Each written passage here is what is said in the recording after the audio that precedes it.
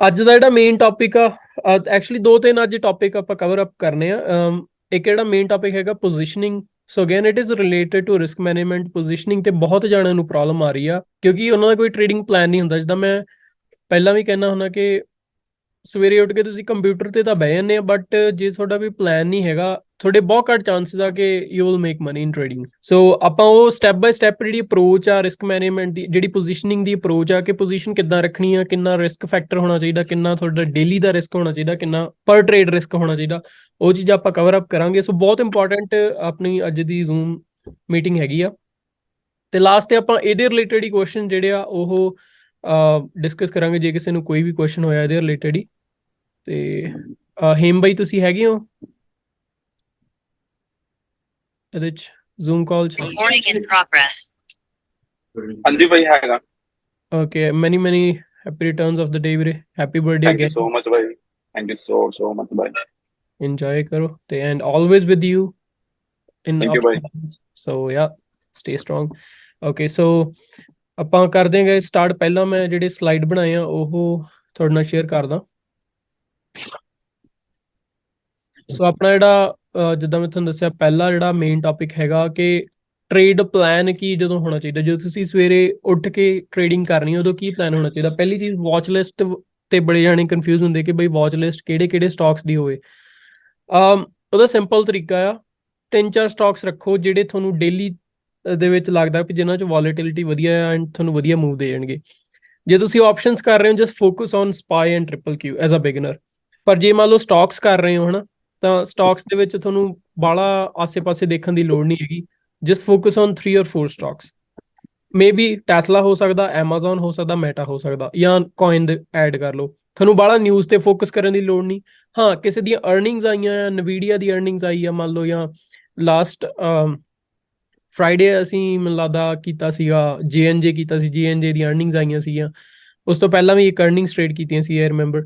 ਸੋ ਕੋਈ ਅਰਨਿੰਗਸ ਆ ਰਹੀਆਂ ਗੱਲ ਵੱਖਰੀ, ਜੇ ਅਰਨਿੰਗਸ ਨਹੀਂ ਆ ਰਹੀਆਂ just focus on 3 or 4 stocks. ਕਿਉਂਕਿ ਜੇ ਤੁਸੀਂ ਕਹੋ ਕਿ ਮੈਂ ਰੋਜ਼ ਅਲੱਗ-ਅਲੱਗ ਸਟਾਕ ਟ੍ਰੇਡ ਕਰਾਂ, ਉਹ ਚੀਜ਼ ਪੋਸੀਬਲ ਨਹੀਂ ਹੈਗੀ, ਬਿਕਾਜ਼ ਹਰ ਇੱਕ ਦਾ ਪ੍ਰਾਈਸ ਐਕਸ਼ਨ ਅਲੱਗ ਹੁੰਦਾ, ਸਟਰਕਚਰ ਅਲੱਗ ਹੁੰਦਾ, ਤੁਹਾਨੂੰ ਚੀਜ਼ਾਂ ਸਮਝਣੀਆਂ ਹਾਰਡ ਹੋਣਗੀਆਂ। ਸੋ ਜਿਹੜਾ ਪੋਜੀਸ਼ਨਿੰਗ ਦੇ ਵਿੱਚ ਪਹਿਲਾ ਜਿਹੜਾ ਇਹਦਾ ਐਕਚੁਅਲ ਦੇ ਵਿੱਚ ਪਾਰਟ ਇਹਦੀ ਹੁੱਕ ਬਣਦੀ ਆ, ਉਹ ਬਣਦੀ ਆ ਕਿ ਤੁਹਾਡੇ ਜਿਹੜੇ ਸਟਾਕਸ ਆ ਕਿਹੜੇ ਕਿਹੜੇ ਆ, ਬਿਕਾਜ਼ ਹਰ ਇੱਕ ਸਟਾਕ ਦਾ ਪ੍ਰਾਈਸ ਅਲੱਗ ਹੁੰਦਾ। ਸੋ ਜੇ ਤੁਸੀਂ ਇੱਕ ਦਿਨ $50 ਵਾਲਾ ਸਟਾਕ ਟ੍ਰੇਡ ਕਰ ਰਹੇ ਹੋ, ਤੁਹਾਨੂੰ ਪੋਜੀਸ਼ਨਿੰਗ 'ਚ ਪ੍ਰੋਬਲਮ ਆਊਗੀ। ਅਗਲੇ ਦਿਨ $400 ਵਾਲਾ ਟ੍ਰੇਡ ਕਰ ਰਹੇ ਹੋ, ਪ੍ਰੋਬਲਮ ਆਊਗੀ। ਫਿਰ ਅਗਲੇ ਦਿਨ ਮੰਨ ਲਓ 200 ਵਾਲਾ ਟ੍ਰੇਡ ਕਰ ਰਹੇ ਹੋ, ਅਗਲੇ ਦਿਨ $20 ਵਾਲਾ ਟ੍ਰੇਡ ਕਰ ਰਹੇ ਹੋ। ਸੋ ਆਬਵੀਅਸਲੀ ਪੋਜੀਸ਼ਨਿੰਗ ਜਿਹੜੀ ਮੈਸਅਪ ਹੋਊਗੀ, ਬਿਕਾਜ਼ ਤੁਹਾਨੂੰ ਪ੍ਰਾਈਸ ਐਕਸ਼ਨ ਨਹੀਂ ਪਤਾ, ਸਭ ਤੋਂ ਜਿਹੜੀ ਇੰਪੋਰਟੈਂਟ ਚੀਜ਼ ਆ। ਸੋ ਜਿਹੜਾ ਪਹਿਲਾ ਇਹਦੇ 'ਚ ਪੁਆਇੰਟ ਆਉਂਦਾ ਉਹ ਹੈਗਾ ਟ੍ਰੇਡਿੰਗ ਪਲਾਨ ਜਿਹੜਾ ਹੋਣਾ ਚਾਹੀਦਾ, ਹੈਂਡਫੁਲ ਆਫ ਸਟਾਕ ਹੋਣੇ ਚਾਹੀਦੇ ਨੀਅਰ ਵਾਚ ਲਿਸਟ। ਜ਼ਿਆਦਾ ਨਹੀਂ ਤੀਰ ਮਾਰਨੇ ਵੀ ਮੇਰਾ ਟਿਕਾਣੇ ਲੱਗ ਜੇ, ਸਿਰਫ 3 ਜਾਂ 4 ਸਟਾਕਸ ਰੱਖੋ, ਰਾਈਟ। ਉਸ ਤੋਂ ਬਾਅਦ ਉਹੀ ਪਲਾਨ ਕਰਕੇ ਐਗਜ਼ੀਕਿਊਟ ਕਰਨਾ। ਲੈਟਸ ਸੇ ਉਹਦੀਆਂ ਲੈਵਲ ਤੁਹਾਨੂੰ ਪਤਾ ਹੋਣੇ ਚਾਹੀਦੇ। ਹੁਣ ਜੇ ਤੁਸੀਂ ਇੱਕ ਸਟਾਕ ਮਹੀਨੇ ਦਾ ਟ੍ਰੇਡ ਕਰ ਰਹੇ ਹੋ, ਰਾਈਟ, ਕੋਇਨ ਅਸੀਂ ਕਦੋਂ ਦਾ ਟ੍ਰੇਡ ਕਰ ਰਹੇ ਹਾਂ, ਅਸੀਂ ਹਫਤੇ 'ਚ 2 ਦਿਨ ਟ੍ਰੇਡ ਕਰਦੇ ਹੀ ਕਰਦੇ। ਕੋਇਨ, ਟੈਸਲਾ ਹੋ ਗਿਆ, ਨਵੀਡੀਆ ਹੋ ਗਿਆ। ਸੋ ਸਾਨੂੰ ਲੈਵਲ ਉਦਾਂ ਹੀ ਯਾਦ ਆ, ਲੋੜ ਹੀ ਨਹੀਂ ਆਸੇ-ਪਾਸੇ ਦੇਖਣ ਦੀ, ਉਹਨਾਂ ਤੇ ਫੋਕਸ ਕਰੋ, ਤੁਹਾਨੂੰ ਲੈਵਲ ਮੂੰਹ ਜ਼ਬਾਨੀ ਯਾਦ ਹੋ ਜਾਣੇ। ਪਰ ਪ੍ਰੋਬਲਮ ਕਿੱਥੇ ਆਉਂਦੀ ਹੈ, ਜਦੋਂ ਆਪਾਂ ਫੋਕਸ ਜਿਹੜਾ ਆਪਣਾ ਹਟ ਜਾਂਦਾ। ਸੋ ਹੈਂਡਫੁਲ ਆਫ ਸਟਾਕਸ, ਲੈਵਲ ਉਹਨਾਂ ਦੇ ਮਾਰਕ ਕਰੋ, ਡੇਲੀ ਦਾ ਕਲੋਜ਼, ਡੇਲੀ ਦਾ ਓਪਨ, ਡੇਲੀ ਹਾਈ, ਡੇਲੀ ਲੋ, ਵੀਕਲੀ ਹਾਈ, ਵੀਕਲੀ ਲੋ। ਇਹ 4-5 ਚੀਜ਼ਾਂ ਕਰਨੀਆਂ ਤੁਸੀਂ 3-4 ਸਟਾਕਸ ਤੇ। ਮੈਨੂੰ ਲੱਗਦਾ ਕੋਈ 15 ਮਿੰਟਾਂ ਜਾਂ 20 ਮਿੰਟ ਤੋਂ ਵੱਧ ਦੀ ਗੇਮ ਹੈਗੀ ਆ। ਉਸ ਤੋਂ ਬਾਅਦ ਐਗਜ਼ੀਕਿਊਟ ਕਰਨਾ ਪਲਾਨ ਤੇ। ਲੈਵਲ ਐਂਟਰੀ ਮਿਲਦੀ ਆ ਸਹੀ ਆ, ਜੇ ਨਹੀਂ ਮਿਲਦੀ ਤਾਂ ਨਹੀਂ ਐਂਟਰੀ ਲੈਣੀ। ਐਂਡ ਇਹ ਜਿਹੜੇ 3-4 ਸਟਾਕ ਆ, ਇਹਨਾਂ ਨੂੰ ਟ੍ਰੈਂਡ ਦੇ ਵਿੱਚ ਹੀ ਟ੍ਰੇਡ ਕਰਨਾ। ਜਿੱਧਰ ਨੂੰ ਮਾਰਕੀਟ ਦਾ ਟ੍ਰੈਂਡ ਬਣਦਾ ਸਿਰਫ ਉਧਰ ਹੀ ਟ੍ਰੇਡ ਕਰਨਾ। ਅਗਲਾ ਪਾਰਟ ਆਉਂਦਾ ਰਿਸਕ ਮੈਨੇਜਮੈਂਟ। ਸੋ ਰਿਸਕ ਮੈਨੇਜਮੈਂਟ ਜਿਹੜਾ ਇਸ ਪਲਾਨ ਦਾ ਸਭ ਤੋਂ ਇੰਪੋਰਟੈਂਟ ਪਾਰਟ ਆ, ਬਿਕਾਜ਼ ਪਲੈਨਿੰਗ ਇਹ ਨਹੀਂ ਹੈਗਾ ਕਿ ਤੁਸੀਂ ਚਾਰਟ ਖੋਲਣੇ ਆ ਤੇ ਸਟਾਕ ਲੱਭਣੇ ਆ।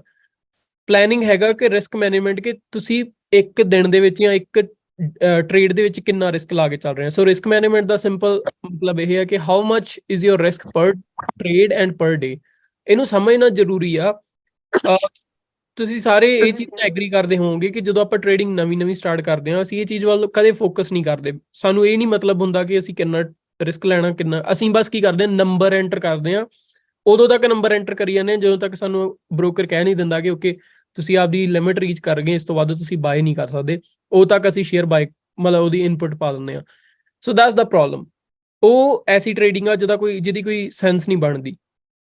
ਸੋ ਉਹ ਮੈਂ ਤੁਹਾਨੂੰ ਅੱਗੇ ਅਗਲੇ ਪਾਰਟ ਦੇ ਵਿੱਚ ਦੱਸੂਗਾ ਕਿ ਇਹਨੂੰ ਪ੍ਰੈਕਟੀਕਲੀ ਕਿੱਦਾਂ ਕਰਨਾ। ਬਟ ਜਿਹੜਾ ਰਿਸਕ ਮੈਨੇਜਮੈਂਟ ਆ ਇਹ ਤੁਹਾਨੂੰ ਸਿੰਪਲ, ਇਹਦੇ ਵਿੱਚ ਮੈਂ ਤੁਹਾਨੂੰ ਸਿੰਪਲ ਲੈਂਗੁਏਜ ਦੱਸਦਾ ਕਿ ਤੁਹਾਡਾ ਪਰ ਟ੍ਰੇਡ ਰਿਸਕ ਤੇ ਪਰ ਡੇ ਰਿਸਕ ਜਿਹੜਾ ਡਿਫਾਈਨਡ ਹੋਣਾ ਚਾਹੀਦਾ, ਉਹ ਤੁਹਾਨੂੰ ਪਹਿਲਾਂ ਪਤਾ ਹੋਣਾ ਚਾਹੀਦਾ ਕਿੰਨਾ। ਅਗਲਾ ਪਾਰਟ ਆਉਂਦਾ ਪੋਜੀਸ਼ਨਿੰਗ 'ਚ। ਇੱਥੇ ਬਹੁਤ ਜਣੇ ਸਟਰਗਲ ਕਰ ਰਹੇ। ਸੋ people struggle in positioning because ਵੀਰੇ ਮਾਈਕ ਯਾਰ ਮਿਊਟ ਕਰ ਲਓ। Okay, so people struggle in positioning because of inconsistency ਕਿੱਥੇ ਬਣਦੀ ਆ? ਅਗੇਨ ਜਿੱਦਾਂ ਮੈਂ ਗੱਲ ਕਹੀ ਤੁਹਾਨੂੰ, ਮੰਨ ਲਓ ਇੱਕ ਦਿਨ ਤੁਸੀਂ ਕੋਈ $40 ਵਾਲਾ ਸ਼ੇਅਰ ਕੋਈ ਟ੍ਰੇਡ ਕਰ ਰਹੇ ਹੋ, ਰਾਈਟ? ਉਹਦੇ ਤੁਸੀਂ 10 ਬਾਏ ਕਰ ਲਏ, 10 ਜਾਂ 100 ਬਾਏ ਕਰ ਲਏ, ਚਲੋ ਮੰਨ ਲਓ 100 ਬਾਏ ਕਰ ਲਏ, ਰਾਈਟ? ਤੁਹਾਡੀ ਜਿਹੜੀ ਪੋਜੀਸ਼ਨ ਆ ਉਹ ਹੋ ਗਈ 4000 ਦੀ 4K। ਹੁਣ ਅਗਲੇ ਦਿਨ ਤੁਸੀਂ ਕੀ ਕੀਤਾ? ਅਗਲੇ ਦਿਨ ਤੁਸੀਂ ਲੈਟਸ ਸੇ 300 ਵਾਲਾ ਕੋਈ ਟ੍ਰੇਡ ਆ, ਉਹ ਟ੍ਰੇਡ ਕਰ ਲਿਆ। ਹੁਣ ਜੇ ਮੰਨ ਲਓ ਤੁਹਾਡਾ ਅਕਾਊਂਟ ਵੱਡਾ ਆ, ਉਹਦੇ ਤੁਸੀਂ 50 ਥੋੜੀ ਕਰੋਗੇ, ਬਿਕੋਜ਼ ਉਹਦਾ ਸਿੱਧਾ ਹਿਸਾਬ ਆ ਤੁਹਾਡੀ 15000 ਦੀ ਪੋਜੀਸ਼ਨ ਬਣ ਜਾਣੀ। ਐਂਡ ਯੂਜਲੀ ਜੇ ਮੰਨ ਲਓ ਕਿਸੇ ਦਾ 20000 ਦਾ ਅਕਾਊਂਟ, ਉਹਨੇ 50 ਕਰ ਲੈਣੀ ਟ੍ਰੇਡ, ਬਿਕੋਜ਼ ਆਪਣਾ ਮੋਟਿਵ ਇਹੀ ਹੁੰਦਾ ਕਿ ਮੈਕਸ ਰੀਚ ਕਰਨਾ। ਨੰਬਰ ਆਫ ਸ਼ੇਅਰਸ, ਮੰਨ ਲਓ ਕੱਲ ਤੁਸੀਂ 100 ਬਾਏ ਕੀਤੇ, ਅੱਜ ਤੁਸੀਂ ਸੋਚਣਾ ਯਾਰ ਮੈਂ 50 ਹੀ ਕਰ ਲੈਣਾ, ਪਰ ਚੱਕਰ ਤੁਸੀਂ ਸਟਾਕ ਪ੍ਰਾਈਸ ਤਾਂ ਦੇਖਿਆ ਹੀ ਨਹੀਂ। ਸੋ ਜਿਹੜੀ ਇਨਕਨਸਿਸਟੈਂਸੀ ਆ ਪੋਜੀਸ਼ਨਿੰਗ 'ਚ ਬਣਦੀ ਆ, ਉਹਦੇ ਵਿੱਚ ਲੋਕ ਬਹੁਤ ਸਟਰਗਲ ਕਰਦੇ ਆ। ਇਹ ਚੀਜ਼ ਨੂੰ ਆਪਾਂ ਐਲੀਮੀਨੇਟ ਕਰਨਾ ਅੱਗੇ ਦੇਖਾਂਗੇ ਕਿਵੇਂ। ਸੋ ਅਗਲਾ ਇਹਦਾ ਪੁਆਇੰਟ ਆਉਂਦਾ ਦੇ size up or size down according to what they feel. ਸੋ ਜਿੱਦਾਂ ਮੈਂ ਤੁਹਾਨੂੰ ਦੱਸਿਆ ਕਿ ਜੋ ਤੁਹਾਨੂੰ ਲੱਗਦਾ ਵੀ ਜਿੱਥੇ ਇੱਕ ਲੋਟ ਜਿਹਾ ਹੁੰਦਾ, ਜੇ 100 ਸ਼ੇਅਰ ਬਾਏ ਕਰਨੇ ਆ, 100 ਕਰ 200 ਕਰਨੇ ਆ, 200 ਕਰ ਲਏ, ਮਤਲਬ ਕੋਈ ਸੈਂਸ ਨਹੀਂ ਬਣਦੀ। ਸੋ ਤੁਸੀਂ ਉਸ ਤਰੀਕੇ ਨਾਲ ਜੋ ਟ੍ਰੇਡਿੰਗ ਕਰਦੇ ਹੋ, ਓਬਵੀਅਸਲੀ ਪੋਜੀਸ਼ਨਿੰਗ ਨਹੀਂ ਹੈਗੀ, ਕੋਈ ਰਿਸਕ ਮੈਨੇਜਮੈਂਟ ਨਹੀਂ ਹੈਗੀ, ਤਾਂ ਲਾਸ ਤਾਂ ਹੋਣਗੇ। ਅਗਲੀ ਚੀਜ਼ ਜਿਹੜੀ ਇੰਪੋਰਟੈਂਟ ਆ ਉਹ ਆਉਂਦੀ ਅਗਲੀ ਲਾਈਨ, ਦੇ ਗੈਟ ਕਰੇਜੀਅਸ ਵੈਨ ਦੇ ਲੂਜ਼ ਸੋ ਦੇ ਸਾਈਜ਼ ਅਪ। ਮੰਨ ਲਓ ਮੈਨੂੰ ਮੈਂ 100 ਸ਼ੇਅਰ ਲਏ ਸੀਗੇ, 4K ਦੀ ਮੇਰੀ ਪੋਜੀਸ਼ਨ ਬਣੀ, ਇਹਦੇ 'ਚ ਮੈਨੂੰ ਮੰਨ ਲਓ $80 ਦਾ ਲਾਸ ਹੋ ਗਿਆ।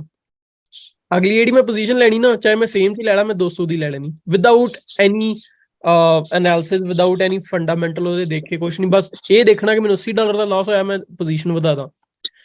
ਸੋ ਉਹਦੇ 'ਚ ਆਹ ਵਾਲਾ ਪਾਰਟ ਆਉਂਦਾ ਕਿ ਦੇ ਗੈਟ ਕਰੇਜੀਅਸ ਵੈਨ ਦੇ ਲੂਜ਼ ਸੋ ਦੇ size up, but van they have green trade, ਮੰਨ ਲਓ ਮੈਨੂੰ ਇਹਦੇ 'ਚ $80 ਬਣ ਗਏ, ਫਾਇਦਾ ਹੋ ਗਿਆ, the fear to lose that profit and size down. So ਮੈਂ ਕੀ ਕਰਨਾ, ਮੈਂ ਡਰ ਜਾਣਾ ਕਿ ਯਾਰ ਮੇਰੇ 80 ਬਣ ਗਏ, 80 ਕਿਤੇ ਲੂਜ਼ ਨਾ ਹੋ ਜਾਣ, ਅਗਲਾ ਟ੍ਰੇਡ ਮੈਂ ਜਾਂ ਤਾਂ ਲੈਣਾ ਹੀ ਨਹੀਂ, ਤੇ ਜਾਂ ਫਿਰ ਜੇ ਲਊਂਗਾ ਵੀ ਤਾਂ ਮੇ ਬੀ 20 ਜਾਂ 25 ਉਹਦੇ ਵਿੱਚ ਰਿਸਕ ਰੱਖੂੰਗਾ। ਸੋ ਉਲਟੀ ਸਾਈਕੋਲੋਜੀ ਹੋ ਜਾਂਦੀ ਆ। ਐਗਜ਼ੈਕਟਲੀ ਜੋ ਹੋਣਾ ਚਾਹੀਦਾ ਉਹ ਨਹੀਂ ਹੁੰਦਾ, ਜਮਾ ਉਲਟੀ ਸਾਈਕੋਲੋਜੀ ਹੁੰਦੀ। ਜਦੋਂ ਲਾਸ ਹੋ ਜਾਂਦਾ ਉਦੋਂ ਕਰੇਜੀਅਸ ਹੋ ਕੇ ਸਾਈਜ਼ ਅਪ, ਜੋ ਪ੍ਰੋਫਿਟ ਹੁੰਦਾ ਉਹ ਪ੍ਰੋਫਿਟ ਨੂੰ ਯੂਜ਼ ਕਰਨ ਦੀ ਬਜਾਏ ਅਸੀਂ ਡਰ ਜਾਂਦੇ ਹਾਂ, ਜਾਂ ਫਿਰ ਰਾਈਟ ਵੇ ਡੇ ਕਲੋਜ਼ ਕਰਤਾ ਕਿ ਇੱਕ ਸਿੰਗਲ ਟ੍ਰੇਡ ਲਿਆ। ਕੋਈ ਗਲਤ ਗੱਲ ਨਹੀਂ ਹੈਗੀ, ਬਟ ਤੁਹਾਡਾ ਟ੍ਰੇਡਿੰਗ ਪਲਾਨ ਦੇ ਅਕੋਰਡਿੰਗ ਨਹੀਂ ਚੱਲਦਾ ਕੁਝ ਵੀ। ਸੋ ਹੁਣ ਆਪਾਂ ਇਹ ਗੱਲ ਕਰਾਂਗੇ ਕਿ ਕਰਨਾ ਕੀ ਚਾਹੀਦਾ। So what is needed to be done. ਪਹਿਲੀ ਚੀਜ਼ ਜਿਹੜੀ ਮੈਂ ਹੁਣੇ ਐਕਸਪਲੇਨ ਕੀਤੀ, fix the daily risk per trade and per trade risk. So ਤੁਹਾਨੂੰ ਜਿਹੜਾ ਪਹਿਲਾ ਡੇ ਸਟਾਰਟ ਕਰਨ ਤੋਂ ਪਹਿਲਾਂ ਪਤਾ ਹੋਣਾ ਚਾਹੀਦਾ ਕਿ ਮੇਰਾ ਪਰ ਟ੍ਰੇਡ ਰਿਸਕ ਕਿੰਨਾ ਤੇ ਮੇਰਾ ਪਰ ਡੇ ਰਿਸਕ ਕਿੰਨਾ। ਅਗਲਾ ਪਾਰਟ ਆਉਂਦਾ do not change your decision according to the results you are getting. So result ਦਾ ਮਤਲਬ ਕੀ ਹੈ, ਤੁਹਾਨੂੰ ਪ੍ਰੋਫਿਟ ਹੋ ਰਿਹਾ ਜਾਂ ਲਾਸ ਹੋ ਰਿਹਾ, ਉਹਦੇ ਬੇਸ ਦੇ ਉੱਪਰ ਡਿਸੀਜਨ ਨਾ ਲਓ ਕਿ ਮੈਂ ਸਾਈਜ਼ ਅਪ ਕਰਨਾ ਹੈ ਸਾਈਜ਼ ਡਾਊਨ ਕਰਨਾ। ਜਿਹੜਾ ਤੁਹਾਡਾ ਡਿਸੀਜਨ ਆ that should be based on your efforts, ਕਿ ਤੁਸੀਂ ਐਫਰਟਸ ਕੀ ਪਾ ਰਹੇ ਆ।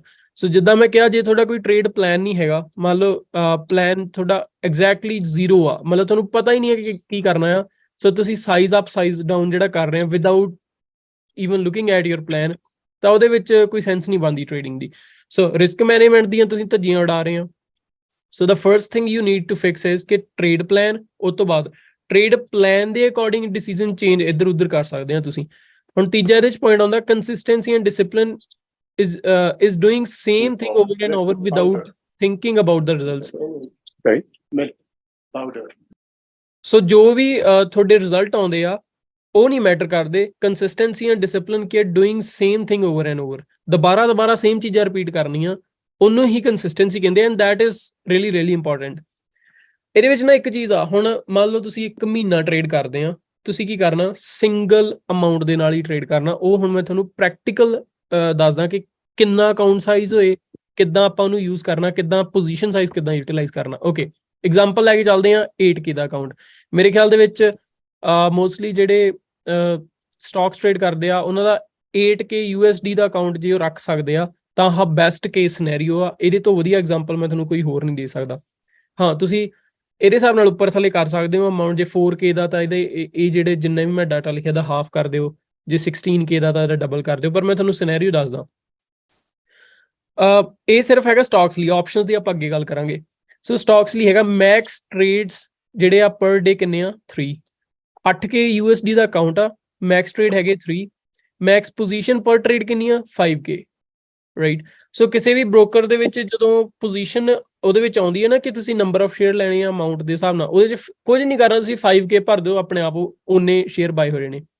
ਹੁਣ ਇਹਦੇ ਵਿੱਚ ਲੈਟਸ ਸੇ ਕਿ ਜੇ 5K ਦੀਆਂ ਤੁਸੀਂ ਮੈਕਸ ਪੋਜੀਸ਼ਨ ਪਰ ਟ੍ਰੇਡ ਲੈ ਰਹੇ ਆ, you can take 2 trade simultaneously. ਇੱਕ ਟਾਈਮ ਤੇ ਤੁਸੀਂ 2 ਟ੍ਰੇਡ ਲੈ ਸਕਦੇ ਹੋ, ਤੁਹਾਡਾ ਮਾਰਜਨ ਯੂਜ਼ ਹੋਊਗਾ $2000 ਆਊਗਾ। ਟੋਟਲ ਜਿਹੜੀ ਕੈਪੀਟਲ ਯੂਜ਼ ਆ ਉਹ ਕਿੰਨੀ ਹੋਗੀ 10K। ਸੋ ਤੁਹਾਡਾ ਅਕਾਊਂਟ ਸਾਈਜ਼ ਹੈਗਾ 8K ਦਾ, ਤੁਹਾਡਾ ਮਾਰਜਨ ਵੀਰੇ ਮਾਈਕ ਕਿਸੇ ਦਾ ਆਉਣਾ, ਮਾਈਕ ਪਲੀਜ਼ ਆਫ ਰੱਖੋ। ਸੋ ਤੁਹਾਡਾ ਜਿਹੜਾ ਪਰ ਟ੍ਰੇਡ ਜਿਹੜੀ ਪੋਜੀਸ਼ਨ ਆ ਉਹ ਹੈਗੀ 5K ਦੀ, ਦੋ ਤੁਸੀਂ ਇਕੱਠੇ ਟ੍ਰੇਡ ਲਏ ਆ, ਟੋਟਲ ਕੈਪ ਯੂਜ਼ ਹੋ ਗਈ 10K ਦੀ।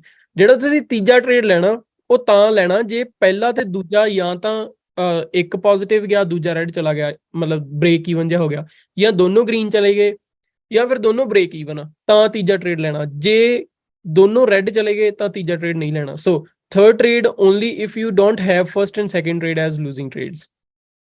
ਹੁਣ ਇਹਦੇ ਚ ਆਉਂਦਾ ਪਰ ਟ੍ਰੇਡ ਰਿਸਕ ਕਿੰਨਾ। ਲੈਟਸ ਸੇ ਜੇ $50 ਦੀ 5K ਦੀ ਮੇਰੀ ਪੋਜੀਸ਼ਨ ਆ, ਜੇ ਮੈਂ 1% ਲਾਸ ਰੱਖਿਆ ਤਾਂ ਕਿੰਨਾ ਬਣ ਗਿਆ $50। ਸੋ ਪਰ ਟ੍ਰੇਡ ਰਿਸਕ ਜਿਹੜਾ ਉਹ $30 to $50 ਹੋਣਾ ਚਾਹੀਦਾ, ਕਿਉਂਕਿ ਤੁਹਾਨੂੰ ਪਤਾ ਜਿੱਦਾਂ ਅਸੀਂ ਜੇ ਕੋਇਨ ਟ੍ਰੇਡ ਕਰਦੇ ਹਾਂ ਤਾਂ ਡੈਫੀਨੇਟਲੀ ਅਸੀਂ 1% ਦਾ ਰਿਸਕ ਲੈਂਦੇ ਹਾਂ। ਮਤਲਬ ਜੇ ਮੰਨ ਲਓ $100 ਦਾ ਹੈਗਾ ਤਾਂ ਅਸੀਂ $1 ਦੇ ਅਰਾਊਂਡ ਸਟਾਪ ਲਾਸ ਰੱਖਦੇ ਹਾਂ। ਪਰ ਜੇ ਅਸੀਂ ਮੈਟਾ ਟ੍ਰੇਡ ਕਰ ਰਹੇ ਹਾਂ, ਮੈਟਾ 300 ਦਾ, ਪਰ ਅਸੀਂ ਕਦੇ $3 ਸਟਾਪ ਲਾਸ ਨਹੀਂ ਰੱਖਿਆ। ਅਸੀਂ ਕੀ ਕਰਦੇ ਹਾਂ, ਜੇ ਮੈਟਾ $3 ਦਾ ਤਾਂ ਮੇਅਰਲੀ $1.20 ਜਾਂ $1.25, ਮਤਲਬ 0.5% ਵੀ ਨਹੀਂ ਰੱਖੀਦਾ ਉਹ 'ਚ ਸਟਾਪ ਲਾਸ। ਪਰ ਜਿਹੜਾ ਤੁਹਾਡਾ ਮੈਕਸ ਰਿਸਕ ਆ ਉਹ ਸਟਿਲ 5K ਦੇ ਹਿਸਾਬ ਨਾਲ ਤੁਹਾਡਾ 50% ਤਾਂ ਬਣਦਾ ਜੇ ਕੋਇਨ ਵਰਗਾ ਟ੍ਰੇਡ ਕਰ ਰਹੇ ਹੋ, ਤੁਹਾਡੀ ਪੋਜੀਸ਼ਨ ਪੂਰੀ ਆ। ਪਰ ਜੇ ਮੈਟਾ ਵਰਗਾ ਜਿਹੜਾ ਸਟਾਕ ਆ ਟ੍ਰੇਡ ਕਰ ਰਹੇ ਆ, ਤੁਹਾਡਾ ਜਿਹੜਾ ਮੈਕਸ ਰਿਸਕ ਆ 5K ਦੇ ਹਿਸਾਬ ਨਾਲ ਮੇਬੀ $25 ਬਣੂਗਾ, ਜਾਂ ਕਈ ਵਾਰੀ $22 ਬਣੂਗਾ, ਜਾਂ ਮੈਕਸਿਮਮ $30 ਦੀ ਚਲੋ ਲਾ ਕੇ ਚੱਲਦੇ ਆ। ਸੋ ਜਿਹੜਾ ਮੈਕਸ ਰਿਸਕ ਆ $30 to $50। ਡੇਲੀ ਮੈਕਸ ਰਿਸਕ ਕਿੰਨਾ ਆ, ਉਹ ਆ ਗਿਆ $100। ਸੋ ਮੰਨ ਲਓ ਤੁਸੀਂ ਦੋਨਾਂ ਟ੍ਰੇਡ ਦੇ ਵਿੱਚ 1% ਜਿਹੜਾ ਲਾਸ ਲੈ ਰਿਹਾ ਪਰ ਪੋਜੀਸ਼ਨ ਦੇ ਹਿਸਾਬ ਨਾਲ, ਤੁਹਾਡਾ ਜਿਹੜਾ ਡੇਲੀ ਰਿਸਕ ਕਿੰਨਾ ਹੈ $100। ਇਹ ਹਿੱਟ ਕਰ ਗਿਆ ਜਸਟ ਕਲੋਜ਼ ਡੇ। ਹੁਣ ਗੱਲ ਆਉਂਦੀ ਹੈ ਕਿ ਜਦੋਂ ਆਪਾਂ ਉਹਦੇ 3 ਟ੍ਰੇਡ ਆ, ਉਹ ਤੁਸੀਂ ਅੱਖਾਂ ਬੰਦ ਕਰਕੇ ਨਹੀਂ ਲੈਣੇ ਵੀ ਕੋਈ ਵੀ ਦੇਖਿਆ ਚਾਰਟ ਉਹਦੇ 'ਚ ਐਂਟਰ ਕਰਕੇ। ਹੁਣ ਇੱਕ ਚੀਜ਼ ਇਹਦੇ 'ਚ ਆ, ਜੇ ਤੁਸੀਂ 3 ਟ੍ਰੇਡ ਫਿਕਸ ਕਰੋਗੇ ਨਾ, ਤੁਹਾਡੀ ਜਿਹੜੀ ਕਮਿਸ਼ਨ ਆ ਉਹ ਵੀ ਫਿਕਸ ਹੋ ਜੂਗੀ, ਕਿਉਂਕਿ ਤੁਹਾਨੂੰ ਪਤਾ ਕਿ ਜੇ ਮੈਂ 10 ਟ੍ਰੇਡ ਲੈ ਰਿਹਾ ਤਾਂ ਮੈਂ ਇੱਕ ਟ੍ਰੇਡ ਪਿੱਛੇ ਜੇ ਮੈਂ ਲੈਟਸ ਸੇ $2 ਵੀ ਇਨ ਐਂਡ ਆਊਟ ਦੇ ਪੇ ਕਰ ਰਿਹਾ, ਤੁਹਾਡੇ $20 ਕਮਿਸ਼ਨ ਦੇ ਬਣਦੇ ਆ। ਪਰ ਜੇ ਮੈਂ 3 ਟ੍ਰੇਡ ਲੈ ਰਿਹਾ, ਮੈਨੂੰ ਪਤਾ ਕਿ ਮੇਰੇ ਇਨ ਐਂਡ ਆਊਟ ਦੇ ਜੇ $2 ਵੀ ਆ ਮੈਕਸਿਮਮ, ਮੇਰੇ $6 ਬਣਦੇ ਆ। ਸੋ ਤੁਸੀਂ ਕਮਿਸ਼ਨਸ ਦੇ ਵਿੱਚੋਂ ਵੀ ਡੈਫੀਨੇਟਲੀ ਪੈਸੇ ਬਚਾਓਗੇ and you will see the difference. ਹੁਣ ਆਉਂਦਾ ਜਿਹੜੇ 3 ਟ੍ਰੇਡ ਲੈਣੇ ਆ, ਉਹਨਾਂ ਦੇ ਵਿੱਚ ਤੁਸੀਂ ਕੀ ਲੱਭਣਾ, ਉਹਨਾਂ ਦੇ ਵਿੱਚ ਤੁਸੀਂ ਲੱਭਣਾ ਕਿ ਸਿਰਫ high risk to reward setup ਲੱਭਣੇ ਆ। ਮਤਲਬ ਅੱਖਾਂ ਬੰਦ ਕਰਕੇ ਟ੍ਰੇਡ ਨਹੀਂ ਲੈਣੇ, ਸਿਰਫ ਉਹੀ ਟ੍ਰੇਡ ਲੈਣੇ ਆ ਜਿਨ੍ਹਾਂ ਦੇ ਵਿੱਚ ਤੁਹਾਨੂੰ ਲੱਗਦਾ ਕਿ ਮੇਰੀ ਐਂਟਰੀ ਹੋ ਸਕਦੀ ਆ। ਹੁਣ ਇਹਦੇ 'ਚ ਨਾ ਇੱਕ ਸਿਨੈਰੀਓ ਆਉਂਦਾ, ਤੁਹਾਨੂੰ high risk to reward setup ਬਹੁਤ ਘੱਟ ਲੱਭਣਗੇ, ਬਹੁਤ ਐਂਟਰੀਜ਼ ਜਿਹੜੀਆਂ ਤੁਹਾਡੀਆਂ ਮਿਸ ਹੋਣਗੀਆਂ। ਫਰਾਈਡੇ ਨੂੰ ਤੁਸੀਂ ਦੇਖਿਆ, ਮੈਂ ਵੇਟ ਕਰਦਾ ਰਿਹਾ QQQ ਦੀਆਂ ਪੋਰਟਸ ਦੀ, ਪਰ ਉਹ ਅਲਟੀਮੇਟਲੀ ਉਹ ਥੱਲੇ ਚਲ ਗਈਆਂ। ਉਦੋਂ ਨੂੰ ਮਤਲਬ ਜੇ ਐਂਟਰ ਕੀਤਾ ਹੁੰਦਾ ਨੋ ਡਾਊਟ ਪ੍ਰੋਫਿਟ ਚੰਗਾ ਬਣ ਜਾਣਾ ਸੀਗਾ, ਉਹ ਸ਼ਾਇਦ 100% ਤੱਕ ਗਰੋਥ ਹੋ ਜਾਂਦੀ ਉਹ ਜਿਹੜੀ ਪੋਰਟਸ ਦੀ, ਬਟ ਉਹ ਨਹੀਂ ਐਂਟਰੀ ਮਿਲੀ, ਐਂਟਰੀ ਮਿਸ ਹੋ ਗਈ, ਰਾਈਟ। ਉਦੋਂ ਬਾਅਦ ਸਪਾਈ ਦੀਆਂ ਕਾਲਸ ਮਿਲੀਆਂ, ਛੋਟਾ ਪ੍ਰੋਫਿਟ ਬਣਿਆ, ਬਟ ਦੈਟਸ ਓਕੇ। ਜਿਹੜੀ ਮੈਂ ਚੀਜ਼ ਤੁਹਾਨੂੰ ਇੱਥੇ ਕਹਿਣੀ ਚਾਹੁੰਦਾ, ਜਦੋਂ ਤੁਸੀਂ ਹਾਈ ਪ੍ਰੋਬੇਬਿਲਿਟੀ ਸੈਟਅਪ ਲੱਭਦੇ ਆ ਨਾ, ਜ਼ਿਆਦਾਤਰ ਐਂਟਰੀਜ਼ ਮਿਸ ਹੁੰਦੀਆਂ, ਤੁਹਾਨੂੰ ਮੇਅਰਲੀ 10% ਜਾਂ 20% ਐਂਟਰੀਜ਼ ਮਿਲਦੀਆਂ ਟੋਟਲ। ਮਤਲਬ ਜੇ ਤੁਸੀਂ 10 ਸੈਟਅਪਸ ਦੇਖ ਰਹੇ ਹੋ, ਉਹਨਾਂ ਵਿੱਚ 2 ਤੇ ਐਂਟਰੀਜ਼ ਮਿਲਣਗੀਆਂ, ਬਾਕੀਆਂ ਤਾਂ ਮਿਸ ਹੋਣਗੀਆਂ, ਜਾਂ ਫਿਰ ਤੁਹਾਡੇ ਬ੍ਰੇਕ ਈਵਨ ਜਾਂ ਸਟਾਪ ਲਾਸ ਕਾਈਂਡ ਆਫ ਉਧਰ ਨੂੰ ਜਾਊਗੇ। ਮਤਲਬ ਜਿਹੜਾ ਪ੍ਰੋਫਿਟ ਆ ਜਿਹੜਾ ਤੁਹਾਡੀ ਫੇਵਰ 'ਚ ਆ, ਉਹ 10 ਤੋਂ 20% ਜਾਊਗਾ। ਸੋ ਇਹਦੇ ਵਿੱਚ ਜਿਹੜੇ ਹਾਈ ਪ੍ਰੋਬੇਬਿਲਿਟੀ ਸੈਟਅਪ ਆ, ਉਹ ਤੁਸੀਂ ਕਿੱਦਾਂ ਲੱਭਣੇ, ਪੁੱਲ ਬੈਕਸ ਤੇ ਬ੍ਰੇਕਆਊਟਸ ਤੇ। ਜਿੱਦਾਂ ਮੈਂ ਤੁਹਾਨੂੰ ਦੱਸਿਆ ਲੈਵਲ ਕੋਈ ਮੇਜਰ ਬ੍ਰੇਕਆਊਟ ਹੋਇਆ, ਉਹਦਾ ਰੀਟੈਸਟ ਹੋ ਰਿਹਾ, ਕੋਈ ਟ੍ਰੈਂਡ ਬਣ ਰਿਹਾ, ਉਹਦਾ ਪੁੱਲ ਬੈਕ ਆ ਰਿਹਾ। ਸੋ ਤੁਸੀਂ ਉਹ ਸੈਟਅਪਸ ਦੇ ਉੱਪਰ ਟ੍ਰੇਡ ਕਰਨਾ। ਮੈਂ ਤੁਹਾਨੂੰ ਸਿੰਪਲ ਦੱਸਦਾ, ਯੂਜਲੀ ਜਿਹੜੇ ਮੇਰੇ ਹਾਈ ਪ੍ਰੋਬੇਬਿਲਿਟੀ ਸੈਟਅਪ ਹੁੰਦੇ, ਉਹਨਾਂ 'ਚ ਰਿਸਕ ਟੂ ਰਿਵਾਰਡ ਹੁੰਦਾ over 3:1, ਕਿਉਂਕਿ ਤੁਸੀਂ ਦੇਖਿਆ ਹੀ ਆ, ਅਸੀਂ ਕੋਇਨ ਦੇ ਵਿੱਚ ਅਸੀਂ ਉਦੋਂ ਸਟਾਪ ਲਾਸ ਰੱਖਿਆ ਸੀ 70 ਸੈਂਟ ਦਾ, ਮੂਵ ਕੈਚ ਕਿੰਨੇ ਕੀਤੀ ਹੈ $2.5 ਦੀ। JNJ ਦੇ ਵਿੱਚ ਵੀ ਮੇਅਰਲੀ ਡਬਲ ਫਿਲ ਨਹੀਂ ਹੋਇਆ, ਸਿੰਗਲ ਫਿਲ ਦੇ ਵਿੱਚ ਹੀ ਮੈਨੂੰ ਲੱਗਦਾ ਸਟਾਪ ਲਾਸ $1 ਦਾ ਹੋਊਗਾ, ਮੂਵ ਕਿੰਨੇ ਦੀ ਕੈਚ ਕੀਤੀ ਹੈ $5 ਤੋਂ $6 ਦੀ। ਸੇਮ ਚੀਜ਼ ਅਸੀਂ ਪਿਛਲੇ ਦਿਨ ਵੀ coin 'ਚ ਕੀਤੀ ਸੀਗੀ। ਸਟਾਪ ਲਾਸ ਮੇ ਵੀ $1 ਦਾ ਸੀ, ਮੂਵ ਕਿੰਨੇ ਦੀ ਕੈਚ ਕੀਤੀ? $8 ਦੀ। ਸੋ ਜਿਹੜੇ ਤੁਹਾਡੇ ਹਾਈ ਪ੍ਰੋਬੇਬਿਲਿਟੀ ਸੈਟਅਪ ਆ ਨਾ, ਇਹਨਾਂ ਦੇ ਵਿੱਚ ਤੁਹਾਨੂੰ ਰਿਸਕ ਟੂ ਰਿਵਾਰਡ ਜਿਹੜੀ ਮਿਲਣੀ ਚਾਹੀਦੀ ਆ ਉਹ ਇਸ ਹਿਸਾਬ ਨਾਲ ਮਿਲਣੀ ਚਾਹੀਦੀ ਹੈ ਕਿ ਘੱਟ ਤੋਂ ਘੱਟ ਜੇ ਤੁਹਾਡਾ ਰਿਸਕ $100 ਆ ਪਰ ਡੇ, ਤਾਂ ਤੁਹਾਨੂੰ $180 to $250 ਇਹ ਮਿਨੀਮਮ ਆ। ਇਹ ਤੋਂ ਵੱਧ ਵੀ ਤੁਸੀਂ ਬਣਾ ਸਕਦੇ ਆ। ਕਈ ਵਾਰੀ ਆਪਣੇ ਇਹੋ ਜਿਹੇ ਟ੍ਰੇਡ ਵੀ ਜਾਂਦੇ ਜਿਹੜੇ 4:1 ਦੇ ਜਾਂਦੇ ਆ। ਸੋ 4:1 ਦਾ ਕੀ ਮਤਲਬ ਆ? 100 ਰਿਸਕ ਤੇ ਲਗਾ ਕੇ ਤੁਸੀਂ 400 ਬਣਾ ਰਹੇ ਆ। ਪਰ ਮੈਂ ਤੁਹਾਨੂੰ ਲੀਸਟ ਦੱਸ ਰਿਹਾ ਕਿ ਜੇ ਤੁਹਾਡਾ $100 ਦਾ ਡੇਲੀ ਰਿਸਕ ਆ, at least you should be making $180 to $250। ਠੀਕ ਹੈ ਜੀ। ਹੁਣ ਤਾਂ ਇਹ ਆ ਗਿਆ ਸਿੰਪਲ ਪੋਜੀਸ਼ਨਿੰਗ ਦਾ ਵੀ ਤੁਹਾਨੂੰ ਪਤਾ ਲੱਗ ਗਿਆ 8K ਦੇ ਅਕਾਊਂਟ ਦੇ ਹਿਸਾਬ ਨਾਲ ਕਿੰਨੇ ਟ੍ਰੇਡ ਲੈਣੇ ਆ। ਸਿੰਪਲ ਜੀ ਚੀਜ਼ ਆ, ਸਾਰਾ ਕੁਝ ਤੁਹਾਡੇ ਸਾਹਮਣੇ ਪਿਆ, ਤੁਸੀਂ ਚੱਕ ਕੇ ਇਹਨੂੰ ਚਾਰਟ ਤੇ ਕਰਨਾ, ਕਾਪੀ ਪੇਸਟ ਕਰਨਾ। ਹੁਣ ਚੀਜ਼ ਆਉਂਦੀ ਆ ਆਪਸ਼ਨਸ ਦੀ। ਸੋ ਇਹਦੇ ਤੇ ਵੀ ਬੜਿਆਂ ਨੇ ਸਟਰਗਲ ਕਰਦੇ ਆ। ਇੱਕ ਮਿੰਟ ਮੈਨੂੰ ਥੋੜਾ ਜਿਹਾ ਮੂਵ ਕਰ ਲਾਂ। ਆਲਰਾਈਟ, ਸੋ ਆਪਸ਼ਨਸ ਦੀ ਹੁਣ ਜਿਹੜੀ ਗੱਲ ਆਉਂਦੀ ਆ, ਇਹਦੇ ਵਿੱਚ ਤੁਸੀਂ 3K ਦਾ ਜੇ ਮੰਨ ਲਓ ਅਕਾਊਂਟ ਰੱਖਦੇ ਆ, ਪਹਿਲੀ ਚੀਜ਼ ਬਹੁਤ ਜਣਿਆਂ ਨੇ ਅਕਾਊਂਟ ਬਲੌਕ ਕਰ ਲਏ ਆ। ਕਾਹਦੇ ਚੱਕਰ 'ਚ? ਉਹ ਸਟਾਰਟ ਕਰਦੇ ਸਪਾਈ QQQ ਤੋਂ ਤੇ ਕਰਨ ਲੱਗ ਜਾਂਦੇ ਟੈਸਲਾ ਟ੍ਰੇਡ। ਹੁਣ ਟੈਸਲਾ ਦੇ ਆਪਸ਼ਨ ਟ੍ਰੇਡ ਕਰੋਗੇ ਤਾਂ ਉਹ ਮੈਨੂੰ ਲੱਗਦਾ ਇੱਕ ਦਿਨ ਦੇ ਵਿੱਚ ਭਾਵੇਂ ਤੁਹਾਡਾ ਅਕਾਊਂਟ ਖਾਲੀ ਕਰ ਦੇ। ਜਿਹੜੇ ਪਹਿਲੀ ਚੀਜ਼ ਤੁਸੀਂ ਕਰਨੀ ਆ ਕਿ ਤੁਸੀਂ ਸਿਰਫ ਫੋਕਸ ਕਰਨਾ ਸਪਾਈ QQQ ਤੇ। ਡਜ਼ਨਟ ਮੈਟਰ ਕੋਈ ਕੀ ਕਰ ਰਿਹਾ, ਕਿਸੇ ਵੱਲ ਦੇਖ ਕੇ ਡਿਸੀਜਨ ਨਾ ਲਓ। ਕੋਈ ਟੈਸਲਾ ਟ੍ਰੇਡ ਕਰ ਰਿਹਾ, ਕਿਸੇ ਨੇ ਐਮਾਜ਼ਨ ਟ੍ਰੇਡ ਕੀਤਾ, ਉਹਦੇ ਬਾਰੇ ਟੈਨਸ਼ਨ ਨਹੀਂ ਲੈਣੀ। ਤੁਸੀਂ ਫੋਕਸ ਕਰਨਾ ਸਪਾਈ QQQ ਤੇ ਐਟ ਦਾ ਮਨੀ 0DT ਜਾਂ ਫਿਰ next day expiry. ਸਪਾਈ QQQ the at the money ਜਾਂ 0DT। ਠੀਕ ਹੈ ਜੀ। ਐਟ ਦਾ ਮਨੀ 0DT ਜਾਂ ਫਿਰ ਅਗਲੇ ਦਿਨ ਦੀ ਐਕਸਪਾਇਰੀ। 0DT ਕਦੋਂ ਕਰਨਾ? 11 ਵਜੇ ਤੋਂ ਪਹਿਲਾਂ, 11:30 ਤੋਂ ਪਹਿਲਾਂ। ਜੇ 11:30 ਤੋਂ ਬਾਅਦ ਦਾ ਟਾਈਮ ਹੋ ਗਿਆ, ਟਰਾਈ ਕਰੋ ਕਿ ਅਗਲੇ ਦਿਨ ਦੀ ਐਕਸਪਾਇਰੀ ਲਓ। ਹੁਣ ਜਿਹੜੇ at the money option 0DT ਦੇ ਆ, ਉਹ ਸਪਾਈ QQQ ਦੇ ਯੂਜਲੀ ਹੁੰਦੇ ਆ 1.10 ਤੋਂ ਲੈ ਕੇ 1.30 ਦੇ ਵਿੱਚ। ਇਹ ਤੋਂ ਜ਼ਿਆਦਾ ਬਹੁਤ ਘੱਟ ਆ ਜੇ IV ਜ਼ਿਆਦਾ ਆ ਜਾਂ ਕੁਝ ਇਵੈਂਟ ਤਾਂ, ਨਹੀਂ ਤਾਂ ਯੂਜਲੀ ਇੰਨਾ ਕੁ ਪ੍ਰਾਈਸ ਹੁੰਦਾ ਐਟ ਦਾ ਮਨੀ ਦਾ। ਹੁਣ ਇਹਦੇ ਵਿੱਚ ਮੈਂ ਤੁਹਾਨੂੰ ਸਿਨੈਰੀਓ ਦੱਸਦਾ। ਤੁਸੀਂ ਕੀ ਕਰਨਾ? 7 ਕੰਟਰੈਕਟ ਬਾਏ ਕਰਨੇ। ਪੋਜੀਸ਼ਨ ਕਿੰਨੇ ਦੀ ਹੋਗੀ ਤੁਹਾਡੀ ਅੱਜ ਦੇ ਹਿਸਾਬ ਨਾਲ? ਜੇ ਮੰਨ ਲਓ 110 ਦਾ ਤਾਂ 770 ਤੋਂ ਲੈ ਕੇ 900 950 ਦੇ ਨੇੜੇ ਤੇੜੇ ਤੁਹਾਡੀ ਪੋਜੀਸ਼ਨ ਸਾਈਜ਼ ਬਣਦੀ ਆ, ਰਾਈਟ। ਜਿਹੜਾ ਤੁਹਾਡਾ ਮੈਕਸ ਰਿਸਕ ਆ ਉਹ ਹੋਣਾ ਚਾਹੀਦਾ 105 ਤੋਂ ਲੈ ਕੇ $120 ਦਾ। ਮਤਲਬ ਜੇ ਤੁਹਾਡਾ ਲੈਟਸ ਸੇ 1.10 ਦਾ ਤੁਸੀਂ 7 ਕੰਟਰੈਕਟ ਜਿਹੜੇ ਬਾਏ ਕੀਤੇ ਆ, ਯਾਨੀ ਕਿ 770 ਦੀ ਪੋਜੀਸ਼ਨ ਆ, ਤੁਹਾਡਾ ਜਿਹੜਾ ਰਿਸਕ ਆ ਉਹ 105 ਹੋਣਾ ਚਾਹੀਦਾ। ਜੇ ਥੋੜੀ ਜਿਹੀ ਜ਼ਿਆਦਾ ਆ ਤਾਂ ਰਿਸਕ ਜਿਹੜਾ ਤੁਸੀਂ ਉਹ 120 ਰੱਖ ਸਕਦੇ ਹੋ, ਜਾਂ ਫਿਰ ਕੰਟਰੈਕਟ ਸਾਈਜ਼ ਜਿਹੜਾ 6 ਕਰ ਲਓ ਰਾਦਰ ਦੈਨ 7 ਕਰਨ ਦੀ ਬਜਾਏ। ਸੋ ਇਹਨੂੰ ਤੁਸੀਂ ਮੈਨੇਜ ਕਰ ਸਕਦੇ ਹੋ ਇੱਧਰ ਉੱਧਰ ਕਰਕੇ। ਹੁਣ ਇਹਦੇ ਵਿੱਚ ਕੀ ਆ? ਇਹਦੇ ਚ ਸਿਨੈਰੀਓ ਇਹ ਬਣਦਾ ਟੇਕ ਓਨਲੀ 1 ਲੂਜ਼ਿੰਗ ਟ੍ਰੇਡ। ਇਹ ਆਪਸ਼ਨਸ ਦਾ ਆ, ਸਟਾਕਸ ਦਾ ਵੱਖਰਾ ਸੀਗਾ। ਜੇ ਤੁਸੀਂ ਸ਼ੇਅਰ ਟ੍ਰੇਡ ਕਰ ਰਹੇ ਹੋ ਉਹ ਸਿਨੈਰੀਓ ਵੱਖਰਾ, ਇਹ ਹੈਗਾ ਆਪਸ਼ਨ ਦਾ। ਆਪਸ਼ਨ ਦੇ ਵਿੱਚ ਕਿਉਂਕਿ ਆਪਾਂ ਮਲਟੀਪਲ ਜ਼ਿਆਦਾ ਐਂਟਰੀਜ਼ ਨਹੀਂ ਕਰਨੀਆਂ। ਆਪਸ਼ਨ ਦਾ ਇਹ ਆ ਕਿ again high probability setup SPY QQQ, ਜਿੱਥੇ ਲੱਗਦਾ ਪੁੱਲ ਬੈਕ ਬਣ ਰਿਹਾ ਜਾਂ ਕਿਤੇ ਮੇਜਰ ਕੀ ਲੈਵਲ ਤੋਂ ਰਿਵਰਸਲ ਆ ਸਕਦੀ ਆ, ਤੁਹਾਨੂੰ ਰਿਵਰਸਲ ਟ੍ਰੇਡ ਮਿਲ ਸਕਦਾ, ਉਹ ਕਰਨਾ। ਸੋ ਉਹਦੇ ਵਿੱਚ ਕੀ ਆਉਂਦਾ? ਮੈਕਸ ਪ੍ਰੋਫਿਟ ਐਕਸਪੈਕਟੇਸ਼ਨ ਆ 300 ਤੋਂ ਲੈ ਕੇ 400 ਦੇ ਵਿੱਚ। ਹੁਣ ਇਹਦੇ ਵਿੱਚ ਮੈਂ ਤੁਹਾਨੂੰ ਐਕਸਪਲੇਨ ਕਰਦਾ ਕਿੱਦਾਂ। ਮੰਨ ਲਓ 110 ਦਾ ਤੁਸੀਂ ਬਾਏ ਕੀਤਾ, ਤਾਂ ਤੁਹਾਨੂੰ ਪਤਾ ਕਿ ਇਹਦੇ ਵਿੱਚ ਅਸੀਂ ਜੇ 13 ਤੋਂ 14 ਸੈਂਟ ਦਾ ਸਟਾਪ ਲਾਸ ਰੱਖੀਦਾ ਜਾਂ 15 ਦਾ ਵੀ ਰੱਖ ਲਈਦਾ, ਯਾਨੀ ਕਿ 0.95 ਦਾ ਅਸੀਂ ਸਟਾਪ ਲਾਸ ਰੱਖ ਲਿਆ। ਉਹਦੇ ਹਿਸਾਬ ਨਾਲ ਤੁਹਾਡਾ ਜਿਹੜਾ ਮੈਕਸ ਲਾਸ ਆ 105 ਬਣਦਾ। ਪਰ ਜਿਹੜਾ ਸਾਡਾ ਪ੍ਰੋਫਿਟ ਐਕਸਪੈਕਟੇਸ਼ਨ ਹੁੰਦੀ ਆ ਉਹ ਹੁੰਦੀ ਆ 40 ਤੋਂ 50 ਤੋਂ 60 ਸੈਂਟ ਦੇ ਵਿੱਚ, ਰਾਈਟ। ਸੋ ਉਹਦੇ ਹਿਸਾਬ ਨਾਲ ਜਿਹੜਾ ਤੁਹਾਡਾ ਮੰਨ ਲਓ ਪ੍ਰੋਫਿਟ ਵੱਧਦਾ ਗਿਆ, ਉਹਦੇ ਹਿਸਾਬ ਨਾਲ ਰਿਸਕ ਟੂ ਰਿਵਾਰਡ ਡੈਫੀਨੇਟਲੀ 3 ਦੀ ਬਣਦੀ ਹੈ, ਰਾਈਟ। ਸੋ 3 ਦੇ ਹਿਸਾਬ ਨਾਲ ਮਤਲਬ ਜੇ 105 ਅਸੀਂ ਰਿਸਕ ਤੇ ਲਗਾ ਰਹੇ ਹਾਂ, ਬਣਾ ਕਿੰਨੇ ਰਹੇ ਹਾਂ? 300 ਤੋਂ 400। ਜੇ ਕੋਈ ਵੀ ਟ੍ਰੇਡ, ਹੁਣ ਆਪਸ਼ਨ ਦੀ ਕੀ ਆ? ਆਪਸ਼ਨ ਦੇ ਵਿੱਚ ਵੀ ਤੁਹਾਨੂੰ ਆਪਸ਼ਨ ਦੇ ਵਿੱਚ ਐਕਚੁਅਲੀ ਜ਼ਿਆਦਾ ਐਂਟਰੀਜ਼ ਮਿਸ ਹੁੰਦੀਆਂ ਆ ਸਟਾਕਸ ਦੇ ਨਾਲੋਂ। ਪਰ ਆਪਸ਼ਨ ਦੇ ਵਿੱਚ ਕੀ ਆਉਂਦਾ ਆ? ਮੰਨ ਲਓ ਤੁਸੀਂ 10 ਦਿਨ ਟ੍ਰੇਡ ਕੀਤਾ ਨਾ, 10 ਦਿਨ ਦੇ ਵਿੱਚੋਂ ਤੁਹਾਨੂੰ ਕਿਸੇ ਦਿਨ ਪਾਰਸ਼ਲ ਪ੍ਰੋਫਿਟ ਹੋ ਗਿਆ, ਕਿਸੇ ਦਿਨ ਤੁਹਾਡਾ 15 ਸੈਂਟ ਦਾ ਲਾਸ ਹਿੱਟ ਕਰ ਗਿਆ, ਕਿਸੇ ਦਿਨ ਬ੍ਰੇਕ ਈਵਨ ਤੇ ਬੰਦ ਹੋ ਗਿਆ। ਆਪਣੇ ਨਾਲ ਵੀ ਇਦਾਂ ਹੀ ਹੁੰਦਾ। ਪਰ ਚੱਕਰ ਇਹ ਆ, ਜਿਸ ਦਿਨ ਉਹ ਤੁਹਾਡਾ ਟ੍ਰੇਡ ਚੱਲ ਗਿਆ, ਯਾਨੀ ਕਿ ਜੇ ਮੰਨ ਲਓ ਮੈਂ 7 ਕੰਟਰੈਕਟ ਬਾਏ ਕੀਤੇ ਆ, 7 ਦੇ ਵਿੱਚੋਂ ਲੈਟਸ ਸੇ 5 ਦਿਨ ਜਿਹੜੇ ਆ ਮੇਰੇ ਇਦਾਂ ਇਨ ਐਂਡ ਆਊਟ, ਮਤਲਬ ਮੈਂ ਕੀਤਾ ਬ੍ਰੇਕ ਈਵਨ ਤੇ ਕੀਤਾ, small red small green, so kind of ਮੇਰਾ ਛੋਟਾ ਜਿਹਾ ਰੈਡ ਹੀ ਰਿਹਾ, ਰਾਈਟ, ਓਵਰਆਲ। ਪਰ ਜਿਹੜਾ ਉਹ ਇੱਕ ਦਿਨ ਆਉਣਾ, ਉਹਦੇ ਵਿੱਚ ਕੀ ਆ? ਜੇ ਮੇਰਾ ਟ੍ਰੇਡ ਚੱਲ ਗਿਆ, ਜਿਹੜੀ ਆ 1.10 ਦੀ ਜਿਹੜੀ ਕਾਲ ਆ ਜਾਂ ਪੁੱਟ ਆ ਕੋਈ ਵੀ ਆ, ਹਨਾ, ਜੇ ਇਹ 3 ਤੇ ਪਹੁੰਚ ਗਈ, ਤੁਸੀਂ ਇੱਕ ਹਿਸਾਬ ਲਾਓ ਕਿ ਤੁਹਾਡੇ ਸਾਰੇ ਜਿਹੜੇ ਇਹਨੇ ਲਾਸ ਇਕੱਲੇ ਨੇ ਰਿਕਵਰ ਕਰ ਦੇਣੇ ਆ। ਤੁਹਾਨੂੰ ਮੰਨ ਲਓ 1.10 ਤੇ ਤੁਸੀਂ ਐਂਟਰ ਕੀਤਾ, ਤੁਹਾਡਾ ਮੰਨ ਲਓ ਪਹਿਲਾ ਟਾਰਗੇਟ ਹੈਗਾ 1.45, ਠੀਕ ਹੈ ਜੀ। ਸੋ ਯਾਨੀ ਕਿ 35 ਸੈਂਟਸ ਦਾ ਟਾਰਗੇਟ। ਇੱਥੇ ਤੁਸੀਂ 4 ਕਲੋਜ਼ ਕਰਤੇ, ਜਿਹੜੇ ਬਾਕੀ ਤਿੰਨ ਆ ਉਹਦੇ ਵਿੱਚੋਂ ਅਗਲਾ ਜਿਹੜਾ ਕਲੋਜ਼ ਕਰਨਾ ਮੰਨ ਲਓ 1.70 ਤੇ ਕਰਨਾ ਤੇ ਅਸੀਂ ਇਦਾਂ ਹੀ ਕਰਦੇ ਹਾਂ ਇਦਾਂ ਹੀ ਕਲੋਜ਼ ਕਰਦੇ ਹਾਂ ਅਸੀਂ। ਅਗਲਾ ਮੰਨ ਲਓ 2.0 ਤੇ ਕਲੋਜ਼ ਕੀਤਾ। ਸੋ 4 ਤੇ 2 6 ਤੁਹਾਡੇ ਕਲੋਜ਼ ਹੋ ਗਏ। ਸੱਤਵਾਂ ਕੀ ਕਰਨਾ ਤੁਸੀਂ ਐਂਟਰੀ ਲਾ ਕੇ ਛੱਡ ਦੇਣਾ। ਜਿਹੜਾ ਸੱਤਵਾਂ ਆ ਜੇ ਉਹ ਟ੍ਰੈਂਡ ਚੱਲ ਪਿਆ ਆਹ ਵਾਲੀ 1.10 ਦੀ ਜਿਹੜੀ ਕਾਲ ਆ ਨਾ ਇਹ 3 ਤੇ ਜਾਂਦੇ ਆ ਮੈਨੂੰ ਨਹੀਂ ਲੱਗਦਾ 10 ਜਾਂ 15 ਮਿੰਟ ਲੱਗਣੇ ਆ। ਯਾਨੀ ਕਿ ਜਿਹੜਾ ਜਿੰਨਾ ਤੁਹਾਡਾ 6 ਨੇ ਪ੍ਰੋਫਿਟ ਬਣਾਇਆ ਉਦੋਂ ਵੱਧ ਕੱਲੇ ਇੱਕ ਨੇ ਬਣਾ ਲੈਣਾ। ਪਰ ਇਹ ਆ ਕਿ ਇਹਦੇ ਲਈ ਤੁਹਾਨੂੰ ਪੇਸ਼ੈਂਸ ਰੱਖਣਾ ਪੈਣਾ। ਇਹ ਦਿਨ ਕਦੋਂ ਆਉਣਾ ਮਹੀਨੇ 'ਚ 2 ਜਾਂ 3 ਦਿਨ ਮੈਕਸਿਮਮ ਇਦਾਂ ਦੇ ਮਿਲਦੇ ਹੁੰਦੇ ਆ। ਕਈ ਵਾਰੀ ਉਹ ਵੀ ਨਹੀਂ ਮਿਲਦੇ, ਕਈ ਵਾਰੀ 2-2 ਮਹੀਨੇ ਬਾਅਦ ਇਹੋ ਜਿਹਾ ਇੱਕ ਦਿਨ ਆਉਂਦਾ ਹੁੰਦਾ ਜਿਸ ਦਿਨ ਤੁਹਾਨੂੰ ਐਂਡ ਵਾਲਾ ਜਿਹੜਾ ਕੰਟਰੈਕਟ ਆ ਉਹ ਸਾਰਾ ਕੁਝ ਰਿਕਵਰ ਕਰਕੇ ਪੋਜ਼ਿਟਿਵ 'ਚ ਲੈ ਜਾਂਦਾ। ਪਰ ਉਹਦੇ 'ਚ ਇੱਕ ਕੰਸਿਸਟੈਂਸੀ ਤੇ ਜਿਹੜਾ ਡਿਸਪਲਿਨ ਬਣਾਉਣਾ ਪੈਣਾ ਉਹ ਹੈਗਾ ਆਹ ਵਾਲਾ ਟੇਕ ਓਨਲੀ ਵਨ ਲੂਜ਼ਿੰਗ ਟ੍ਰੇਡ। ਮੰਨ ਲਓ ਮੇਰਾ 105 ਜਾਂ 120 ਦਾ ਜਿਹੜਾ ਜਿਸ ਦਿਨ ਵੀ ਸਟਾਪ ਲਾਸ ਹਿੱਟ ਕਰ ਗਿਆ ਨਾ ਮੈਂ ਆਊਟ ਹੋ ਜਾਣਾ। ਹੁਣ ਲੈਟਸ ਸੇ ਜੇ ਤੁਹਾਡੇ 3 ਦਿਨ ਬੈਕ ਟੂ ਬੈਕ ਰੈਡ ਚੱਲ ਜਾਂਦੇ, ਵੈਸੇ ਤਾਂ ਬਹੁਤ ਰੇਅਰ ਕੇਸ ਸਿਨੈਰੀਓ ਕਿ ਤੁਸੀਂ ਇੰਨੀ ਉਹ ਕਾਈਂਡ ਆਫ ਲੱਕ ਹੋ ਜਾਂਦਾ ਵੀ back to back 3 losing days ਉਹ ਵੀ ਆਪਸ਼ਨ ਦੇ ਵਿੱਚ। ਆਪਣੇ ਨਾਲ ਇੱਕ ਵਾਰੀ ਹੋਇਆ ਸੀਗਾ back to back 4 red days ਗਏ, ਚੰਗਾ ਲਾਸ ਹੋਇਆ ਸੀ ਉਦੋਂ।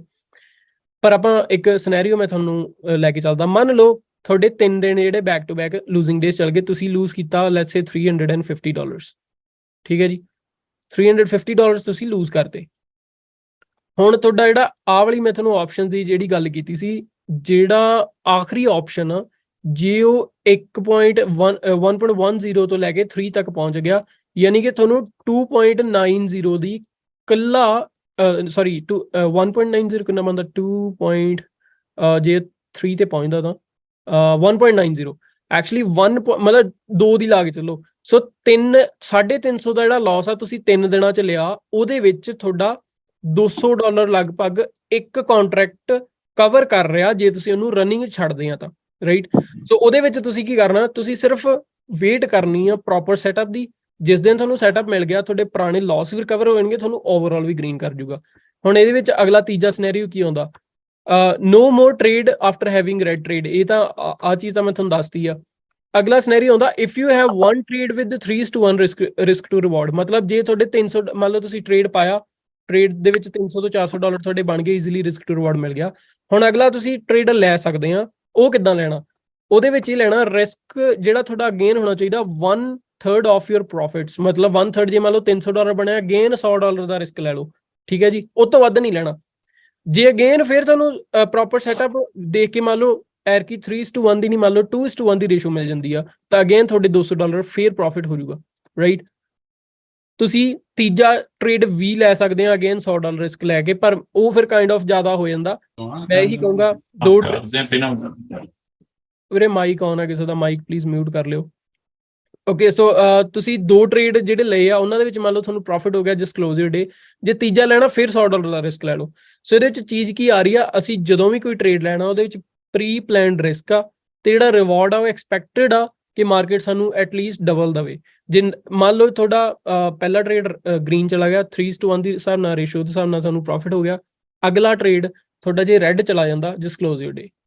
ਸੋ ਗੱਲ ਕੀ ਆਉਂਦੀ ਆ, ਜਦੋਂ ਵੀ ਟ੍ਰੇਡ ਰੈੱਡ ਹੋ ਗਿਆ ਆਪਸ਼ਨ ਦੇ ਵਿੱਚ ਆਪਾਂ ਕਲੋਜ਼ ਕਰ ਦੇਣਾ, ਚਾਹੇ ਪਹਿਲਾ ਹੋ ਗਿਆ, ਚਾਹੇ ਦੂਜਾ ਹੋ ਗਿਆ, ਚਾਹੇ ਤੀਜਾ ਹੋ ਗਿਆ, ਡਜ਼ਨਟ ਮੈਟਰ ਉਹ 'ਚ ਰਿਸਕ ਕਿੰਨਾ ਸੀਗਾ, ਪਰ ਕਲੋਜ਼ ਉਹਨੂੰ ਰਾਈਟ ਵੇ ਕਰ ਦੇਣਾ। ਸੋ ਇਹ ਹੋ ਗਈ ਆਪਸ਼ਨਸ ਦੀ ਗੱਲ। ਹੁਣ ਗਾਇਜ਼ ਆਉਂਦੀ ਹੈ ਗੱਲ ਕਿ dealing with losses and growing your account. So ਇੱਕ ਮਿੰਟ ਸੌਰੀ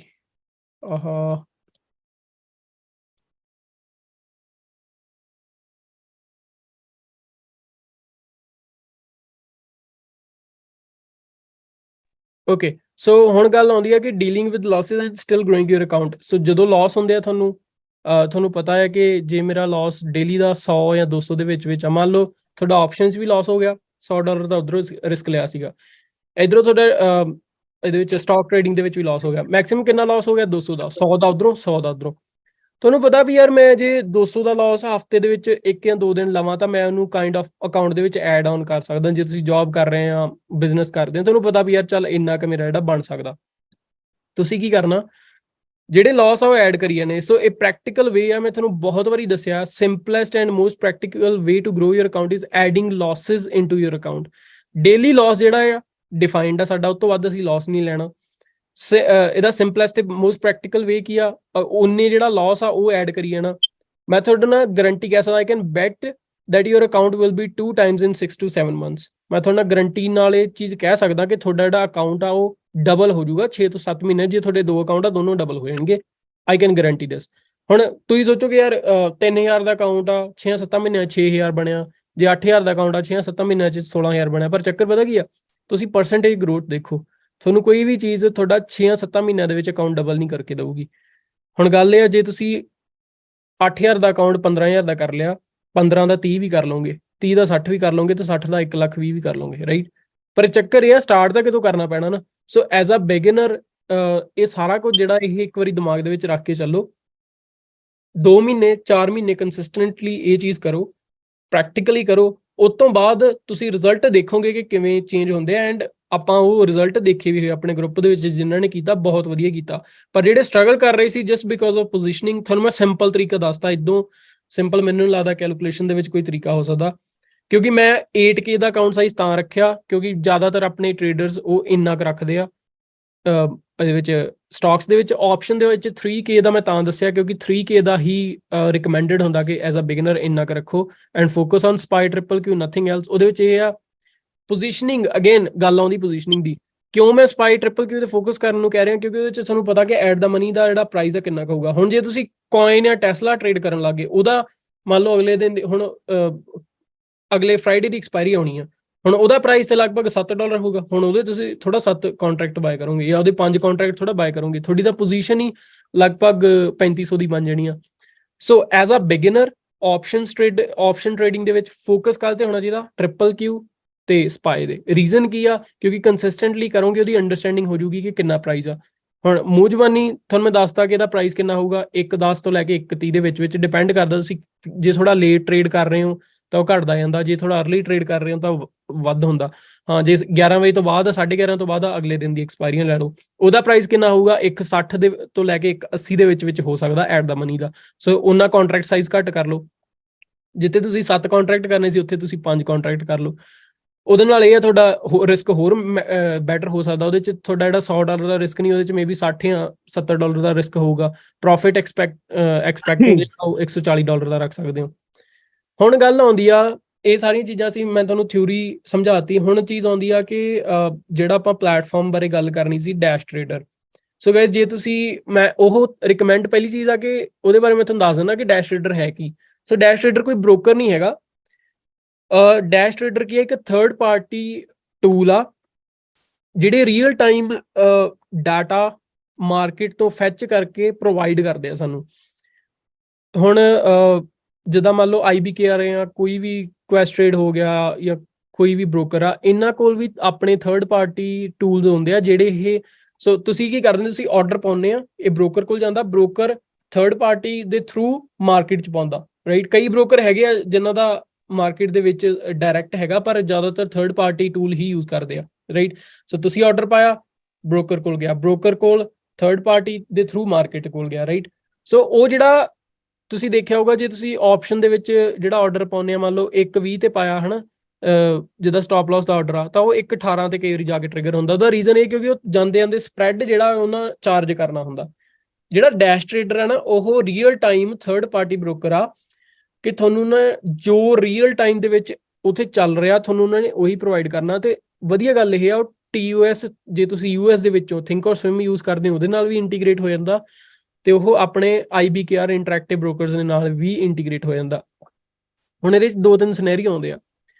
ਜੇ ਤਾਂ ਤੁਸੀਂ ਆਪਸ਼ਨਸ ਲਈ ਕੁਐਸਟਰੇਡ ਯੂਜ਼ ਕਰਦੇ ਹੋ ਫਿਰ ਤਾਂ ਫਾਇਦਾ ਨਹੀਂ, ਕਿਉਂਕਿ ਕੁਐਸਟਰੇਡ ਦੀ ਚਲੋ ਐਗਜ਼ੀਕਿਊਸ਼ਨ ਫਿਰ ਵੀ ਬੈਟਰ ਆ, ਬਟ ਉਹਦੇ ਵਿੱਚ ਕਮਿਸ਼ਨਸ ਜਿੰਨੀਆਂ ਤੁਸੀਂ ਪੇ ਕਰਨੀਆਂ ਉਹਦੇ ਨਾਲੋਂ ਡੈਸ਼ ਟ੍ਰੇਡਰ ਮੈਂ ਕਹੂੰਗਾ ਕਿ ਵਧੀਆ। ਕਿਉਂਕਿ ਕੁਐਸਟਰੇਡ ਦਾ ਤਾਂ ਆਪਸ਼ਨਸ ਦੇ ਵਿੱਚ ਫਾਇਦਾ ਜੇ ਤੁਹਾਡਾ ਅਕਾਊਂਟ 25-30 ਮੇਬੀ $50,000 ਦਾ, ਜਾਂ ਮੰਨ ਲਓ ਸਟਾਕਸ ਦੇ ਵਿੱਚ ਵੀ ਇੰਨੇ ਦਾ ਹੈਗਾ। ਪਰ ਜੇ ਤੁਸੀਂ ਕਹੋ ਕਿ ਮੈਂ 4000 ਦਾ ਅਕਾਊਂਟ ਯੂਜ਼ ਕਰਕੇ ਮੈਂ ਆਪਸ਼ਨਸ ਟ੍ਰੇਡ ਕਰਾਂ ਉਹ ਵੀ ਕੁਐਸਟਰੇਡ 'ਚ, ਉਹ ਵਰਥ ਇਟ ਨਹੀਂ ਆ। ਹੁਣ ਡੈਸ਼ ਟ੍ਰੇਡਰ ਤੇ ਆਪਾਂ ਆਉਨੇ ਆ। Let me share something. Incognito. Okay, so guys, dash trader ਤੇ ਤੁਸੀਂ ਸਿੰਪਲ ਉਹਨਾਂ ਦੀ ਵੈਬਸਾਈਟ ਤੇ ਜਾਣਾ, ਠੀਕ ਹੈ ਜੀ। ਉੱਥੇ ਕਲਿੱਕ ਕਰਨਾ ਸਬਸਕ੍ਰਾਈਬ। ਹੁਣ ਇਹਨਾਂ ਦੀ ਇੰਟੀਗ੍ਰੇਸ਼ਨ ਹੁੰਦੀ ਆ ਦੇਖੋ ਇੰਟਰੈਕਟਿਵ ਬ੍ਰੋਕਰਸ ਨਾਲ। ਤੁਹਾਡਾ ਅਕਾਊਂਟ ਮੈਂ ਤੁਹਾਨੂੰ ਦੱਸ ਦਿੰਦਾ ਕਿ ਇਹਨੂੰ ਕਿੱਦਾਂ ਯੂਜ਼ ਕਰਨਾ। ਸੋ ਤੁਹਾਡਾ ਅਕਾਊਂਟ ਹੋਣਾ ਚਾਹੀਦਾ ਇੰਟਰੈਕਟਿਵ ਬ੍ਰੋਕਰਸ ਤੇ ਐਕਟਿਵ ਅਕਾਊਂਟ ਹੈਗਾ, ਉਹਦੀਆਂ ਜਿਹੜੀਆਂ ਓਪਰਾ ਵਗੈਰਾ ਦੀਆਂ ਲੈਵਲ 1 ਦੀਆਂ ਜੋ ਵੀ ਸਬਸਕ੍ਰਿਪਸ਼ਨ ਉਹ ਹੈਗੀਆਂ। ਉਸ ਤੋਂ ਬਾਅਦ ਤੁਸੀਂ ਕੀ ਕਰਨਾ, ਸਿਲੈਕਟ ਪਲਾਨ। ਸੋ ਸਿਲੈਕਟ ਪਲਾਨ ਤੁਸੀਂ ਆਪਦੇ ਹਿਸਾਬ ਨਾਲ ਕਰ ਸਕਦੇ ਆ। ਮੈਂ ਤੁਹਾਨੂੰ ਕਹੂੰਗਾ ਕਿ ਸਟਾਰਟਿੰਗ ਚ 150 USD ਪਰ ਮੰਥ ਵਾਲਾ ਜਿਹੜਾ ਪਲਾਨ ਹੈ ਇਹ ਸਹੀ ਰਹੂਗਾ। ਇਹਦੇ ਤੁਸੀਂ ਕਰ ਸਕਦੇ ਆ। ਹੁਣ ਇਹਦੇ ਵਿੱਚ ਨਾ ਹੁਣ ਤੁਸੀਂ ਕਹੋਗੇ ਯਾਰ $150 ਮਤਲਬ ਕੈਨੇਡਾ ਦਾ ਲਗਭਗ 180 190 ਡਾਲਰ ਬਣਦੇ ਆ। ਹੁਣ ਚੱਕਰ ਇਹ ਆ, ਜੇ ਤੁਹਾਨੂੰ ਲੱਗਦਾ ਵੀ ਤੁਸੀਂ ਇੰਨੇ ਕੰਟਰੈਕਟ ਲੈ ਰਹੇ ਹੋ, ਲੈਟਸ ਸੇ ਜੇ ਤੁਸੀਂ 20 ਕੰਟਰੈਕਟ ਲੈ ਰਹੇ ਹੋ, 20 ਕੰਟਰੈਕਟ ਪਿੱਛੇ ਤੁਹਾਨੂੰ ਘੱਟੋ ਘੱਟ ਸਪਰੈਡ ਦੇ ਹਿਸਾਬ ਨਾਲ 30 ਤੋਂ 35 ਜਾਂ $40 ਦਾ ਨੁਕਸਾਨ ਹੁੰਦਾ ਹੀ ਹੁੰਦਾ। ਹੁਣ ਜੇ ਮੰਨ ਲਓ ਤੁਸੀਂ 20 ਕੰਟਰੈਕਟ ਲਏ, 4 ਵਾਰੀ ਲੈ ਲਏ ਤਾਂ $160 ਬਣ ਗਏ। ਸੋ $160 ਦਾ ਨੁਕਸਾਨ ਤੁਹਾਨੂੰ ਸਪਰੈਡ ਦੇ ਰਿਹਾ, ਤੁਹਾਨੂੰ ਲੱਗਦਾ ਨਹੀਂ ਆ ਬਟ ਐਕਚੁਅਲ ਚ ਦਿੰਦਾ। ਪਰ ਜੇ ਤੁਸੀਂ ਕਰ ਰਹੇ ਹੋ 3-3 4-4 ਕੰਟਰੈਕਟ, ਫਿਰ ਮੈਂ ਕਹੂੰਗਾ ਡੈਸ਼ ਟ੍ਰੇਡਰ ਲਈ ਵੇਟ ਕਰ ਲਓ, ਫਿਰ ਨਾ ਸਬਸਕ੍ਰਾਈਬ ਕਰਿਓ, ਕਿਉਂਕਿ ਓਬਵੀਅਸਲੀ ਦੀ ਕਮਿਸ਼ਨ ਜਿਹੜੀ ਆ ਪਰ ਮੰਥ ਕਾਫੀ ਹਾਈ ਆ। ਪਰ ਜੇ ਤੁਸੀਂ ਵੱਡੇ ਟ੍ਰੇਡ ਨਾਲ IBKR ਚ ਵੀ ਟ੍ਰੇਡ ਕਰ ਰਹੇ ਹੋ ਵੱਡੀ ਅਮਾਊਂਟ ਦੇ ਨਾਲ, ਤਾਂ ਡੈਫੀਨੇਟਲੀ ਇਟ ਇਜ਼ ਰਿਕਮੈਂਡਡ। ਤੇ ਇਹਦੇ ਵਿੱਚ ਜਿਹੜਾ ਰਿਕਮੈਂਡਡ ਹੈਗਾ ਉਹ ਮੈਂ ਜਿਹੜਾ ਤੁਹਾਨੂੰ ਰਿਕਮੈਂਡ ਕਰੂੰਗਾ, ਸਟਾਰਟਿੰਗ ਚ ਡੀਲੈਕਸ ਯੂਜ਼ਰ ਯੂਜ਼ ਕਰ ਲਓ। ਜੇ ਤੁਸੀਂ ਕਹਿੰਦੇ ਕਿ ਮੈਂ ਸਾਰੇ ਜਿੱਦਾਂ ਸਟਾਕਸ ਵੀ ਕਰਨੇ ਆ ਪਲੱਸ ਮੈਂ ਇੰਡੈਕਸ ਸਾਰੇ ਕਰਨੇ ਆ, ਤੇ ਉਹਦੇ ਵਿੱਚ ਤੁਸੀਂ ਡੈਫੀਨੇਟਲੀ ਯੂਜ਼ ਕਰ ਸਕਦੇ ਹੋ 200 ਵਾਲਾ ਪਲਾਨ, ਠੀਕ ਹੈ ਜੀ। ਪਰ ਇਹਦੇ ਵਿੱਚ ਤੁਸੀਂ ਜਿਹੜਾ ਪੇ ਕਰਨਾ that is only through PayPal. So PayPal ਦੇ ਨਾਲ ਹੀ ਤੁਸੀਂ ਪੇ ਕਰ ਸਕਦੇ ਆ, ਅਦਰਵਾਈਜ਼ ਸਟ੍ਰਾਈਪ ਦੇ ਨਾਲ ਕਰ ਸਕਦੇ, ਪਰ ਉਹ 'ਚ ਅਕਾਊਂਟ ਵਗੈਰਾ ਬਣਾਉਣਾ ਪੈਣਾ, ਉਹਦੇ ਵੇਟ ਕਰਨੀ ਪਊਗੀ। ਉਹਦੇ ਨਾਲ ਵਧੀਆ ਪੇਪਾਲ ਆਪਦਾ ਜਿਹੜਾ ਲਿੰਕ ਕਰਕੇ ਇੱਥੇ ਪੇਪਾਲ ਦੀਆਂ ਡਿਟੇਲ ਭਰ ਕੇ ਉਸ ਤੋਂ ਬਾਅਦ ਤੁਹਾਨੂੰ ਫਿਲ ਕਰਨਾ ਪੈਣਾ non pro PDF form. So ਇਹ ਫਿਲ ਕਰਨਾ, ਉਸ ਤੋਂ ਬਾਅਦ click here to send authorization to IB। So ਆਹ ਵਾਲਾ ਜਿਹੜਾ ਫਾਰਮ ਆ ਇਹਦੇ ਤੇ ਕਲਿੱਕ ਕਰੋਗੇ, ਇੱਕ ਫਾਰਮ ਖੁੱਲ ਜੂਗਾ। ਉਹਦੇ 'ਚ ਕੀ ਹੋਊਗਾ, ਤੁਹਾਡਾ ਅਕਾਊਂਟ ਨੰਬਰ, ਤੁਹਾਡਾ ਨਾਮ, ਤੁਹਾਡੇ ਸਾਈਨ ਹੋਣਗੇ। ਉਹਦੇ 'ਚ 2 ਕਾਲਮ ਨੇ, ਇੱਕ ਕਾਲਮ ਹੈਗਾ ਜਿਹੜਾ IBKR ਦੇ ਮੇ ਵੀ ਜਿਹੜੇ ਉਹ ਅਥਾਰਟੀ ਉਹਨਾਂ ਨੇ ਫਿਲ ਆਊਟ ਕਰਨਾ, ਇੱਕ ਕਾਲਮ ਹੈਗਾ ਜਿਹੜਾ ਤੁਸੀਂ ਫਿਲ ਆਊਟ ਕਰਨਾ। ਸੋ ਉਹਦੇ 'ਚ ਤੁਸੀਂ ਕੀ ਕਰਨਾ, ਆਪਦਾ ਅਕਾਊਂਟ ਨੰਬਰ ਲਿਖਣਾ, ਉਹ 'ਚ ਲਿਖਿਆ ਹੋਊਗਾ ਅਕਾਊਂਟ ਨੰਬਰ ਜਾਂ ਜੋ ਵੀ ਆ, ਆਪਦਾ ਅਕਾਊਂਟ ਆਪਦਾ ਨਾਮ ਲਿਖਣਾ, ਉਸ ਤੋਂ ਬਾਅਦ ਨਾਲ ਇਹ ID ਮੰਗਣਗੇ। ਸੋ ਜਦੋਂ ਆਹ ਚੀਜ਼ਾਂ ਤੁਸੀਂ ਆਹ ਸਾਰੇ ਸਟੈਪਸ ਕਰ ਲਓਗੇ ਨਾ, ਤੇ ਸਾਈਡ ਤੇ ਲਿੰਕ ਹੋਊਗਾ ਕਿ ਸਾਨੂੰ ID ਤੇ ਆਹ ਵਾਲਾ ਜਿਹੜਾ ਫਾਰਮ ਆ ਇਹਦਾ PDF ਵਰਜ਼ਨ ਜਿਹੜਾ ਆ ਉਹ ਅਪਲੋਡ ਕਰੋ। ਅਗਲੇ 24 ਤੋਂ 48 ਘੰਟਿਆਂ ਦੇ ਵਿੱਚ ਤੁਹਾਡਾ ਇੰਟੀਗ੍ਰੇਟ ਆਪਣੇ ਆਪ ਹੀ ਡੈਸ਼ ਜਿਹੜਾ ਹੋ ਜਾਂਦਾ। ਹੁਣ ਜਿਹੜਾ ਇਹਦਾ ਲੇਆਊਟ ਆ, ਮੈਂ ਐਕਚੁਅਲੀ ਇਹਦੇ ਤੇ ਕਰ ਰਿਹਾ ਮੈਕਬੁੱਕ ਤੇ। ਹੁਣ ਇਹ ਵਿੰਡੋਜ਼ ਕੰਪੈਟੇਬਲ ਆ, iOS ਤੇ ਨਹੀਂ ਚੱਲਦਾ ਡੈਸ਼। ਸੋ ਇਹ ਸਾਰਿਆਂ ਨੂੰ ਅਗੇਨ ਮੈਂ ਦੱਸਦਾ ਕਿ ਇਹ ਵਿੰਡੋਜ਼ ਤੇ ਹੀ ਚੱਲੂਗਾ, iOS ਤੇ ਇਹ ਨਹੀਂ ਚੱਲ ਸਕਦਾ। ਤੇ ਇਹਦਾ ਜਿਹੜਾ ਹੁਣ ਲੇਆਊਟ ਆ, ਇਹਦਾ ਲੇਆਊਟ ਜਿਹੜਾ ਉਹ ਬੜਾ ਵੀਅਰਡ ਆ, ਟੂ ਬੀ ਓਨੈਸਟ। ਮੈਨੂੰ ਉਹਨੂੰ ਫਿਗਰ ਆਊਟ ਕਰਦੇ ਕਾਫੀ ਟਾਈਮ ਲੱਗ ਗਿਆ। ਮੈਂ ਉਹਦਾ ਲੇਆਊਟ ਬਣਾਇਆ ਪਿਆ ਆ। ਤੁਸੀਂ ਕੀ ਕਰਨਾ, ਮੈਂ ਉਹਦੇ 'ਚ ਗਰੁੱਪ 'ਚ ਪਾ ਦੂੰਗਾ, ਤੁਸੀਂ ਜਸਟ ਨੂੰ ਕਾਪੀ ਪੇਸਟ ਕਰੋਗੇ, ਜਿੱਦਾਂ ਦਾ ਮੇਰਾ ਲੇਆਊਟ ਆ ਸਾਹਮਣੇ ਤੁਹਾਡਾ ਵੀ ਸੇਮ ਬਣ ਜਾਊਗਾ। ਤੇ ਉਹਦੇ ਮੈਂ ਆਪਸ਼ਨਸ ਵੀ ਸਾਰੇ ਜਿਹੜੇ ਆ ਉਹ ਸਕਰੀਨਸ਼ਾਟ ਲੈ ਕੇ ਮੈਂ ਗਰੁੱਪ ਦੇ ਵਿੱਚ ਪਾ ਦੂੰਗਾ, ਤਾਂ ਕਿ ਤੁਸੀਂ ਇਹਨੂੰ ਸਮਝ ਸਕੋ। ਉਹਦੇ 'ਚ ਸਟਾਪ ਲਾਸ ਲਾਉਣਾ ਬਹੁਤ ਔਖਾ ਆ, ਉਹਦੇ ਵਿੱਚ ਲਿਮਿਟ ਆਰਡਰ ਵਗੈਰਾ ਕਾਫੀ ਚੇਂਜਸ ਕਰਨੀਆਂ ਪੈਂਦੀਆਂ, ਫੇਰ ਲੱਗਦਾ। ਪਰ ਇੱਕ ਗੱਲ ਹੁਣ ਇਹਦੇ 'ਚ ਮੈਂ ਹੋਰ ਐਡ ਕਰਨੀ ਚਾਹੁੰਦਾ, ਕਦੇ ਵੀ ਇਦਾਂ ਨਾ ਕਰਿਓ ਕਿ ਤੁਸੀਂ ਆਰਡਰ ਲਗਾਇਆ ਡੈਸ਼ ਟ੍ਰੇਡਰ ਤੇ ਤੁਸੀਂ ਉਹਨੂੰ ਕਲੋਜ਼ IBKR ਤੇ ਕਰ ਰਹੇ ਹੋ। ਮੇਰਾ ਕਹਿਣ ਦਾ ਮਤਲਬ ਇਹ ਆ, ਕਿਉਂਕਿ ਤੁਹਾਡਾ ਡੈਫੀਨੇਟਲੀ ਡੈਸ਼ ਟ੍ਰੇਡਰ ਦਾ ਜਿਹੜਾ ਅਕਾਊਂਟ ਆ ਉਹ ਉਹਦੇ ਨਾਲ ਕਨੈਕਟ ਹੋਊਗਾ IBKR ਨਾਲ। IBKR ਵੀ ਤੁਸੀਂ ਯੂਜ਼ ਕਰ ਸਕਦੇ ਹੋ ਸਕਦਾ ਤੁਸੀਂ IBKR ਦਾ TWS ਕਰਦੇ ਹੋ ਜਾਂ ਉਹਨਾਂ ਦਾ ਫੋਨ ਐਪ ਯੂਜ਼ ਕਰਦੇ ਹੋ। ਪਰ ਜਦੋਂ ਤੁਸੀਂ ਇੱਕ ਵਾਰੀ ਡੈਸ਼ ਟ੍ਰੇਡਰ ਉਹਦੇ ਨਾਲ ਯੂਜ਼ ਕਰਨਾ ਸ਼ੁਰੂ ਕਰਤਾ, ਤਾਂ ਮੇਕ ਸ਼ੋਰ ਕਿ ਤੁਹਾਡੇ ਜਿਹੜੇ ਡੈਸ਼ ਟ੍ਰੇਡਰ ਤੇ ਲੱਗੇ ਆਰਡਰ ਆ ਉਹ ਡੈਸ਼ ਟ੍ਰੇਡਰ ਤੇ ਹੀ ਬੰਦ ਹੋਣ, ਉਹ IBKR ਤੇ ਨਾ ਬੰਦ ਕਰਿਓ। ਉਹਦਾ ਰੀਜ਼ਨ ਕੀ ਆ? ਉਹਦਾ ਰੀਜ਼ਨ ਇਹ ਆ ਕਿ ਜੇ ਮੰਨ ਲਓ ਮੈਂ ਆਰਡਰ ਲੈਟਸ ਸੇ 8 ਕੰਟਰੈਕਟ ਦਾ ਪਾਇਆ ਤੇ ਡੈਸ਼ ਟ੍ਰੇਡਰ ਤੇ, ਜੇ ਮੈਂ ਉਹਨੂੰ ਬੰਦ ਕਰ ਰਿਹਾ IBKR ਤੇ ਜਾ ਕੇ, ਮਤਲਬ ਮੈਂ ਡੈਸ਼ ਟ੍ਰੇਡਰ ਨਹੀਂ ਯੂਜ਼ ਕੀਤਾ ਉਹਨੂੰ ਬੰਦ ਕਰਨ ਨੂੰ, ਤਾਂ ਉਹ ਡੈਸ਼ ਟ੍ਰੇਡਰ ਤੇ ਸਟਿਲ ਖੁੱਲਾ ਹੋਊਗਾ ਆਰਡਰ। ਉਹਦੇ ਨਾਲ ਕੀ ਆ, ਉਹ ਮੈਸਅਪ ਹੋ ਜਾਊਗਾ, ਉਹ ਮੈਨੂੰ PNL ਸਟਿਲ ਮੇਰਾ ਦਿਖਾਊਗਾ, ਚਾਹੇ ਲਾਸ 'ਚ ਚਾਹੇ ਪ੍ਰੋਫਿਟ 'ਚ ਹੈ। ਤੇ ਇਧਰੋਂ IBKR ਤੇ ਮੈਂ ਬੰਦ ਕਰਤਾ। ਸੋ ਜਿਹੜੀ ਉਹਨਾਂ ਦੀ ਇੰਟੀਗ੍ਰੇਸ਼ਨ ਉਹਦੇ ਵਿੱਚ ਆਈ ਡੋਨਟ ਨੋ ਕੱਲ ਨੂੰ ਉਹ ਨਵਾਂ ਆਰਡਰ ਓਪਨ ਨਾ ਕਰਦੇ ਆ, ਕੁਝ ਵੀ ਹੋ ਸਕਦਾ। ਉਹਦੇ ਨਾਲ ਵਧੀਆ ਜੇ ਤੁਹਾਨੂੰ ਆਰਡਰ ਨਹੀਂ ਬੰਦ ਕਰਨਾ ਆ ਰਿਹਾ, ਬੈਸਟ ਤਰੀਕਾ ਕੀ ਆ, ਉੱਪਰ ਉਹਨਾਂ ਦੇ ਹੋਊਗਾ ਹੈਲਪ ਤੇ ਜਾ ਕੇ ਲਾਈਵ ਚੈਟ ਕਰੋ, ਵਿਦਿਨ ਫਿਊ ਸੈਕਿੰਡਸ ਉਹਨਾਂ ਦੇ ਰਿਪਲਾਈ ਆ ਜਾਂਦਾ। ਮਤਲਬ ਡੈਸ਼ ਟ੍ਰੇਡਰ ਦੀ ਇਹਨਾਂ ਦੀ ਕਸਟਮਰ ਸਰਵਿਸ ਬਹੁਤ ਵਧੀਆ ਆ। ਤੇ ਉਹਨਾਂ ਨੂੰ ਜਾ ਕੇ ਕਹੋ ਕਿ ਮੈਂ ਆਹ ਵਾਲਾ ਜਿਹੜਾ ਆਰਡਰ ਆ ਮੇਰਾ ਕਲੋਜ਼ ਕਰ ਦਿਓ, ਰਾਈਟ ਵੇ ਕਲੋਜ਼ ਕਰ ਦਿੰਦੇ ਆ। ਤੇ ਪਰ ਮੇਕ ਸ਼ੋਰ 1-2 ਚੀਜ਼ਾਂ ਦਾ ਧਿਆਨ ਜ਼ਰੂਰ ਰੱਖਣਾ ਕਿ ਕਦੇ ਵੀ ਆਰਡਰ ਬੰਦ ਕਰਨ ਦੇ ਵਿੱਚ ਕਾਹਲੀ ਕਰਕੇ ਆਰਡਰ ਨਵਾਂ ਨਾ ਖੁੱਲ ਜੇ। ਸਟਾਪ ਲਾਸ ਜਿਹੜਾ ਉਹਦਾ ਬੜੇ ਧਿਆਨ ਨਾਲ ਲਾਉਣਾ, ਉਹ ਮੈਂ ਸਾਰਾ ਵਿੰਡੋਜ਼ ਜਿਹੜੀਆਂ ਮੈਂ ਉਹਦੀਆਂ ਸਾਰੀਆਂ ਐਕਸਪਲੇਨ ਕਰ ਦੂੰਗਾ ਉਹਦੇ ਵਿੱਚ, ਮੈਂ ਸਕਰੀਨਸ਼ਾਟ ਲੈ ਕੇ।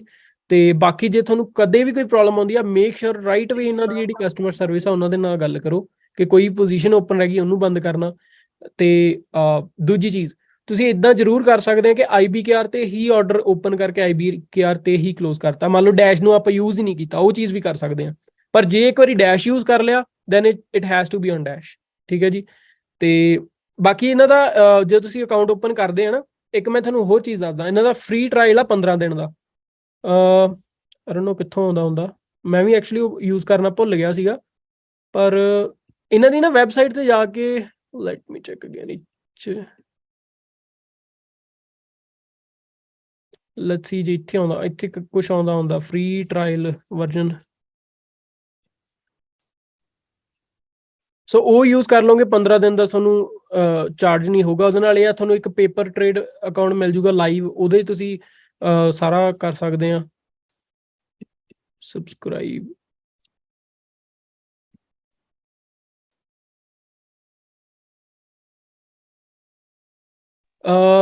ਹੈਲੋ ਬਾਈ, ਪਿਛਲੀ ਵਿੰਡੋ ਤੇ ਜਾਓ, ਉੱਥੇ ਸੀਗਾ ਚੌਥਾ ਲਿੰਕ ਸੀਗਾ ਪਿੱਛੇ ਆਹ ਵਾਲੀ ਤੇ ਹਾਂ ਨੀਚੇ ਉਹ how do subscribe to dash pro.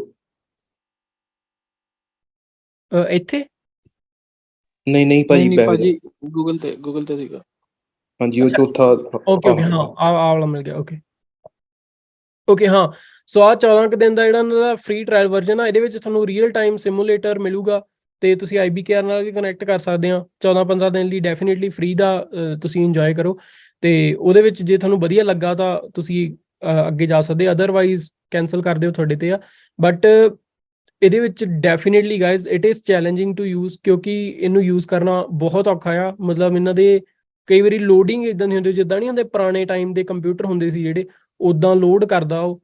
ਤੇ ਉਹ ਫਿਗਰ ਆਊਟ ਜ਼ਰੂਰ ਕਰਨਾ ਪੈਂਦਾ। ਪਰ ਇੱਕ ਵਾਰੀ ਐਗਜ਼ੀਕਿਊਸ਼ਨ ਲਈ ਮੈਂ ਕਹਿੰਦਾ ਇਹ ਬੈਸਟ ਆ, ਕਿਉਂਕਿ ਇਹਦਾ ਇਹ ਹਿਸਾਬ ਆ ਕਿ ਜਿੱਥੇ ਤੁਸੀਂ ਸਟਾਪ ਲਾਸ ਲਾਇਆ ਉੱਥੇ ਹੀ ਹਿੱਟ ਹੋਣਾ, ਅਨਲੈਸ ਮਾਰਕੀਟ ਜਿਹੜੀ ਆ ਉਹ ਐਕਸਟਰਾ ਸਪਾਈਕ ਨਾ ਤੁਹਾਨੂੰ ਦੇ ਜੇ। ਪਰ ਜਿਹੜਾ IBKR ਦੇ ਵਿੱਚ ਮੈਂ ਕਹੂੰਗਾ ਐਟਲੀਸਟ 2% ਦਾ ਫਰਕ ਪਾਉਂਦੀ ਆ ਐਟ ਦਾ ਮਨੀ ਤੇ। ਮੰਨ ਲਓ ਜੇ ਤੁਸੀਂ IBKR 'ਚ 1.20 ਦਾ ਸਟਾਪ ਲਾਸ ਲਾਇਆ ਤਾਂ 1.18 ਤੇ ਟ੍ਰਿਗਰ ਹੋਊਗਾ ਜਾਂ 1.17 ਤੇ। ਇਹਦੇ 'ਚ 1.20 ਦਾ ਲਾਇਆ ਤਾਂ 1.20 ਤੇ ਹੀ ਟ੍ਰਿਗਰ ਹੋਊਗਾ। ਸੋ ਉਹਦੇ ਬੇਸ ਤੇ no doubt if you are trading professionally, dash trader is highly recommended. ਤੇ ਬਾਕੀ ਜਿਹੜਾ ਇਹਦਾ ਲੇਆਊਟ ਆ ਉਹ ਮੈਂ ਹੁਣੇ ਪਾ ਦਿੰਦਾ ਗਰੁੱਪ 'ਚ ਆਹ ਮੀਟਿੰਗ ਤੋਂ ਬਾਅਦ। ਤੇ ਉਹ ਤੁਸੀਂ ਕੀ ਕਰਨਾ, ਤੁਸੀਂ ਇਹਨੂੰ ਡਾਊਨਲੋਡ ਕਰਕੇ ਇਹਨਾਂ ਦਾ ਆਹ ਜਦੋਂ ਸਬਸਕ੍ਰਾਈਬ ਕਰੋਗੇ ਉਸ ਤੋਂ ਬਾਅਦ ਤੁਹਾਡੀ ਈਮੇਲ ਦੇ ਵਿੱਚ ਲਿੰਕ ਆ ਜਾਊਗਾ, ਉਹ ਡਾਊਨਲੋਡ ਕਰ ਲੈਣਾ ਵਿੰਡੋਜ਼ ਤੇ। ਉਸ ਤੋਂ ਬਾਅਦ ਮੈਂ ਸਟੈਪਸ ਪਾ ਦੂੰਗਾ ਕਿਹੜੇ ਆ। ਤੇ ਮੈਂ ਐਕਚੁਅਲੀ ਇੱਕ ਮੈਂ ਸੈਪਰੇਟ ਵੱਖਰਾ ਚੈਨਲ ਹੀ ਬਣਾਉਣਾ ਡੈਸ਼ ਟ੍ਰੇਡਰ, ਤੇ ਉਹਨੂੰ ਜਾ ਕੇ ਤੁਸੀਂ ਕਾਪੀ ਕਰਕੇ ਓਪਨ ਡੈਸਕਟਾਪ ਕਰਕੇ ਪੇਸਟ ਕਰ ਦੇਣਾ ਤੇ ਉਹ ਆਪਣੇ ਆਪ ਹੀ ਪੇਸਟ ਹੋ ਜਾਊਗਾ। ਐਂਡ ਆਈ ਥਿੰਕ ਇਹੀ ਸੀਗਾ। ਬਾਕੀ ਹੁਣ ਕਰਦੇ ਹਾਂ ਕੁਐਸਚਨਸ ਤੋਂ ਸ਼ੁਰੂ। ਸੋ ਕਿਸੇ ਨੂੰ ਕੋਈ ਕੁਐਸਚਨ ਹੈਗਾ ਇਹਦੇ ਰਿਲੇਟਡ, ਪੋਜੀਸ਼ਨਿੰਗ ਬਾਰੇ, ਰਿਸਕ ਮੈਨੇਜਮੈਂਟ ਜਾਂ ਡੈਸ਼ ਟ੍ਰੇਡਰ ਬਾਰੇ?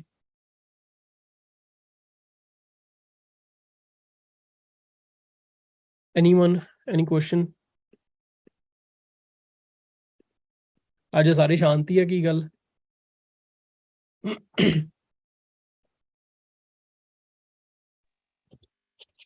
भाई एक ऑप्शन था स्टॉप लॉस एक्सप्लेन कर दोगे? ਮਤਲਬ ਕਿੱਦਾਂ ਐਕਸਪਲੇਨ ਸਪੈਸੀਫਿਕਲੀ ਕਿਵੇਂ ਪੁੱਛਣਾ ਚਾਹੁੰਦੇ ਸੀ? ਕਿ ਜਿਵੇਂ ਆਪਾਂ ਬੇਸਿਕਲੀ ਆਪਾਂ ਚਾਰਟ ਤੇ ਦੇਖਿਆ 5 ਮਿੰਟ ਤੇ ਕਿ ਹਾਂ ਮੈਂ ਕਾਲ ਜਾਂ ਪੁੱਟ ਜੋ ਵੀ ਲੈ ਸਕਦਾ, ਕਿ ਆਪਣਾ ਆਪਾਂ ਕਿੱਥੇ ਇੱਕ ਸਟਾਪ ਲਾਸ ਲਈ ਕਿੱਥੇ ਹੋਏ ਆਪਣਾ ਕੀ ਸਟੈਪ ਆਊਟ ਹੈ, ਕਿ ਆਪਾਂ 5 ਮਿੰਟ ਦੇ ਕੈਂਡਲ ਦੇ ਨੀਚੇ ਜਿਵੇਂ ਆਪਾਂ ਨਾਰਮਲ ਕਰਦੇ ਹੁੰਦੇ ਆ ਕਿ ਆਪਾਂ 5 ਮਿੰਟ ਦੀ ਕੈਂਡਲ ਦੇ ਨੀਚੇ ਲਾਉਂਦੇ ਆ ਸਟਾਪ ਲਾਸ ਇੰਟਰਾਡੇ ਚ, ਇਕੁਇਟੀ ਚ ਸੌਰੀ। ਓਕੇ, ਤੇ ਮੈਂ ਸਟਾਪ ਲਾਸ ਦਾ ਵੀ ਆਪਾਂ ਸੇਮ ਚੀਜ਼ ਫੋਲੋ ਕਰਨੀ ਹੈ? ਓਕੇ ਮੈਂ ਐਕਸਪਲੇਨ ਕਰ ਦਿੰਦਾ, 1 ਮਿੰਟ। ਸਪਾਈ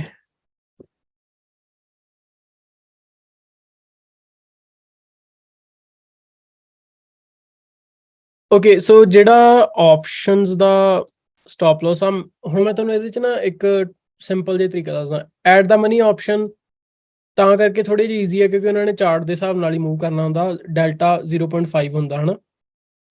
ਸੋ ਜਿਹੜਾ 15 ਸੈਂਟ ਦਾ ਜਾਂ 18 ਸੈਂਟ ਦਾ ਮੰਨ ਲਓ ਸਟਾਪ ਲਾਸ, ਜਾਂ ਈਵਨ 20 ਸੈਂਟ ਤੱਕ ਵੀ ਕਈ ਰੱਖ ਲੈਂਦੇ ਅਸੀਂ। ਉਹਦਾ ਮਤਲਬ ਕੀ ਆ ਕਿ ਲੈਟਸ ਸੇ ਜੇ ਸਪਾਈ 50 ਪੁਆਇੰਟਸ ਮੂਵ ਕਰਦਾ ਤਾਂ ਜਿਹੜਾ ਆਪਣਾ ਆਪਸ਼ਨ ਆ ਉਹ ਲਗਭਗ 25 ਪੁਆਇੰਟ ਮੂਵ ਕਰੂਗਾ, ਰਾਈਟ। ਜੇ ਸਪਾਈ ਮੂਵ ਕਰ ਰਿਹਾ ਲੈਟਸ ਸੇ 30 ਪੁਆਇੰਟਸ ਜਾਂ 25 ਪੁਆਇੰਟ, ਤਾਂ ਜਿਹੜਾ ਆਪਣਾ ਆਪਸ਼ਨ ਆ ਉਹ 12 ਪੁਆਇੰਟਸ ਮੂਵ ਕਰੂਗਾ। ਸੋ ਸਪਾਈ ਦੀ ਜਿਹੜੀ 5 ਮਿੰਟ ਕੈਂਡਲ ਆ ਉਹਦੀ ਐਵਰੇਜ ਮੂਵ ਜਿਹੜੀ ਆ ਉਹ 25 ਤੋਂ 30 ਸੈਂਟ ਦੀ ਆ। ਠੀਕ ਹੈ ਜੀ। ਜਿਹੜਾ ਆਪਣਾ ਐਟ ਦਾ ਮਨੀ ਦਾ ਸਟਾਪ ਲਾਸ ਆ ਉਹ ਕਿੰਨੇ ਦਾ ਹੁੰਦਾ? ਉਹ ਵੀ ਲਗਭਗ ਉਹਦੇ ਹਿਸਾਬ ਨਾਲ 12 ਤੋਂ 15 ਸੈਂਟ ਦਾ ਹੁੰਦਾ।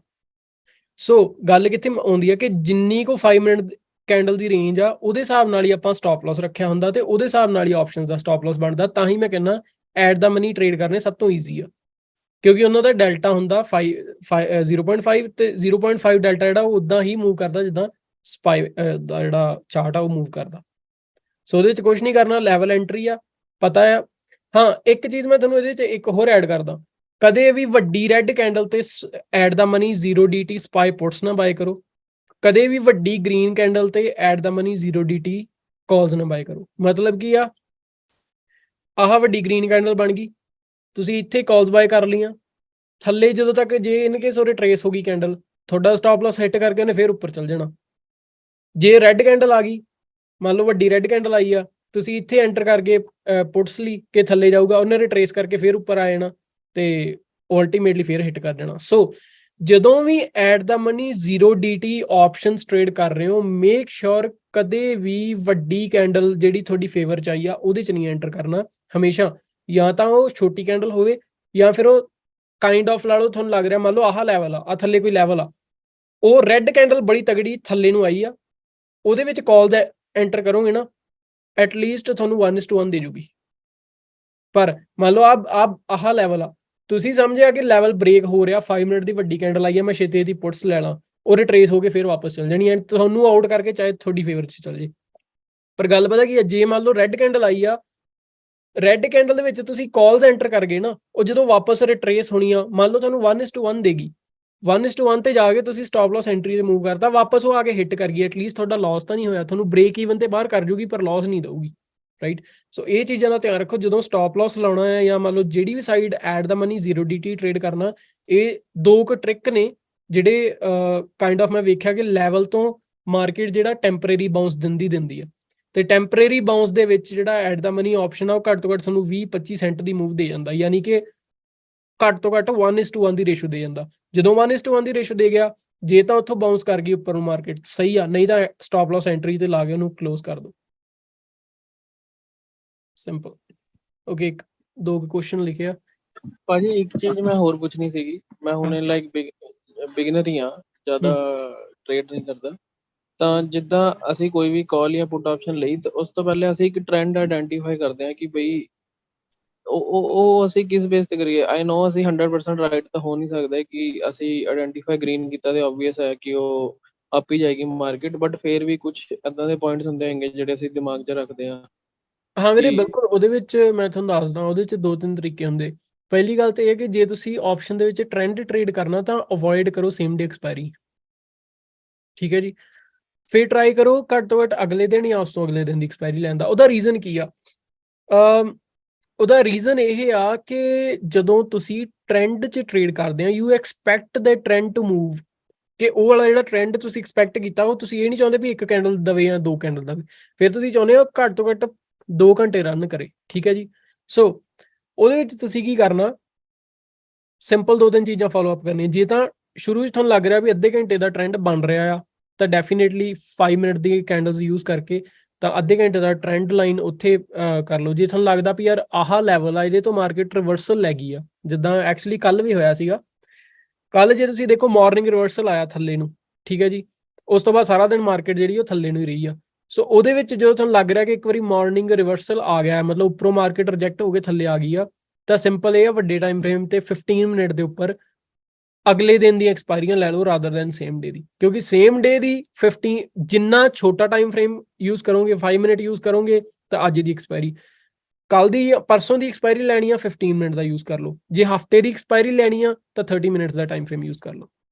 ਠੀਕ ਹੈ ਜੀ। ਉਹਦੇ ਨਾਲ ਇਹ ਆ ਤੁਹਾਨੂੰ ਤੁਸੀਂ ਸੇਫ ਸਾਈਡ ਵੀ ਚੱਲੋਗੇ, ਪਲੱਸ ਤੁਹਾਨੂੰ ਪਤਾ ਹੈ ਕਿ ਮੈਨੂੰ ਇੰਨੀ ਕੁ ਮੂਵ ਐਕਸਪੈਕਟਡ ਮੂਵ ਜਿਹੜੀ ਚਾਹੀਦੀ ਆ। Okay, right. ਹਾਂਜੀ। ਇੱਕ ਚੀਜ਼ ਹੋਰ, ਜਿੱਦਾਂ ਐਟ ਸਰਟਨ ਲੈਵਲ ਸਾਨੂੰ ਐਕਸਪੈਕਟ ਹੁੰਦਾ ਕਿ ਇਧਰੋਂ ਮੇ ਬੀ ਮਾਰਕੀਟ ਉੱਤੇ ਜਾਏਗੀ ਜਾਂ ਥੱਲੇ ਜਾਏਗੀ, but mostly market like triple Q ਜਾਂ SPY ਗ੍ਰੀਨ ਹੀ ਹੁੰਦਾ ਹੈ, ਤਾਂ ਅਸੀਂ ਉਹਨੂੰ ਵੀ ਕੰਸੀਡਰ ਕਰ ਸਕਦੇ ਹਾਂ, ਰਾਈਟ, ਕਿ ਅਸੀਂ ਕਾਲ 'ਚ ਹੀ ਪ੍ਰੈਫਰੈਂਸ ਦਈਏ, ਪੁੱਟ 'ਚ ਨਾ ਦਈਏ। ਹਾਂ ਜੇ ਮੰਨ ਲਓ ਜਿੱਦਾਂ ਮੈਂ ਤੁਹਾਨੂੰ ਉਹੀ ਦੱਸ ਰਿਹਾ, ਜੇ ਕਈ ਵਾਰੀ ਹੁੰਦਾ ਕਿ ਬੜੇ ਮੇਜਰ ਲੈਵਲ ਤੋਂ ਨਾ, ਕੱਲ ਸੀਗਾ ਇਦਾਂ, ਕੱਲ ਟ੍ਰਿਪਲ ਕਿਊ ਨੇ ਮਿਡ ਡੇ ਦੇ ਵਿੱਚ ਡਬਲ ਬਾਟਮ ਬਣਾਇਆ ਸੀ। ਜੇ ਤੁਸੀਂ ਕੱਲ ਦਾ ਚਾਰਟ ਖੋਲ ਕੇ ਦੇਖੋ ਨਾ, ਤੇ ਟ੍ਰਿਪਲ ਕਿਊ ਦਾ ਡਬਲ ਬਾਟਮ ਸੀਗਾ ਐਗਜ਼ੈਕਟਲੀ ਥੱਲੇ। ਮੈਂ ਤੁਹਾਨੂੰ ਇੱਕ ਵਾਰੀ ਚਾਰਟ ਨਾਲ ਸ਼ੇਅਰ ਕਰ ਦਿੰਦਾ ਤਾਂ ਕਿ ਸਾਰਿਆਂ ਨੂੰ ਈਜ਼ੀ ਹੋ ਜਾਊਗਾ।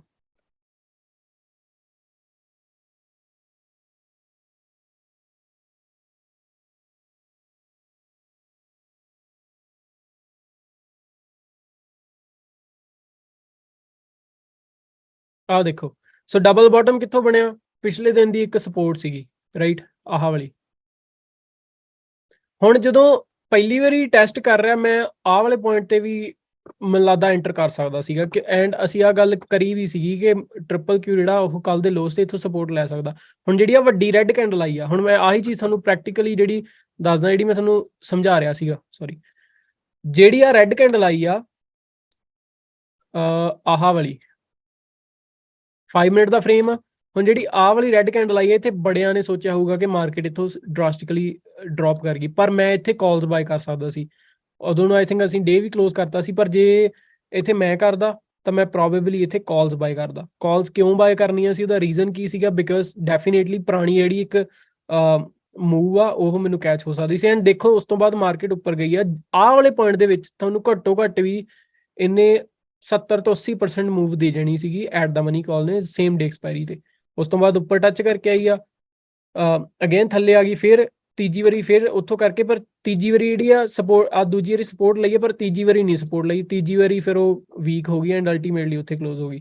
ਸੋ ਗੱਲ ਇਹ ਆਉਂਦੀ ਹੈ, ਜਦੋਂ ਕੋਈ ਮੇਜਰ ਲੈਵਲ ਆਉਂਦਾ ਨਾ, ਜਦੋਂ ਪਹਿਲੀ ਵਾਰੀ ਟੈਸਟ ਹੋ ਰਿਹਾ ਲੈਵਲ, ਤਾਂ ਡੈਫੀਨੇਟਲੀ ਉੱਥੇ ਤੁਸੀਂ ਇੰਨਾ ਕੁ ਰਿਸਕ ਲੈ ਸਕਦੇ ਹੋ। ਹੁਣ ਮੈਨੂੰ ਪਤਾ ਕਿ ਯਾਰ ਲੈਟਸ ਸੇ ਕਿ ਇੱਥੇ ਮੈਂ ਕੋਈ ਆਹ ਵਾਲੇ ਮੰਨ ਲਓ ਆਹ ਵਾਲੇ ਪ੍ਰਾਈਸ ਦੇ ਉੱਪਰ ਜਿਹੜੀ ਕੋਈ ਕਾਲ ਦਾ ਪ੍ਰਾਈਸ ਹੈਗਾ ਉਹ ਹੈਗਾ 1.20, ਠੀਕ ਹੈ ਜੀ।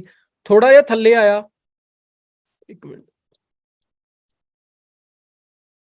ਸੋ ਮੰਨ ਲਓ 1.20 ਆ, ਰਾਈਟ, ਆਹ ਵਾਲੇ ਪ੍ਰਾਈਸ ਤੇ ਇੱਥੇ।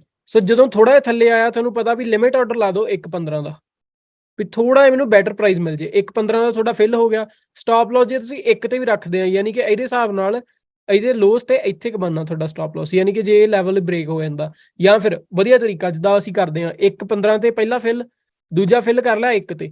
ਇਨ ਕੇਸ ਜੇ ਉਹ ਸਟਾਪ ਲਾਸ ਵੱਲ ਨੂੰ ਜਾਂਦਾ ਵੀ ਆ ਤਾਂ ਠੀਕ ਹੈ ਜੀ, ਤਾਂ ਦੂਜਾ ਫਿਲ ਕਰ ਲਿਆ। ਅਦਰਵਾਈਜ਼ ਜੇ ਉਹ ਉੱਥੋਂ ਸਪੋਰਟ ਲੈ ਗਿਆ ਤਾਂ ਡੈਫੀਨੇਟਲੀ ਤੁਹਾਡਾ 1.15 ਦਾ ਜਿਹੜਾ ਫਿਲ ਹੈ ਨਾ ਉਹ 1.80 ਤੇ ਇੱਥੋਂ ਤੱਕ ਗਿਆ ਹੋਊਗਾ। I can guarantee that at least ਇੱਥੋਂ ਤੱਕ, ਰਾਈਟ। ਸੋ ਉਹਦੇ ਹਿਸਾਬ ਨਾਲ ਤੁਹਾਡਾ ਜਿਹੜਾ ਸਟਾਪ ਲਾਸ ਆ, ਮੰਨ ਲਓ ਜੇ 20 ਸੈਂਟ ਦਾ ਬਣਦਾ, ਤੁਹਾਨੂੰ ਉਹ 30 ਸੈਂਟ ਦੀ ਐਟਲੀਸਟ ਮੂਵ ਜਿਹੜਾ ਉਹ ਈਜ਼ੀਲੀ ਦਊਗਾ।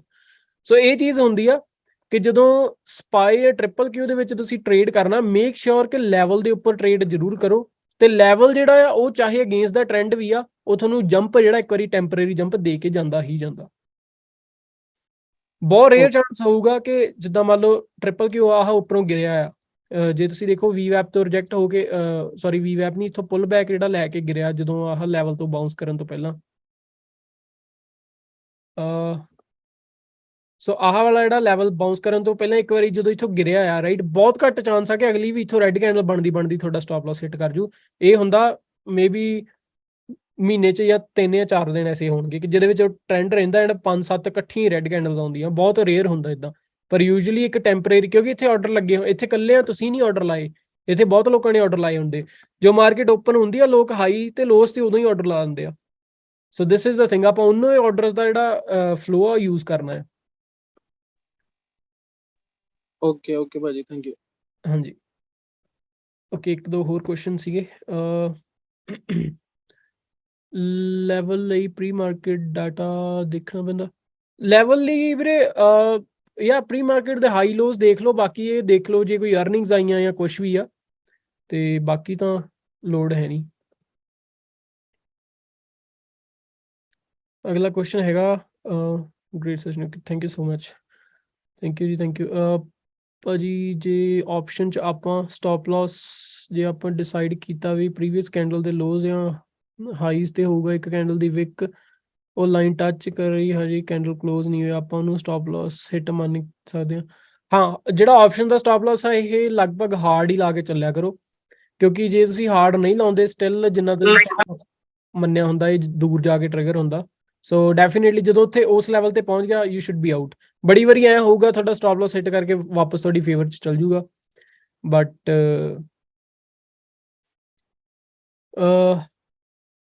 questions, how much percentage of account we should take position after first losing trade? Should we keep the position size same and after second trade? ਹਾਂਜੀ, ਸੋ ਜਿਹੜਾ ਜਿੱਦਾਂ ਮੈਂ ਤੁਹਾਨੂੰ ਪਰਸੈਂਟੇਜ ਸਮਝਾਤੀ ਆ 8K ਦੇ ਹਿਸਾਬ ਨਾਲ ਤੁਸੀਂ ਉਹਨੂੰ ਉਸ ਹਿਸਾਬ ਨਾਲ ਮਲਟੀਪਲਾਈ ਕਰਕੇ ਦੇਖ ਸਕਦੇ ਹੋ ਕਿ ਜਿਹੜੀ ਤੁਹਾਡੀ ਪੋਜੀਸ਼ਨ ਆ ਮੈਨੂੰ ਲੱਗਦਾ 60% ਬਣਦੀ ਆ। ਸੋ 60 ਦੀਆਂ 2 ਲੈ ਲਓ, ਰਾਈਟ, ਤੇ ਉਸ ਤੋਂ ਬਾਅਦ ਮੰਨ ਲਓ 60 ਦੀ ਲੈ ਲਈ, 60 ਦੀ ਪੋਜੀਸ਼ਨ ਲੈ ਲਈ, ਤੁਹਾਡਾ ਮਾਰਜਿਨ ਵੀ ਯੂਜ਼ ਹੋ ਗਿਆ, ਟੋਟਲ ਜਿਹੜਾ ਅਕਾਊਂਟ ਸਾਈਜ਼ ਆ ਤੁਹਾਡਾ ਉਹਦੇ ਹਿਸਾਬ ਨਾਲ ਤੁਹਾਡਾ ਪੋਜੀਸ਼ਨ ਸਾਈਜ਼ ਬਣਿਆ 120%। ਜਿਹੜੇ 2 ਟ੍ਰੇਡ ਆ ਉਹ ਤੁਸੀਂ ਸੇਮ ਤੇ ਲੈ ਸਕਦੇ, ਤੀਜਾ ਨਹੀਂ, ਜੇ ਦੋਨੋਂ ਲਾਸ ਚਲੇ ਗਏ ਫੇਰ ਨਹੀਂ ਲੈਣਾ ਤੀਜਾ ਸੇਮ 'ਚ। ਵੀਰੇ how can we change expiry for option in TOS? Actually ਵੀਰੇ TOS ਮੈਂ ਯੂਜ਼ ਨਹੀਂ ਕਰਦਾ, ਤੁਸੀਂ ਗਰੁੱਪ 'ਚ ਪਾ ਦਿਓ ਇਹ ਕੁਐਸਚਨ, ਪ੍ਰੋਬਬਲੀ ਕੋਈ ਨਾ ਕੋਈ ਤੁਹਾਡਾ ਜਵਾਬ ਦੇ ਦੂਗਾ। ਓਕੇ, ਅਗਲਾ ਕੁਐਸਚਨ ਹੈਗਾ ਵੀਰੇ ਆਪਸ਼ਨ ਸਟ੍ਰੈਂਗਲ ਵਰਥ ਇਟ ਔਰ ਨਾਟ? ਸਟ੍ਰੈਂਗਲ ਵੀਰੇ ਡਿਪੈਂਡ ਕਰਦਾ, ਆਈ ਮੀਨ ਵਰਥ ਇਟ ਇਹ ਆਪਸ਼ਨ ਸਟ੍ਰੈਟਜੀਜ਼ ਨੇ, it depends how you use it. Strangle straddle usually ਇਹਨੂੰ ਅਰਨਿੰਗਸ ਤੇ ਲੋਕ ਟ੍ਰੇਡ ਕਰਦੇ ਆ, ਬਟ ਇਹ ਅਗਰ ਇਹ ਸਟ੍ਰੈਂਗਲ ਬਹੁਤ ਰਿਸਕੀ ਆ। ਸਟ੍ਰੈਂਗਲ ਦੇ ਵਿੱਚ ਇੰਨਾ ਰਿਸਕ ਆ ਕਿ ਜੇ ਮੰਨ ਲਓ ਉਹ ਸਟਾਕ ਨਾ ਮੂਵ ਕੀਤਾ ਯੂ ਵਿਲ ਲੂਜ਼ ਐਵਰੀਥਿੰਗ। ਲਿਕੁਇਡਿਟੀ ਬਾਰੇ ਦੱਸੋਗੇ? ਮੈਂ ਕਿੱਦਾਂ ਕੀ ਪੁੱਛਣਾ ਕੀ ਚਾਹੁੰਦੇ ਸੀ ਲਿਕੁਇਡਿਟੀ ਸਪੈਸੀਫਿਕਲੀ? ਐਕਚੁਅਲੀ ਆ ਜਿਹੜੇ TOS ਬਾਰੇ ਪੁੱਛ ਰਹੇ ਸੀ ਹਰਪਾਲ ਭਾਜੀ, ਇਹਦੇ ਬਾਰੇ ਦੱਸ ਸਕਦੇ ਆ ਭਾਈ ਜੇ ਤੁਸੀਂ ਫ੍ਰੀ ਹੋ ਤਾਂ ਪਲੀਜ਼ ਚਾਨਣਾ ਪਾਇਓ ਕਿ TOS ਦੇ ਵਿੱਚ ਐਕਸਪਾਇਰੀ ਕਿੱਦਾਂ ਚੇਂਜ ਕਰਨੀ। ਆਪਾਂ ਜੀ ਮੈਂ ਐਕਚੁਅਲੀ ਕੁਐਸਚਨ ਆਲਰੇਡੀ ਪੜ੍ਹ ਰਿਹਾ ਸੀਗਾ, ਮੈਨੂੰ ਐਕਚੁਅਲੀ ਸਮਝ ਨਹੀਂ ਲੱਗੀ ਕਿ ਐਕਸਪਾਇਰੀ ਉਹ ਕਹਿਣਾ ਕੀ ਚਾਹ ਰਿਹਾ ਕਿ ਐਕਸਪਾਇਰੀ ਕਿੱਦਾਂ ਚੇਂਜ ਕਰਨ ਦੀ, ਮੈਨੂੰ ਗੱਲ ਸਮਝ ਨਹੀਂ ਲੱਗੀ ਐਕਚੁਅਲੀ। ਤੁਹਾਨੂੰ ਸਮਝ ਲੱਗੀ ਐਕਸਪਾਇਰੀ ਚੇਂਜ ਕਰਨ ਦੀ ਗੱਲ? ਨਹੀਂ, ਮੈਨੂੰ ਲੱਗੇ ਸ਼ਾਇਦ ਉਹਦੇ 'ਚ ਕੋਈ ਆਪਸ਼ਨ ਹੁੰਦੀ ਹੋਊਗੀ ਕਿ ਅਗਲੇ ਦਿਨ ਦੀ ਐਕਸਪਾਇਰੀਆਂ ਨਹੀਂ ਦਿਖਾਉਂਦਾ, ਸ਼ਾਇਦ ਬਾਈ ਨੇ ਉਹ ਪੁੱਛਿਆ ਵੀ ਅਗਲੇ ਦਿਨ ਦਾ ਕਿਵੇਂ ਦੇਖਣਾ। ਨਹੀਂ ਭਾਜੀ, ਮੈਂ ਐਕਚੁਅਲੀ ਜੇ ਤੁਸੀਂ ਕਹੋ ਤੇ ਮੈਂ ਆਪਣਾ ਆਈ ਗੈਸ ਅਕਾਊਂਟ ਹੋ ਹੀ ਜਾਊਗਾ ਮੇਰਾ। 1 ਮਿੰਟ ਮੈਂ ਉਹਨੂੰ 1 ਮਿੰਟ ਮੈਂ ਕਰਦਾ ਤੁਹਾਡੇ ਨਾਲ। ਕੋਸ਼ਿਸ਼ ਕਰਦਾ ਕਿ ਜੇ ਮੈਂ ਪਹਿਲਾਂ ਨੂੰ ਹਾਇਰ ਕਰਾਂ ਆਪਣਾ ਅਕਾਊਂਟ। ਹਾਂਜੀ ਹਾਂਜੀ, ਸ਼ੋਰ, ਟੇਕ ਯੂਰ ਟਾਈਮ, ਕੋਈ ਨਾ। ਮੈਂ ਐਕਚੁਅਲੀ ਥੋੜਾ ਜਿਹਾ ਮਤਲਬ ਕੁਐਸਚਨ ਹੀ ਨਹੀਂ ਸਮਝ ਸਕਿਆ ਕਿ ਵਟ ਭਾਜੀ ਇਜ਼ ਟ੍ਰਾਈਂਗ ਟੂ ਸੇ।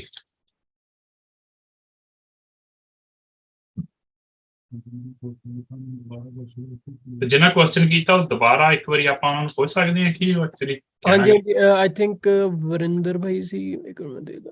ਯਾ ਹਾਂਜੀ ਵਰਿੰਦਰ ਭਾਈ ਜੀ ਦੱਸਦਾ ਤਾਂ। ਹਾਂਜੀ ਭਾਈ, ਸੁਣ ਪਾ ਰਹੇ ਮੈਨੂੰ? ਹਾਂਜੀ ਹਾਂਜੀ ਹਾਂਜੀ, ਮੇਰਾ ਸਵਾਲ ਸੀਗਾ ਭਾਜੀ, ਜਦੋਂ ਆਪਾਂ ਕਹਿੰਦੇ ਆ ਕਿ ਵੀ 0 ਡੇ, ਆਪਾਂ ਜਦੋਂ 0 ਡੇ ਤੇ ਇਹਦੀ ਐਕਸਪਾਇਰੀ ਲੈਂਦੇ ਆ ਜਾਂ ਨੈਕਸਟ ਡੇ ਦੀ ਲੈਂਦੇ ਆ, ਉਹ ਮੇਰਾ ਕੁਐਸਚਨ ਸੀਗਾ ਉਹਦੇ ਰਿਲੇਟਡ। ਤੇ ਵੀਕ ਦੀ ਐਕਸਪਾਇਰੀ ਲੈਂਦੇ ਆਪਾਂ ਜਦੋਂ, ਵੀ ਉਹ ਐਕਸਪਾਇਰੀ ਕਿੱਦਾਂ ਸਿਲੈਕਟ ਕਰਨੀ ਹੈ ਵੱਖਰੀ? ਹਾਂਜੀ ਹਾਂਜੀ ਹਾਂਜੀ। ਓਕੇ ਓਕੇ, ਹਾਂਜੀ ਭਾਜੀ, ਮੈਂ 1 ਮਿੰਟ ਮੈਂ ਕਰ ਰਿਹਾ ਮੈਂ ਲੌਗਇਨ ਕਰ ਰਿਹਾ ਮੈਨੂੰ। ਹਾਂਜੀ ਹਾਂਜੀ ਭਾਜੀ, ਟੇਕ ਯੂਰ ਟਾਈਮ, ਕੋਈ ਨਾ। ਹਾਂਜੀ, ਤੁਸੀਂ ਉਹਨਾਂ ਚਿਰ ਜਦ ਕੋਈ ਕੁਐਸਚਨ ਹੈਗਾ ਤੇ ਤੁਸੀਂ ਹਾਂਜੀ ਦੇਖ ਹੈਗੇ, ਲਓ। ਦੋ ਕੁਐਸਚਨ ਹੈਗੇ। ਹਾਂਜੀ, should we mark same levels in scalp and mid day trading? Levels ਤਾਂ ਸੇਮ ਹੀ ਰਹਿੰਦੇ ਆ, ਮਤਲਬ ਲੈਵਲਸ ਦੇ ਵਿੱਚ ਕੋਈ ਬਹੁਤ ਜ਼ਿਆਦਾ ਡਿਫਰੈਂਸ ਨਹੀਂ ਆਉਂਦਾ। ਕੋਈ ਜਿੱਦਾਂ ਮੇਜਰ ਕੀ ਲੈਵਲ ਜਿਹੜੇ ਆ ਉਹ ਵੱਡੇ ਟਾਈਮ ਫਰੇਮ ਤੇ 30 ਮਿੰਟਸ ਤੇ ਹੋਣਗੇ।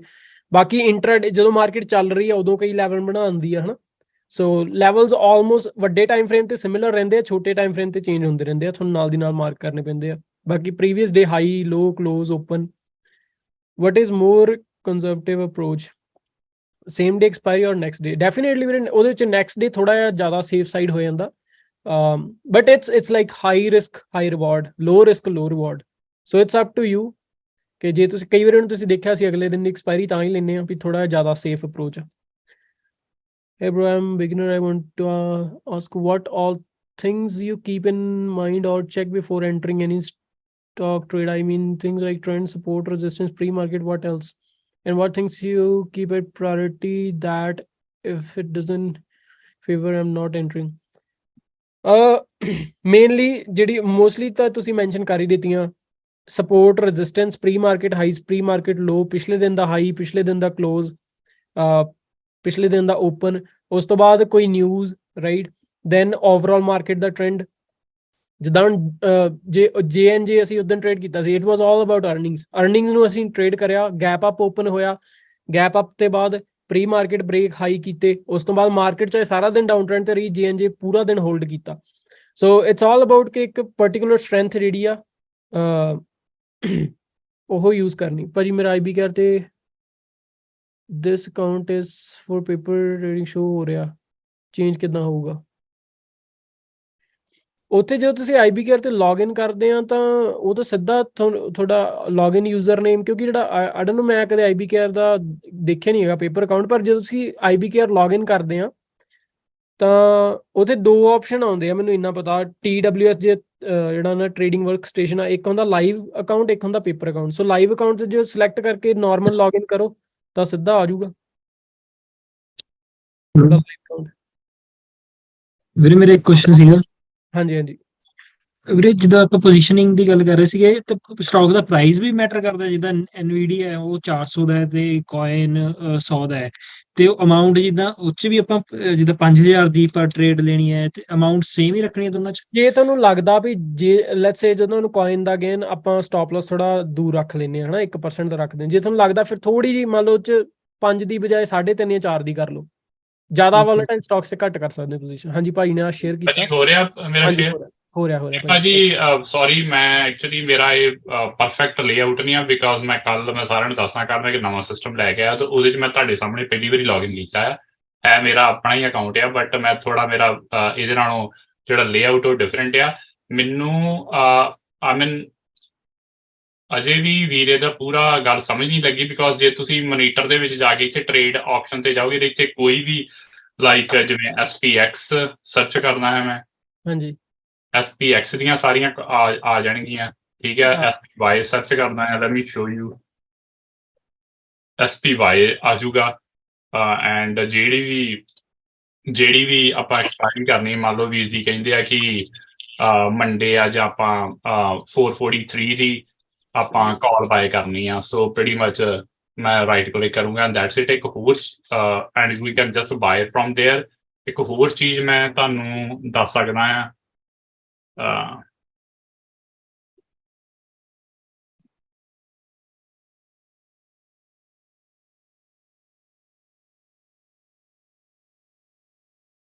ਇਹਨੂੰ ਕਹਿੰਦੇ ਆ ਐਕਟਿਵ ਟ੍ਰੇਡਰ, ਜੇ ਕਿਸੇ ਨੂੰ ਨਹੀਂ ਪਤਾ। ਸੋ ਇਹ ਐਕਟਿਵ ਟ੍ਰੇਡਰ ਆ। ਮੈਂ ਮਨਸਿਮਰਨ ਵੀਰ ਨਾਲ ਵੀ ਡਿਸਕਸ ਕਰ ਰਿਹਾ। ਵੀਰੇ ਹੋ ਰਿਹਾ ਨਾ ਸ਼ੇਅਰ? ਹਾਂਜੀ ਹੋ ਰਿਹਾ ਭਾਜੀ, ਹੋ ਰਿਹਾ। ਹਾਂਜੀ ਸੋ ਲਾਈਕ ਜਿਵੇਂ ਮੈਂ ਹੁਣ SPX ਤੇ ਇੱਥੇ ਆਇਆ SPY 'ਚ, ਤੇ ਮਨਸਿਮਰਨ ਵੀਰ ਨੇ ਇੱਥੇ ਮੈਨੂੰ ਇਹਦੇ ਨਾ ਕਲਰ ਹੁੰਦੇ, ਜਿਵੇਂ ਆਹ ਦੇਖੋ ਇੱਥੇ ਸ਼ੋ ਕਰ ਰਿਹਾ ਰੈੱਡ ਕਲਰ, ਰਾਈਟ? ਹਾਂਜੀ, ਤੇ ਮੈਂ ਜੇ ਮੰਨ ਲਓ ਮਨਸਿਮਰਨ ਵੀਰੇ ਨੇ ਕਿਹਾ ਕਿ 24th ਦੀ 443 ਦੀ ਕਾਲ ਜਿਹੜੀ 72 ਸੈਂਟ ਦੀ ਆ, ਤੇ ਇਹ ਆਪਾਂ ਬਾਏ ਕਰਾਂਗੇ। ਮੈਂ ਇੱਥੇ ਐਸਕ ਦੇ ਤੇ ਮੈਂ ਇੱਥੇ ਰਾਈਟ ਕਲਿੱਕ ਕੀਤਾ, ਇੱਥੇ ਲਿਖਿਆ ਸੈਂਡ ਟੂ ਰੈੱਡ, ਠੀਕ ਹੈ ਜੀ। ਮੈਂ ਰੈੱਡ ਤੇ ਕਲਿੱਕ ਕੀਤਾ ਤੇ ਇੱਥੇ ਆ ਦੇਖੋ ਮੇਰੀ ਉਹ ਆ ਗਈ ਆ, ਕਾਲ ਆ ਗਈ ਆ। ਓਕੇ ਹਾਂਜੀ, ਤੇ ਹੁਣ ਜਿਵੇਂ ਵੀ ਮਨਸਿਮਰਨ ਵੀਰ ਨੇ ਜਿੰਨੇ ਵੀ ਕਹੇ ਮੈਨੂੰ, ਮੰਨ ਲਓ ਮੇਰੀ ਆਪਣੀ ਰਿਸਕ ਮੈਨੇਜਮੈਂਟ ਦੇ ਹਿਸਾਬ ਨਾਲ 10 15 20 ਰਾਈਟ, ਤੇ ਮੈਂ ਬਸ ਇੱਥੇ ਬਾਏ ਦਾ ਕਲਿੱਕ ਕਰਨਾ ਹੈ ਤੇ ਸੈਲ ਦਾ ਕਲਿੱਕ ਕਰਨਾ ਹੈ। ਆ ਮੇਰਾ ਸਾਰੇ ਦਾ ਸਾਰਾ ਚੱਲ ਰਿਹਾ ਨਾਲ। ਇੱਥੇ ਥੱਲੇ ਮੇਰਾ ਲੈਵਲ 2 ਆ ਜਾਊਗਾ। ਸੌਰੀ ਮੈਂ ਇਹਨੂੰ ਥੱਲੇ ਕਰ ਲਾਂ।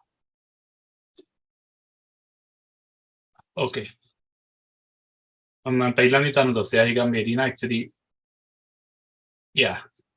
ਮੈਂ ਅੱਛਾ ਇਹ ਆ ਦੇਖੋ, ਮੰਨ ਲਓ ਮੇਰਾ 72 ਤੇ ਚੱਲ ਰਿਹਾ ਰਾਈਟ, ਤੇ ਇੱਥੇ ਮੇਰੀ ਐਂਟਰੀ ਆ।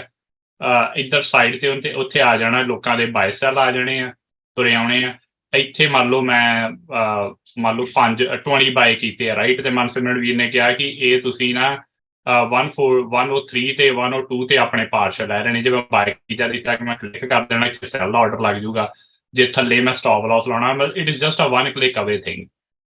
ਆਈ ਗੈਸ ਜੇ ਉਹ ਵੀਰ ਫੇਰ ਮੈਨੂੰ ਪੁੱਛ ਸਕਦਾ ਲਾਈਵ ਦੇ ਵਿੱਚ, ਤੇ ਮੈਂ ਉਹਨੂੰ ਥੋੜਾ ਬੈਟਰ ਆਪਸ਼ਨ ਕਰ ਸਕਦਾ, ਬਿਕੋਜ਼ ਮੈਂ ਉਹੀ ਦੱਸ ਰਿਹਾ ਜੋ ਮੈਨੂੰ ਸਮਝ ਲੱਗੀ ਉਹਦੇ।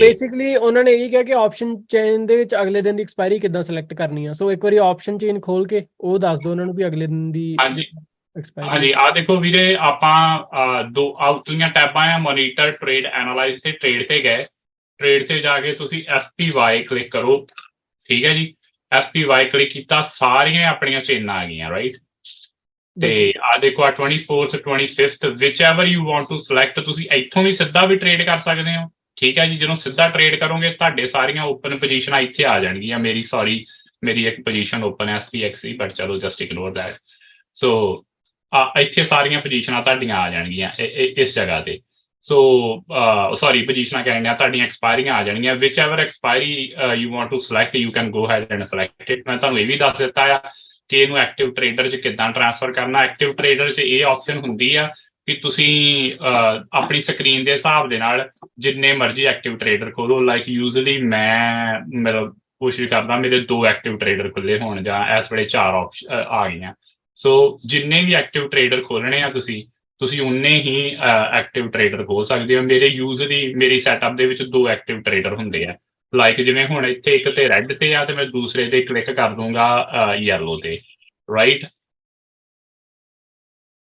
ਸੋ ਮੰਨ ਲਓ ਮੈਨੂੰ ਮਨਸਿਮਰਤ ਵੀਰ ਕਹਿੰਦੇ ਆ ਕਿ ਤੁਸੀਂ ਇਦਾਂ ਕਰੋ ਕਿ ਮੈਂ ਆਪਾਂ ਨਾ QQQ SPY ਚੱਲਦਾ ਮੀਨ ਮੈਂ ਆਪਾਂ QQQ ਸ਼ਾਰਟ ਕਰਨਾ ਮੈਂ ਇੱਥੇ ਆਇਆ Q ਖੋਲਿਆ ਜੀ ਠੀਕ ਹੈ ਜੀ ਇਹਦੀ ਵੀ ਵੀਰਾ ਕਹਿੰਦਾ ਕਿ ਆਪਾਂ ਕਾਲ ਹੀ ਲੈਣੀ ਆ ਸੋ ਉਹਨੂੰ ਜੇ ਤੁਸੀਂ ਚੈੱਕ ਕਰੋ ਤਾਂ ਮੈਨੂੰ ਯੈਲੋ ਸਿਲੈਕਟ ਕੀਤਾ ਸੀਗਾ ਆ ਮੇਰਾ ਰੈੱਡ ਸਿਲੈਕਟਡ ਆ ਮੈਂ ਫੇਰ ਇੱਥੇ ਆ ਕੇ ਟ੍ਰੇਡ ਤੇ ਇਹਨੂੰ ਸੈਂਡ ਇਟ ਟੂ ਯੈਲੋ ਹੁਣ ਤੁਸੀਂ ਜਾਓਗੇ ਤੇ ਉਹ ਜਿਹੜੀ ਆਪਸ਼ਨ ਚੇਨ ਆ ਯੈਲੋ ਚ ਆ ਗਈ ਠੀਕ ਹੈ ਜੀ ਇੱਥੇ ਤੁਸੀਂ ਆਪਣੇ ਮਤਲਬ ਦੇ ਹਿਸਾਬ ਨਾਲ ਜਿੰਨੇ ਵੀ ਤੁਹਾਨੂੰ ਚਾਹੀਦੇ ਆ ਵੀ ਸਾਰੇ ਹੋ ਜਾਂਦੇ ਆ ਆਪਣੇ ਕਸਟਮਾਈਜ਼ ਹੋ ਜਾਂਦੇ ਆ ਸੋ ਮੇਰੇ ਬੇਸਿਕਲੀ 5-10 ਜਿਵੇਂ ਆ ਦੇਖੋ ਆ ਮੈਂ ਆਪਣੀ ਪੁਰਾਣੀ ਸਮਝ ਗਏ ਨਾ so whatever you want to change you can change it ਤੇ ਬਸ ਇੱਥੇ everything is like one click away so ਜਿੰਨੇ ਵੀ ਤੁਸੀਂ ਬਾਏ ਸੈਲ ਕਰਨੇ ਆ so pretty much that's it that's good so actually ਮੈਂ ਸਾਰਾ ਕੁਝ ਐਕਸਪਲੇਨ ਕਰਕੇ ਦਿੱਤਾ ਆਪਣੇ ਨੂੰ ਬਟ ਮੈਨੂੰ ਐਕਚੁਅਲੀ ਕੁਐਸਚਨ ਹੈ ਜਿਹੜੀ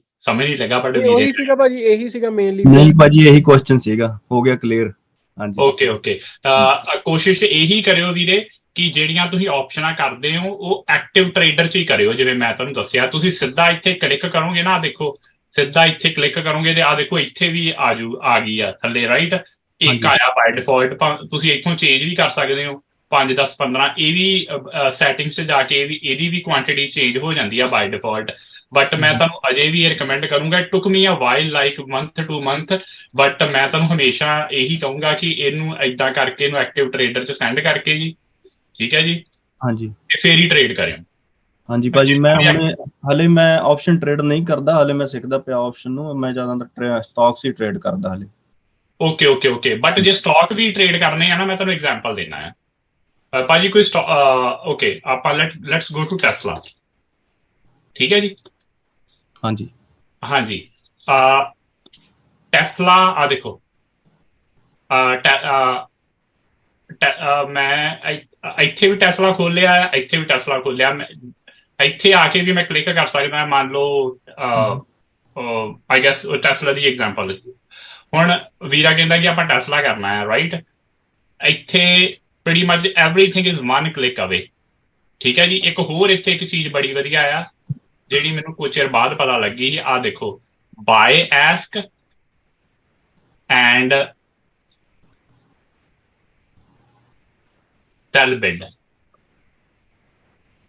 ਮਨਸਿਮਰਤ ਵੀਰੇ ਸਮਝ ਗਏ ਨਾ ਤੁਸੀਂ ਮੈਂ ਕੀ ਕੀਤਾ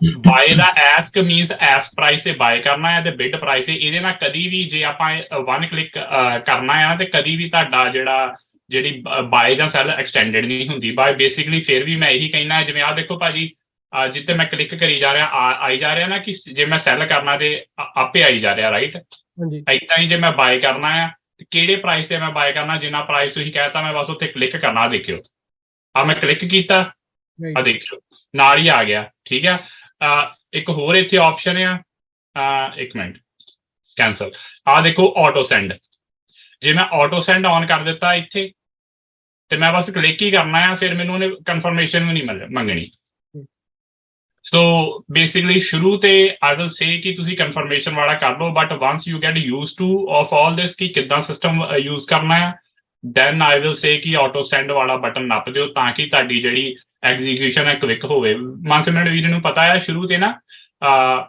ਵੀਰੇ ਨਾਲ ਮੇਰੀ ਐਂਟਰੀ ਹਮੇਸ਼ਾ ਐਕਸਟੈਂਡਡ ਹੁੰਦੀ ਸੀਗੀ, ਤੇ ਜਦੋਂ ਦਾ ਮੈਂ ਐਕਟਿਵ ਟ੍ਰੇਡਰ ਯੂਜ਼ ਕਰਨਾ ਸ਼ੁਰੂ ਕੀਤਾ ਮੇਰੀ ਐਂਟਰੀ ਐਕਸਟੈਂਡਡ ਤੇ ਛੱਡੋ, ਮੇਰੀ ਕਈ ਵਾਰੀ ਤੇ ਜਿਹੜੀ ਐਂਟਰੀ ਉਹ ਮਨਸਿਮਰਨ ਵੀਰ ਨਾਲੋਂ ਵੀ ਬੈਟਰ ਹੁੰਦੀ ਹੈ। It just because of active trader.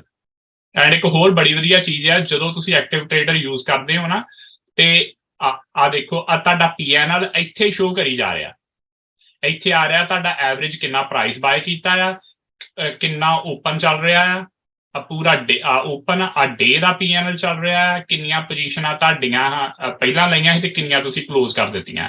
ਆਈ ਵਿਸ਼ ਇਹ ਕਿਤੇ ਆਪਾਂ ਡੇ ਦੇ ਵੇਲੇ ਕਰਦੇ ਹੁੰਦੇ ਜਾਂ ਐਕਟਿਵ ਟ੍ਰੇਡਰ ਤੇ ਮੈਂ ਤੁਹਾਨੂੰ ਸ਼ਾਇਦ ਮੈਂ ਕਦੀ ਵੈਸੇ ਯੂਜ਼ ਨਹੀਂ ਕੀਤਾ, ਪਰ ਮੈਂ ਪੇਪਰ ਅਕਾਊਂਟ 'ਚ ਸ਼ਾਇਦ ਤੁਹਾਨੂੰ ਕਰਕੇ ਦਿਖਾ ਦਿੰਦਾ, ਸ਼ਾਇਦ ਪੇਪਰ ਅਕਾਊਂਟ ਵੀ ਇਦਾਂ ਹੀ ਚੱਲਦਾ ਹੈ। ਸੋ ਉਹਦਾ ਥੋੜਾ ਫਾਇਦਾ ਮਤਲਬ ਸਾਰਾ ਕੁਝ ਸਾਹਮਣੇ। ਐਂਡ ਸੈਕੰਡ ਥਿੰਗ ਇੱਥੇ ਤੁਸੀਂ ਇੱਕ ਐਡ ਕਰ ਦਿੰਦੇ ਹੋ ਆ ਦੇਖੋ ਓਪਨ PNL। ਸੋ ਜਦੋਂ ਓਪਨ PNL ਐਡ ਹੋ ਗਿਆ ਨਾ ਇੱਥੇ ਆ ਦੇਖੋ ਨਾਲ, ਸੋ ਤੁਹਾਡਾ ਕੱਲੀ ਜਦੋਂ ਮੂਵ ਕਰਦਾ ਨਾ ਕੱਲਾ ਇੱਕ ਸੈਂਟ ਵੀ ਮੂਵ ਕਰਦਾ ਹੈ ਜਦੋਂ ਆ ਦੇਖੋ, ਤੇ ਨਾਲ ਇੱਧਰਲੇ ਬੰਨੇ ਦੱਸੀ ਜਾਂਦਾ ਕਿ ਤੁਹਾਡੇ ਇੰਨਾ ਪ੍ਰਾਈਸ। ਇਹਦੇ ਨਾਲ ਮੈਨੂੰ ਕਈ ਵਾਰੀ ਇਹ ਹੁੰਦਾ ਹੈ ਕਿ ਮੈਨੂੰ ਰਿਸਕ ਮੈਨੇਜਮੈਂਟ 'ਚ ਬਹੁਤ ਫਾਇਦਾ ਹੁੰਦਾ। ਮੰਨ ਲਓ ਮੇਰੇ 2 ਲੂਜ਼ਿੰਗ ਚਲੇ ਗਏ ਟ੍ਰੇਡ, ਰਾਈਟ, ਤੇ ਜਿਵੇਂ ਉਸ ਦਿਨ GE ਸੀਗਾ ਮਨਸਿਮਰਨ ਵੀਰੇ GE ਨਾ ਜਿਹੜਾ ਆਪਾਂ ਰਨ ਕੀਤਾ ਸੀ, ਇਹਦਾ ਆਪਣਾ ਲਾਸ ਕਵਰ ਕੀਤਾ ਸੀ। ਨਹੀਂ ਉਹ ਸੀਗਾ ਇੱਕ ਕੋਇਨ, ਇੱਕ JNJ। ਹਾਂਜੀ ਨਹੀਂ ਵੀਰੇ ਇੱਕ BA ਹਾਂਜੀ ਆਈ ਰਿਮੈਂਬਰ BA ਜਿਹਦੇ 'ਚ 5 to 1 ਲਿਆ ਸੀ ਆਪਾਂ। ਹਾਂਜੀ BA ਸੀਗਾ। ਹਾਂਜੀ ਸੋ ਸਾਨੂੰ ਨਾ ਲਾਸ ਹੋ ਗਿਆ ਸੀ, ਰਾਈਟ, ਤੇ ਮਨਸਿਮਰਨ ਵੀਰ ਨੇ ਪਾਇਆ ਸੀਗਾ ਕਿ ਜੇ BA ਮੇਰਾ 5 to 1 ਚੱਲ ਜਾਂਦਾ ਹੈ ਨਾ 5 ਰਿਵਾਰਡ ਇਨਟੂ ਰਿਸਕ ਰੇਸ਼ੋ ਤੇ ਇਟ ਵਿਲ ਬੀ ਫਾਈਨ। ਤੇ ਉਹ ਤੁਹਾਨੂੰ ਸਾਹਮਣੇ PNL ਦੱਸੀ ਜਾਂਦਾ ਹੈ ਕਿ ਜੇ ਤੁਹਾਡਾ ਇੱਥੇ ਹਿੱਟ ਹੋ ਗਿਆ ਤੇ ਤੁਹਾਡਾ ਓਵਰਆਲ PNL ਇੰਨਾ ਹੋ ਜਾਊਗਾ। ਸੋ ਉਹਦੇ ਨਾਲ ਇਹ ਹੁੰਦਾ ਕਿ ਤੁਹਾਡੀ ਜਿਹੜੀ ਰਿਸਕ ਮੈਨੇਜਮੈਂਟ ਆ ਨਾ ਉਹ ਬਹੁਤ ਛੋਟੀ ਹੋ ਜਾਂਦੀ ਹੈ ਨਾ। ਤੁਸੀਂ ਇਹ ਚੀਜ਼ ਦੇਖੋ ਕਿ ਮੇਰੀ ਇਸ ਵੇਲੇ ਮੈਂ ਇੱਕ ਸਿੰਗਲ ਸਕਰੀਨ ਤੇ ਤੁਹਾਡੇ ਨਾਲ ਸ਼ੇਅਰ ਕਰ ਰਿਹਾ ਜੋ ਕੁਝ ਕਰ ਰਿਹਾ, ਤੇ ਮੇਰੇ ਦੋ ਚੱਲ ਰਹੇ ਆ ਸਾਈਮਲਟੇਨੀਅਸਲੀ। ਸੋ ਜੇ ਮੈਂ ਇੱਥੇ ਵੀ ਯੂਜ਼ ਕਰਾਂ ਤਾਂ ਪ੍ਰੀਟੀ ਮੱਚ ਮੈਂ 3 ਟ੍ਰੇਡ ਸਾਈਮਲਟੇਨੀਅਸਲੀ ਸਿੰਗਲ ਸਕਰੀਨ ਤੇ ਮੇਰੇ ਚੱਲ ਜਾਂਦੇ ਆ। ਉਹਦੇ ਨਾਲ ਜਿਹੜੀ ਰਿਸਕ ਮੈਨੇਜਮੈਂਟ ਆ ਨਾ ਉਹ ਵੀ ਬਹੁਤ ਜ਼ਿਆਦਾ ਈਜ਼ੀ ਹੋ ਜਾਂਦੀ ਹੈ। ਤੁਹਾਨੂੰ ਪਤਾ ਲੱਗਣ ਲੱਗ ਜਾਂਦਾ ਕਿ ਇੱਕ 'ਚ ਮੇਰਾ ਇੰਨਾ ਲਾਸ ਚੱਲ ਰਿਹਾ, ਦੂਜੀ 'ਚ ਮੈਂ ਕਿੰਨੀ ਪੋਜੀਸ਼ਨ ਲਊਂਗਾ ਤੇ ਕਿੰਨਾ ਉਹ ਰਨ ਕਰੂਗਾ, ਤੇ ਜੇ ਇੰਨਾ ਕੁ ਰਨ ਕਰ ਗਿਆ ਤੇ ਮੈਂ ਪ੍ਰੋਫਿਟ 'ਚ ਆ ਜਾਊਂਗਾ, ਤੇ ਜਾਂ ਇੰਨਾ ਕੁ ਲਾਸ ਚਲੇ ਗਿਆ ਜਾਂ ਇੱਥੇ ਗਿਆ ਤਾਂ ਮੈਂ ਲਾਸ ਨੂੰ ਕੱਟ ਕਰ ਦੂੰਗਾ। So pretty much everything is 1 click away. ਹਾਂ ਬਟ ਉਹ 1 ਕਲਿੱਕ ਦਾ ਨੁਕਸਾਨ ਇਹ ਹੈ ਕਿ ਕਈ ਵਾਰੀ ਮੰਨ ਲਓ ਮੈਂ ਟੈਸਲਾ ਮੈਂ ਇੱਕਦਮ ਬੰਦ ਕਰ ਦਿੱਤਾ, ਰਾਈਟ, ਐਂਡ ਉਹ ਮੇਰਾ ਇੱਥੇ ਮੈਨੂੰ ਜਾ ਕੇ ਜੇ ਮੰਨ ਲਓ ਇੱਥੇ ਮੇਰਾ ਲੱਗਾ ਆ ਇੱਕ ਆਲਰੇਡੀ, ਠੀਕ ਹੈ, ਤੇ ਹੁਣ ਇਸ ਵੇਲੇ ਤੇ ਚਲੋ ਲੱਗ ਗਿਆ, ਰਾਈਟ, ਹੁਣ ਮੇਰਾ ਲਿਮਿਟ ਆਰਡਰ ਲੱਗਾ ਪਿਆ ਆ। ਹੁਣ ਇਹੀ ਜੇ ਚੱਲਦੀ ਹੁੰਦੀ ਆਪਣੀ, ਜੇ ਮਾਰਕੀਟ ਚੱਲਦੀ ਹੁੰਦੀ ਤੇ ਮੇਰਾ ਉਸੇ ਵੇਲੇ ਬਾਏ ਹੋ ਜਾਣਾ ਹੈ। ਆਹ ਦੇਖੋ ਇੱਥੇ ਆ ਗਿਆ ਭਾਜੀ, ਦੇਖ ਰਿਹਾ ਨਾ ਆ ਕੈਂਡਲ ਦੇ ਉੱਤੇ। ਹਾਂਜੀ ਸੋ ਇਹ ਪਲੀਜ਼ ਇਹ ਨਿੱਕੀਆਂ ਚੀਜ਼ਾਂ ਦਾ ਧਿਆਨ ਰੱਖਿਓ ਜਿਨ੍ਹਾਂ ਕੋਲ TOS ਆ, ਕਿ ਮਨਸਿਮਰਨ ਵੀਰ ਨੇ ਵੀ ਕਈ ਵਾਰੀ ਕਿਹਾ ਕਿ just go back and try to change, ਕਿ ਜਿਹੜੇ ਤੁਹਾਡੇ ਆਰਡਰ ਲੱਗੇ ਆ ਉਹਨਾਂ ਨੂੰ ਤੁਸੀਂ ਕੈਂਸਲ ਕਰ ਦਿਓ। ਸੋ ਛੋਟੀਆਂ ਚੀਜ਼ਾਂ ਦਾ ਧਿਆਨ ਰੱਖਣਾ ਪੈਣਾ, but with time once you start using it I guess that's no big deal ਭਾਜੀ। I guess that's it. Thank you ਭਾਜੀ ਬਹੁਤ। ਹਾਂਜੀ ਓਕੇ ਸੋ ਹੋਰ ਦੇਖ ਲੈਂਦੇ ਕੁਐਸਚਨ। ਭਾਜੀ ਇੱਕ ਮੇਰਾ ਕੁਐਸਚਨ ਸੀਗਾ। ਹਾਂਜੀ ਭਾਜੀ ਤੁਸੀਂ order flow end time and sales use ਕਰਦੇ ਹੋ? ਮੈਂ ਐਕਚੁਅਲੀ ਨਾ ਕਾਫੀ ਮਤਲਬ 2-3 ਜਾਂ 3-4 ਬੰਦੇ ਹੈਗੇ ਨੇ ਮੈਂ ਫੋਲੋ ਕਰਦਾ ਟ੍ਰੇਡਰ, ਤੁਸੀਂ ਨਾਂ ਵੀ ਸੁਣਿਆ ਹੋਣਾ ਹੈ, ਜੈ ਅਫਤਾਨੀ ਹੈਗਾ ਇੱਕ ਦੁਬਈ ਦਾ, ਤੇ ਰੀਸੈਂਟਲੀ ਉਮਰ ਅਸ਼ਰਫ ਨੇ ਵੀ ਵੀਡੀਓ ਪਾਈ ਸੀਗੀ, ਉਹਨੂੰ ਵੀ ਮੈਂ ਕਾਫੀ ਫੋਲੋ ਕਰਦਾ ਆਰਡਰ ਫਲੋ ਬਾਰੇ ਐਂਡ ਟਾਈਮ ਐਂਡ ਸੇਲਸ ਬਾਰੇ। ਮਤਲਬ ਮੈਂ ਟਰਾਈ ਨਹੀਂ ਕੀਤਾ ਬਟ ਮੈਂ ਸੀਗਾ ਕਿਊਰੀਅਸ ਕਿ ਇਹ ਬੈਨੀਫੀਸ਼ੀਅਲ ਹੁੰਦਾ ਟ੍ਰੇਡਿੰਗ ਵਾਸਤੇ ਮੈਨੂੰ, ਕਿਉਂਕਿ ਡਿਫਿਕਲਟ। ਹਾਂ ਵੀਰੇ ਇਹਦੇ ਵਿੱਚ ਵੀ ਆਪਾਂ ਐਕਚੁਅਲੀ ਅੱਜ ਆਪਣੇ ਕੋਲ ਟਾਈਮ ਥੋੜਾ, ਬਟ ਮੈਂ ਇਹਦੇ ਬਾਰੇ ਥੋੜਾ ਜਿਹਾ ਨਾ ਐਕਸਪਲੇਨ ਕਰ ਲੈਣਾ order flow times and sales ਦਾ। ਪਹਿਲੀ ਚੀਜ਼ ਤਾਂ ਇਹ ਆ ਕਿ ਜਿਹੜੇ ਟਾਈਮਸ ਐਂਡ ਸੇਲਸ ਆ ਨਾ ਉਹ ਥੋੜਾ ਜਿਹਾ ਕਾਈਂਡ ਆਫ ਕਹਿ ਲਓ ਵੀ ਲੋਕੀ ਉਹਨੂੰ ਕਾਫੀ ਟਾਈਮ ਤੋਂ ਯੂਜ਼ ਕਰ ਰਹੇ, ਜਿਹੜੇ ਸਪੈਸ਼ਲੀ ਸਕੈਲਪਿੰਗ ਕਰਦੇ ਆ ਉਹਨਾਂ ਲਈ ਕਾਫੀ ਹੈਲਪਫੁਲ ਆ। ਜਿਹੜਾ DOM ਅੱਜ ਕੱਲ ਆਈ ਨੋ ਉਮਰ ਅਸ਼ਰਫ ਯੂਜ਼ ਕਰ ਰਹੇ ਆ, 1-2 ਹੋਰ ਬੰਦੇ ਯੂਜ਼ ਕਰ ਰਹੇ ਆ DOM, depth of market order ਜਾਂ ਆਰਡਰ ਇੰਬੈਲੈਂਸ ਰੀਡ ਕਰਨੇ। ਇੱਕ ਦਿਨ ਆਪਾਂ ਪਹਿਲਾਂ ਵੀ ਗੱਲ ਕਰ ਰਹੇ ਸੀ ਉਹਦੇ ਬਾਰੇ। ਉਹਦੇ 'ਚ ਨਾ ਉਹਦੇ ਬਾਰੇ ਕੀ ਆ ਕਿ ਉਹਦੇ ਨਵੀਂ ਇਨੋਵੇਸ਼ਨ ਆ ਕਾਈਂਡ ਆਫ ਟ੍ਰੇਡਿੰਗ ਦੀ। ਪਹਿਲਾਂ ਇਹ ਪਬਲਿਕਲੀ ਆਪਾਂ ਕੋਲ ਅਵੇਲੇਬਲ ਨਹੀਂ ਸੀ ਹੁੰਦੇ DOM ਦੇ, ਯਾਨੀ ਕਿ ਡੈਪਥ ਆਫ ਮਾਰਕੀਟ ਦੇ ਆਰਡਰ ਜਾਂ ਫਿਰ ਜਿਹੜੇ ਆਰਡਰ ਇੰਬੈਲੈਂਸ ਆ, ਪਹਿਲਾਂ ਇਹ ਅਵੇਲੇਬਲ ਨਹੀਂ ਸੀ ਹੁੰਦੇ। ਹੁਣ ਰੀਸੈਂਟਲੀ ਕੀ ਹੋਇਆ, ਕਈ ਥਰਡ ਪਾਰਟੀ ਟੂਲਸ ਇਹੋ ਜਿਹੇ ਆਏ ਆ ਜਿਹੜੇ ਪ੍ਰੋਵਾਈਡ ਕਰਦੇ ਆ। ਉਹਨਾਂ ਦੇ ਵਿੱਚੋਂ ਮੈਂ ਐਕਚੁਅਲੀ ਅੱਜ ਉਹਦੇ ਬਾਰੇ ਗੱਲ ਕਰਨੀ ਸੀ। ਉਹਨਾਂ 'ਚ ਹੈਗੇ ਜਿਹੜੇ ਟੂਲਸ ਹੈਗੇ ਆ, ਉਹ ਹੈਗੇ ਆ Bloomberg finance, Charles Schwab, DAS Trader, Eze Castle software, FactSet, Nasdaq ਦਾ ਆਪਦਾ work station, Sterling Trading Tech, Wolverine Execution Services. ਇਹ ਜਿਹੜੇ ਸਾਰੇ ਟੂਲਸ ਆ ਨਾ, ਇਹ depth of the market, order imbalance ਤੇ ਆਰਡਰ ਫਲੋ ਪੂਰਾ ਰੀਅਲ ਟਾਈਮ ਦੇ ਵਿੱਚ ਸਾਨੂੰ ਪ੍ਰੋਵਾਈਡ ਕਰਦੇ ਆ। ਐਂਡ ਇਹਨਾਂ ਦੀਆਂ ਆਪਦੀਆਂ ਸਬਸਕ੍ਰਿਪਸ਼ਨ ਤੇ ਕਮਿਸ਼ਨਸ ਆ। ਜਿਹੜਾ ਜੇ ਅਸੀਂ ਕਹਿੰਦੇ ਨਾ ਕੱਲਾ ਟਾਈਮਸ ਐਂਡ ਸੇਲਸ ਯੂਜ਼ ਕਰਨਾ, ਟਾਈਮਸ ਐਂਡ ਸੇਲਸ ਤਾਂ ਸਿੰਪਲ ਲੈਵਲ 2 ਦੇ ਉੱਪਰ ਆ ਜਾਂਦਾ, ਜਾਂ ਉਹਦੇ ਤੁਸੀਂ ਉਹ ਸਾਈਡ ਤੇ ਟੈਬ ਖੋਲੋ ਉਹਦੇ ਤੇ ਆ ਜਾਂਦਾ। ਪਰ ਪ੍ਰੋਬਲਮ ਕੀ ਆਉਂਦੀ ਆ, Times and sales plus order flow plus level, ਇਹਨਾਂ ਨੂੰ ਬੇਸਿਕਲੀ ਜੇ ਤੁਸੀਂ ਯੂਜ਼ ਕਰਦੇ ਆ ਡੈਫੀਨੇਟਲੀ ਇਹਦੇ 'ਚ ਹੈਲਪਫੁਲ ਇਹ ਚੀਜ਼ਾਂ ਹੈਗੀਆਂ ਨੇ। ਕਈ ਇਹਨੂੰ ਟੇਪ ਕਹਿੰਦੇ ਆ ਵੀ ਟੇਪ ਰੀਡ ਕਰਨੀ ਹੈ ਨਾ, ਲੈਵਲ 2 ਤੇ ਪਲੱਸ ਆਰਡਰ ਫਲੋ ਰੀਡ ਕਰਨਾ। ਮੈਂ ਟੂ ਬੀ ਓਨੈਸਟ ਇਹਨੂੰ ਤਾਂ ਨਹੀਂ ਸੀ ਯੂਜ਼ ਕਰਦਾ ਹੁੰਦਾ ਕਿਉਂਕਿ ਮੈਂ ਮੋਸਟਲੀ ਜਿਹੜੇ ਮੇਰੇ ਟ੍ਰੇਡ ਹੁੰਦੇ ਆ those are based on levels, ਤੇ ਲੈਵਲਸ ਜਦੋਂ ਤੁਸੀਂ ਯੂਜ਼ ਕਰਨ ਲੱਗ ਜਾਂਦੇ ਦੈਨ ਠੀਕ ਆ। ਆਰਡਰ ਫਲੋ ਉਦੋਂ ਕੰਮ ਆਉਂਦਾ ਜੇ ਮੰਨ ਲਓ ਕਿਸੇ ਟ੍ਰੇਡ 'ਚ ਐਂਡ ਸਾਨੂੰ ਪਤਾ ਕਿ ਸਾਡਾ ਇੰਨਾ ਟਾਰਗੇਟ ਆ, ਪਰ ਇੱਥੇ ਆਰਡਰ ਲੱਗੇ ਹੋਏ ਆ ਤਾਂ ਆਪਾਂ ਇੱਥੇ ਥੋੜੀ ਅਰਲੀ ਪੋਜੀਸ਼ਨ ਕਲੋਜ਼ ਕਰ ਸਕਦੇ ਹਾਂ, ਸਾਨੂੰ ਹੈਲਪਫੁਲ ਜ਼ਰੂਰ ਹੋ ਸਕਦਾ। ਪਰ ਜੇ ਆਪਾਂ ਕਹੀਏ ਉਹਦੇ ਤੇ ਕਿ ਰਿਲਾਇਬਿਲਿਟੀ ਆਪਾਂ ਲੈਵਲ ਛੱਡ ਕੇ ਉਹਦੇ ਤੇ ਹੋ ਜਾਈਏ, ਉਹ ਚੀਜ਼ ਨਹੀਂ ਪੋਸੀਬਲ। ਬਟ ਜਿੱਦਾਂ ਮੈਂ ਤੁਹਾਨੂੰ ਦੱਸਿਆ ਕਿ ਲੈਵਲ 2 ਦੂਸਰਾ ਜਿਹੜਾ ਆਰਡਰ ਫਲੋ ਆ ਉਹ ਡੈਸ਼ ਟ੍ਰੇਡਰ ਤੇ ਵੀ ਅਵੇਲੇਬਲ ਹੈਗਾ, ਪਲੱਸ ਜਿਹੜਾ ਆਪਾਂ ਬੁੱਕ ਮੈਪ ਯੂਜ਼ ਕਰਦੇ ਆ ਉਹਦੇ ਤੇ ਵੀ ਆ ਜਾਂਦੇ ਆ। ਸੋ ਇਹਨੂੰ ਆਪਾਂ ਯੂਜ਼ ਕਰਨਾ, ਇਹਦੇ ਤੇ ਮੈਂ ਪ੍ਰੋਪਰ ਵੀਡੀਓ ਬਣਾ ਦੂੰਗਾ ਕਿ ਕਿੱਦਾਂ ਇਹਨੂੰ ਯੂਜ਼ ਕਰਨਾ। ਬੇਸਿਕਲੀ ਇਹਨੂੰ ਮੈਂ ਕਦੇ ਬਾਹਲਾ ਡੈਪਥ ਵਿੱਚ ਕੀਤਾ ਨਹੀਂ ਹੈਗਾ, ਪਰ ਜਿੰਨਾ ਕੁ ਮੈਨੂੰ ਪਤਾ ਕਿ ਆਰਡਰ ਫਲੋ ਤੇ ਜਿਹੜੀ ਟੇਪ ਆ ਇਹਨੂੰ ਕਿੱਦਾਂ ਯੂਜ਼ ਕਰਨਾ। ਇੱਕ ਇਹਦੇ ਵਿੱਚ ਨਾ ਹੋਰ ਰਿਲੇਟਡ ਕੁਐਸਚਨ ਸੀਗਾ ਕਿ ਜਦੋਂ ਆਰਡਰ ਇੰਬੈਲੈਂਸ, ਇੱਕ ਵਾਰੀ ਕਿਸੇ ਨੇ ਮੈਨੂੰ ਪਰਸਨਲ 'ਚ ਵੀ ਪੁੱਛਿਆ ਕਿ ਆਰਡਰ ਇੰਬੈਲੈਂਸ ਕੀ ਹੁੰਦਾ, ਕਿਉਂਕਿ ਪਿੱਛੇ ਜੇ ਇੱਕ ਵਾਰੀ OPX ਦੀ ਗੱਲ ਹੋਈ ਸੀ, ਆਪਸ਼ਨ ਐਕਸਪਾਇਰੀ ਵੀਕ, ਉਸ ਤੋਂ ਬਾਅਦ ਇੰਬੈਲੈਂਸ ਦੀ ਗੱਲ ਹੋਈ ਕਿ ਇੰਬੈਲੈਂਸ ਦਾ ਮਤਲਬ ਕੀ ਆ। ਇੰਬੈਲੈਂਸ ਸਿੰਪਲ ਭਾਸ਼ਾ 'ਚ ਮਤਲਬ ਆ ਕਿ ਬਾਇਰਸ ਤੇ ਸੈਲਰਸ ਦੇ ਵਿੱਚ ਬੈਲੈਂਸ ਨਾ ਹੋਣਾ। ਠੀਕ ਹੈ ਜੀ। ਜਿਹੜੇ ਵੱਡੀਆਂ ਟ੍ਰੇਡਿੰਗ ਫਰਮਸ ਆ ਜਾਂ ਜਿਹੜੇ ਵੱਡੇ ਹੈਗੇ ਆ ਪ੍ਰੋ ਫਰਮਸ ਜਾਂ ਇੰਸਟੀਟਿਊਸ਼ਨਸ ਆ, ਉਹ ਕਦੇ ਵੀ ਨਹੀਂ, ਐਕਚੁਅਲੀ ਬਹੁਤ ਰੇਅਰ ਆ ਕਿ ਉਹ ਓਪਨ ਮਾਰਕੀਟ ਦੇ ਵਿੱਚ ਆਰਡਰ ਪਲੇਸ ਕਰਨ। ਉਹ ਜਾਂ ਤਾਂ ਮਾਰਕੀਟ ਕਲੋਜ਼ ਤੇ ਆਰਡਰ ਪਲੇਸ ਕਰਦੇ ਆ, ਜਾਂ ਉਹ ਪ੍ਰੀ ਮਾਰਕੀਟ ਦੇ ਵਿੱਚ ਕਰਦੇ ਆ, ਤੇ ਜਾਂ ਫਿਰ ਉਹਨਾਂ ਨੇ ਜਿੱਦਾਂ ਜਦੋਂ ਮਾਰਕੀਟ ਐਂਡ ਵਾਲੇ ਮਿੰਟਸ 'ਚ ਹੁੰਦੀ ਹੈ ਨਾ ਉਦੋਂ ਕਲੋਜ਼ ਕਰਦੇ, ਉਦੋਂ ਮਤਲਬ ਪਲੇਸ ਕਰਦੇ ਆ। ਤੇ ਜਿਹੜੀ ਮਾਰਕੀਟ ਆ ਉਹਦੀ ਡਿਜ਼ਾਈਨਿੰਗ, ਉਹਦਾ ਸਟਰਕਚਰ ਇਦਾਂ ਦਾ ਆ ਕਿ it attracts the big firms to place an order just before the market close. ਉਹਨੂੰ ਕਹਿੰਦੇ ਆ MOCs ਜਾਂ ਮਾਰਕੀਟ ਔਨ ਕਲੋਜ਼ ਆਰਡਰਸ। ਹੁਣ ਕੀ ਹੁੰਦਾ, ਮੰਨ ਲਓ ਜਦੋਂ ਮਾਰਕੀਟ ਚੱਲ ਰਹੀ ਆ ਉਦੋਂ ਯੂਜੂਅਲੀ ਬੈਲੈਂਸ ਹੁੰਦਾ ਵੀ ਇੰਨੇ ਬਾਇਰਸ ਇੰਨੇ ਸੈਲਰਸ ਥੋੜੇ ਉੱਪਰ ਹੋ ਗਏ, ਉਹਦੇ ਹਿਸਾਬ ਨਾਲ ਮਾਰਕੀਟ ਮੂਵ ਕਰਦੀ ਹੈ। ਪਰ ਜਿਹੜੀਆਂ ਤੁਸੀਂ ਆਫਟਰ ਆਵਰ ਸਪਾਈਕਸ ਦੇਖਦੇ ਹੋ ਕਈ ਵਾਰੀ ਤਾਂ ਨੋ ਡਾਊਟ ਉਹ ਗਲਿਚ ਵੀ ਹੁੰਦੇ ਆ। ਕਈ ਬਹੁਤ ਜ਼ਿਆਦਾ ਟਾਈਮ ਦੇ ਵਿੱਚ ਹੋਊਗਾ ਤੁਹਾਨੂੰ ਗਲਿਚ ਸ਼ੋ ਕਰੂਗਾ।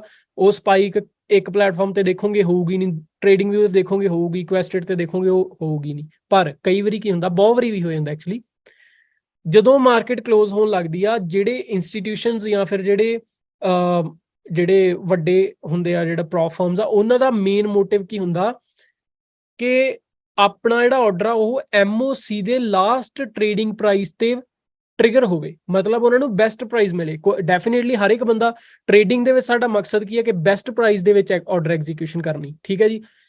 ਉਹ ਜਦੋਂ ਲੈਟਸ ਸੇ ਇੱਕ ਪੁਆਇੰਟ ਦੇ ਉੱਪਰ ਹਜ਼ਾਰਾਂ ਹੀ ਆਰਡਰ ਬਾਇੰਗ ਦੇ ਆ ਗਏ, ਉਹਦੇ ਵਿੱਚ ਕੀ ਹੋਏਗਾ, ਬਾਇੰਗ ਵੱਧ ਗਈ, ਜਿਹੜੀ ਸੈਲਿੰਗ ਘਟ ਗਈ, ਉਹਦੇ ਵਿੱਚ ਉਹਨੂੰ ਕਹਿੰਦੇ ਆ ਆਰਡਰ ਇੰਬੈਲੈਂਸ, ਰਾਈਟ। ਇਹਦਾ ਡਾਟਾ ਯੂਜੂਅਲੀ ਮਾਰਕੀਟ ਕਲੋਜ਼ ਤੋਂ ਬਾਅਦ ਇੱਕ ਆਉਂਦਾ ਜਾਂ ਫਿਰ ਇੱਕ ਆਫਟਰ ਆਵਰਸ ਤੋਂ ਬਾਅਦ ਆਉਂਦਾ। ਦੋ ਇੰਬੈਲੈਂਸ ਡਾਟੇ ਹੁੰਦੇ ਆ। ਠੀਕ ਹੈ ਜੀ। ਹੁਣ ਉਹ ਡਾਟਾ ਕਿੱਦਾਂ ਇੰਪੋਰਟੈਂਟ ਆ? ਉਹ ਡਾਟਾ ਤਾਂ ਇੰਪੋਰਟੈਂਟ ਆ, ਕਈ ਵਾਰੀ ਕੀ ਹੁੰਦਾ, ਮਾਰਕੀਟ ਗੈਪ ਅਪ ਓਪਨ ਹੁੰਦੀ ਆ, ਤੁਸੀਂ ਦੇਖਿਆ ਪ੍ਰੀ ਮਾਰਕੀਟ ਦੇ ਵਿੱਚ ਗੈਪ ਅਪ ਆ, ਪਰ ਜਦੋਂ ਮਾਰਕੀਟ ਐਕਚੁਅਲ ਓਪਨ ਹੋਣੀ ਆ ਉਦੋਂ ਲਗਭਗ ਫਲੈਟ ਹੋ ਜਾਂਦੀ ਆ। ਉਹ ਜਿਹੜਾ ਇੰਬੈਲੈਂਸ ਆ, ਕਈ ਵਾਰੀ ਉਹ ਇੰਬੈਲੈਂਸ ਨੂੰ ਬੈਲੈਂਸ ਕਰਨ ਵਾਸਤੇ ਡੈਫੀਨੇਟਲੀ ਬਾਇਰਸ ਦੀ ਜਗ੍ਹਾ ਸੈਲਰਸ ਆਉਣਗੇ, ਤਾਂ ਹੀ ਇੰਬੈਲੈਂਸ ਜਿਹੜਾ ਬੈਲੈਂਸ ਆਊਟ ਹੋਊਗਾ। ਉਹ ਜਿਹੜਾ ਇੰਬੈਲੈਂਸ ਦਾ ਡਾਟਾ ਆ, ਕਈ ਟ੍ਰੇਡਰਸ ਉਹਨੂੰ ਯੂਜ਼ ਕਰਦੇ ਆ ਟ੍ਰੇਡਿੰਗ ਕਰਨ ਵਾਸਤੇ। ਮੰਨ ਲਓ ਜੇ ਬਹੁਤ ਇੰਬੈਲੈਂਸ ਬਣਿਆ, ਇਹਦੀ ਐਗਜ਼ਾਮਪਲ ਮੈਂ ਤੁਹਾਨੂੰ ਕੱਲ ਦੀ ਦਿੰਦਾ। ਕੱਲ ਫਰਾਈਡੇ ਨੂੰ ਕੀ ਹੋਇਆ, ਮਾਰਕੀਟ ਗੈਪ ਅਪ ਸੀਗੀ। ਜਿੱਥੋਂ ਤੱਕ ਮੈਨੂੰ ਲੱਗਦਾ ਥਰਸਡੇ ਈਵਨਿੰਗ ਨੂੰ ਇੰਬੈਲੈਂਸ ਕ੍ਰੀਏਟ ਹੋਇਆ ਹੋਊਗਾ ਬਾਇਰਸ ਦਾ ਤੇ sellers the. That is the reason market gap up open ਤੋਂ ਬਾਅਦ ਸਾਰਾ ਗੈਪ ਕਵਰ ਕਰ ਗਈ। So that was kind of fake out. ਉਹਦੇ ਵਿੱਚ ਟੈਕਨੀਕਲਸ ਘੱਟ ਨਜ਼ਰ ਆ ਰਹੇ ਸੀ, ਜ਼ਿਆਦਾ ਉਹ ਫੰਡਾਮੈਂਟਲੀ ਇੰਬੈਲੈਂਸ ਕ੍ਰੀਏਟਡ ਸੀਗਾ। ਠੀਕ ਹੈ ਜੀ। ਬਹੁਤ ਲੋਕ again trading it's so diverse. Trading ਨੂੰ ਜਿੱਦਾਂ ਮਰਜ਼ੀ ਯੂਜ਼ ਕਰ ਲਓ। ਟ੍ਰੇਡਿੰਗ ਤੁਹਾਡੀ ਫੰਡਾਮੈਂਟਲ ਬੇਸਡ ਹੋ ਸਕਦੀ ਹੈ, ਤੁਹਾਡੀ ਟੈਕਨੀਕਲ ਬੇਸਡ ਹੋ ਸਕਦੀ ਹੈ। ਟ੍ਰੇਡਿੰਗ ਸਟਾਈਲ ਅਲੱਗ-ਅਲੱਗ ਹੋ ਸਕਦੇ ਆ।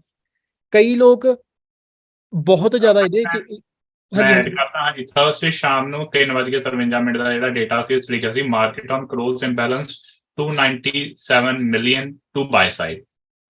ਬਸ ਤੁਹਾਨੂੰ ਆਨਸਰ ਮਿਲ ਗਿਆ ਰਾਈਟ। ਸੋ 353 ਤੇ ਬਾਇਰ ਸਾਈਡ, ਚਾਹੇ ਮਾਰਕੀਟ ਥਰਸਡੇ ਨੂੰ ਵੀ ਥੱਲੇ ਕਲੋਜ਼ ਹੋਈ ਆ, ਪਰ ਬਾਇਰ ਸਾਈਡ ਇੰਬੈਲੈਂਸ ਕ੍ਰੀਏਟ ਹੋ ਗਿਆ ਤੇ ਉਹ ਫਰਾਈਡੇ ਨੂੰ ਕਵਰ ਅਪ ਹੋ ਗਿਆ। ਸੋ ਚੀਜ਼ ਇਹ ਸਟਰਕਚਰ ਸਮਝ ਰਹੇ ਨਾ market the. So this is the reason ਕਈ ਲੋਕ, ਹੁਣ ਮੈਂ ਕਦੇ ਇੰਬੈਲੈਂਸ ਜਾਂ ਡਾਟਾ ਮੈਂ ਪੜ੍ਹਿਆ ਨਹੀਂ ਹੈਗਾ, ਪਰ ਇਹ ਚੀਜ਼ਾਂ ਫੰਕਸ਼ਨ ਕਿੱਦਾਂ ਕਰਦੀਆਂ ਮੈਨੂੰ ਥੋੜਾ ਬਹੁਤ ਆਈਡੀਆ ਹੈਗਾ। ਕਈ ਲੋਕ ਬੜੀ ਡੈਪਥ ਵਿੱਚ ਇਹਨਾਂ ਨੂੰ ਦੇਖਦੇ, ਸਪੈਸ਼ਲੀ ਜਿਹੜੇ ਟ੍ਰੇਡਿੰਗ ਫਰਮਸ ਆ। ਰਿਟੇਲਰਸ ਜੇ ਮੰਨ ਲਓ ਇਹਨਾਂ ਚੀਜ਼ਾਂ ਦੇ ਵਿੱਚ ਫੋਕਸ ਅਸੀਂ ਕਰਨ ਲੱਗ ਜਾਈਏ, ਮੰਨ ਲਓ 10,000 ਦਾ 20,000 ਦਾ ਅਕਾਊਂਟ ਅਸੀਂ ਇੰਬੈਲੈਂਸ ਰੀਡ ਕਰਨ ਲੱਗ ਜਾਈਏ, ਮੈਨੂੰ ਲੱਗਦਾ ਕਿਤੇ ਨਾ ਕਿਤੇ that is not worth it. ਸਾਡਾ ਜਿਹੜਾ ਮੇਨ ਕੰਮ ਆ that is focusing on levels, focusing on those things. ਪਰ ਇਹ ਚੀਜ਼ਾਂ ਦੀ ਸਮਝ ਹੋਣੀ ਜ਼ਰੂਰੀ ਆ। ਇਹ ਡਾਟਾ ਕਿੱਦਾਂ ਆਉਂਦਾ, ਕਿੱਥੋਂ ਆਉਂਦਾ, ਆਰਡਰ ਫਲੋ ਕਿੱਦਾਂ ਬਣਦਾ, ਡੈਪਥ ਆਫ ਦਾ ਮਾਰਕੀਟ ਕੀ ਆ, DOM ਕੀ ਆ। ਉਸ ਤੋਂ ਬਾਅਦ ਜਿਹੜੇ ਮੈਂ ਤੁਹਾਨੂੰ ਦੱਸਿਆ ਕਿ ਇੰਬੈਲੈਂਸ ਕਿੱਦਾਂ ਕ੍ਰੀਏਟ ਹੁੰਦਾ। ਕਈ ਵਾਰੀ ਕੀ ਹੁੰਦਾ, ਹੁਣ ਇੰਬੈਲੈਂਸ ਦੇ ਵਿੱਚ ਇਹਨਾਂ 2-3 ਚੀਜ਼ਾਂ ਨੇ। ਜਿਹੜੇ ਟ੍ਰੇਡਸ ਆ ਜਿਨ੍ਹਾਂ ਦੇ ਵਿੱਚ ਬਹੁਤ ਵਧੀਆ ਟ੍ਰੇਡਿੰਗ ਵੋਲਿਊਮ ਹੁੰਦੀ ਆ, ਉਹਨਾਂ 'ਚ ਘੱਟ ਇੰਬੈਲੈਂਸ ਕ੍ਰੀਏਟ ਹੁੰਦਾ। ਮੰਨ ਲਓ ਐਪਲ ਆ, ਐਪਲ ਦੇ ਵਿੱਚ ਤੁਸੀਂ ਬਹੁਤ ਘੱਟ ਦੇਖਿਆ ਹੋਊਗਾ ਕਿ ਪ੍ਰੀ ਮਾਰਕੀਟ ਜਾਂ ਇੱਦਾਂ ਪੋਸਟ ਮਾਰਕੀਟ ਦੀਆਂ ਸਪਾਈਕਾਂ ਜਿਹੜੀਆਂ ਉਹਨੂੰ ਉੱਪਰ ਲੈ ਗਈਆਂ, ਬਾਅਦ 'ਚ ਅਗਲੇ ਦਿਨ ਓਪਨ ਬਹੁਤ ਉੱਪਰ ਕਲੋਜ਼ ਹੋਇਆ ਜਾਂ ਓਪਨ ਹੋਇਆ, ਹੈ ਨਾ।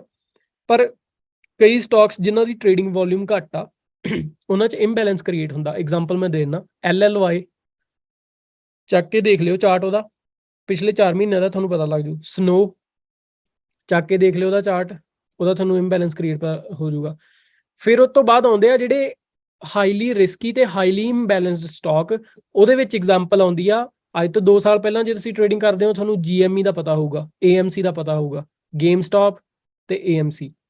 ਉਹਦੇ ਵਿੱਚ ਇੰਬੈਲੈਂਸ ਕ੍ਰੀਏਟ ਹੋਇਆ ਸੀਗਾ। ਐਂਡ ਜਦੋਂ ਅਨਹੈਲਦੀ ਇੰਬੈਲੈਂਸ ਕ੍ਰੀਏਟ ਹੋ ਜਾਂਦਾ, ਅਨਹੈਲਦੀ ਇੰਬੈਲੈਂਸ ਦਾ ਮਤਲਬ ਕੀ ਆ, ਜਦੋਂ ਮਾਰਕੀਟ ਨੂੰ ਜਿਹੜੀ ਮਾਰਕੀਟ ਗਵਰਨਿੰਗ ਬਾਡੀਜ਼ ਹੁੰਦੀਆਂ ਇਹਨਾਂ ਨੂੰ ਇਹ ਪਤਾ ਲੱਗ ਜਾਂਦਾ ਨਾ ਕਿ ਇੰਬੈਲੈਂਸ ਇਜ਼ ਅਨਹੈਲਦੀ, ਮਤਲਬ ਇਹਨੂੰ ਮੈਨੀਪੂਲੇਟ ਕੀਤਾ ਜਾ ਰਿਹਾ।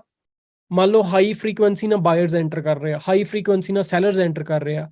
ਇੱਕ ਸਟਾਕ ਦੀ ਇੱਕ ਕੈਪੇਬਿਲਿਟੀ ਹੁੰਦੀ ਹੈ ਉੱਪਰ ਥੱਲੇ ਜਾਣ ਦੀ, ਉਹ ਆਪਦੀ ਕੈਪੇਬਿਲਿਟੀ ਉੱਪਰ ਜਾਂ ਥੱਲੇ ਟ੍ਰੇਡ ਕਰ ਰਹੇ ਆ, ਉਹਨੂੰ ਹਾਲਟ ਕਰ ਦਿੰਦੇ ਆ।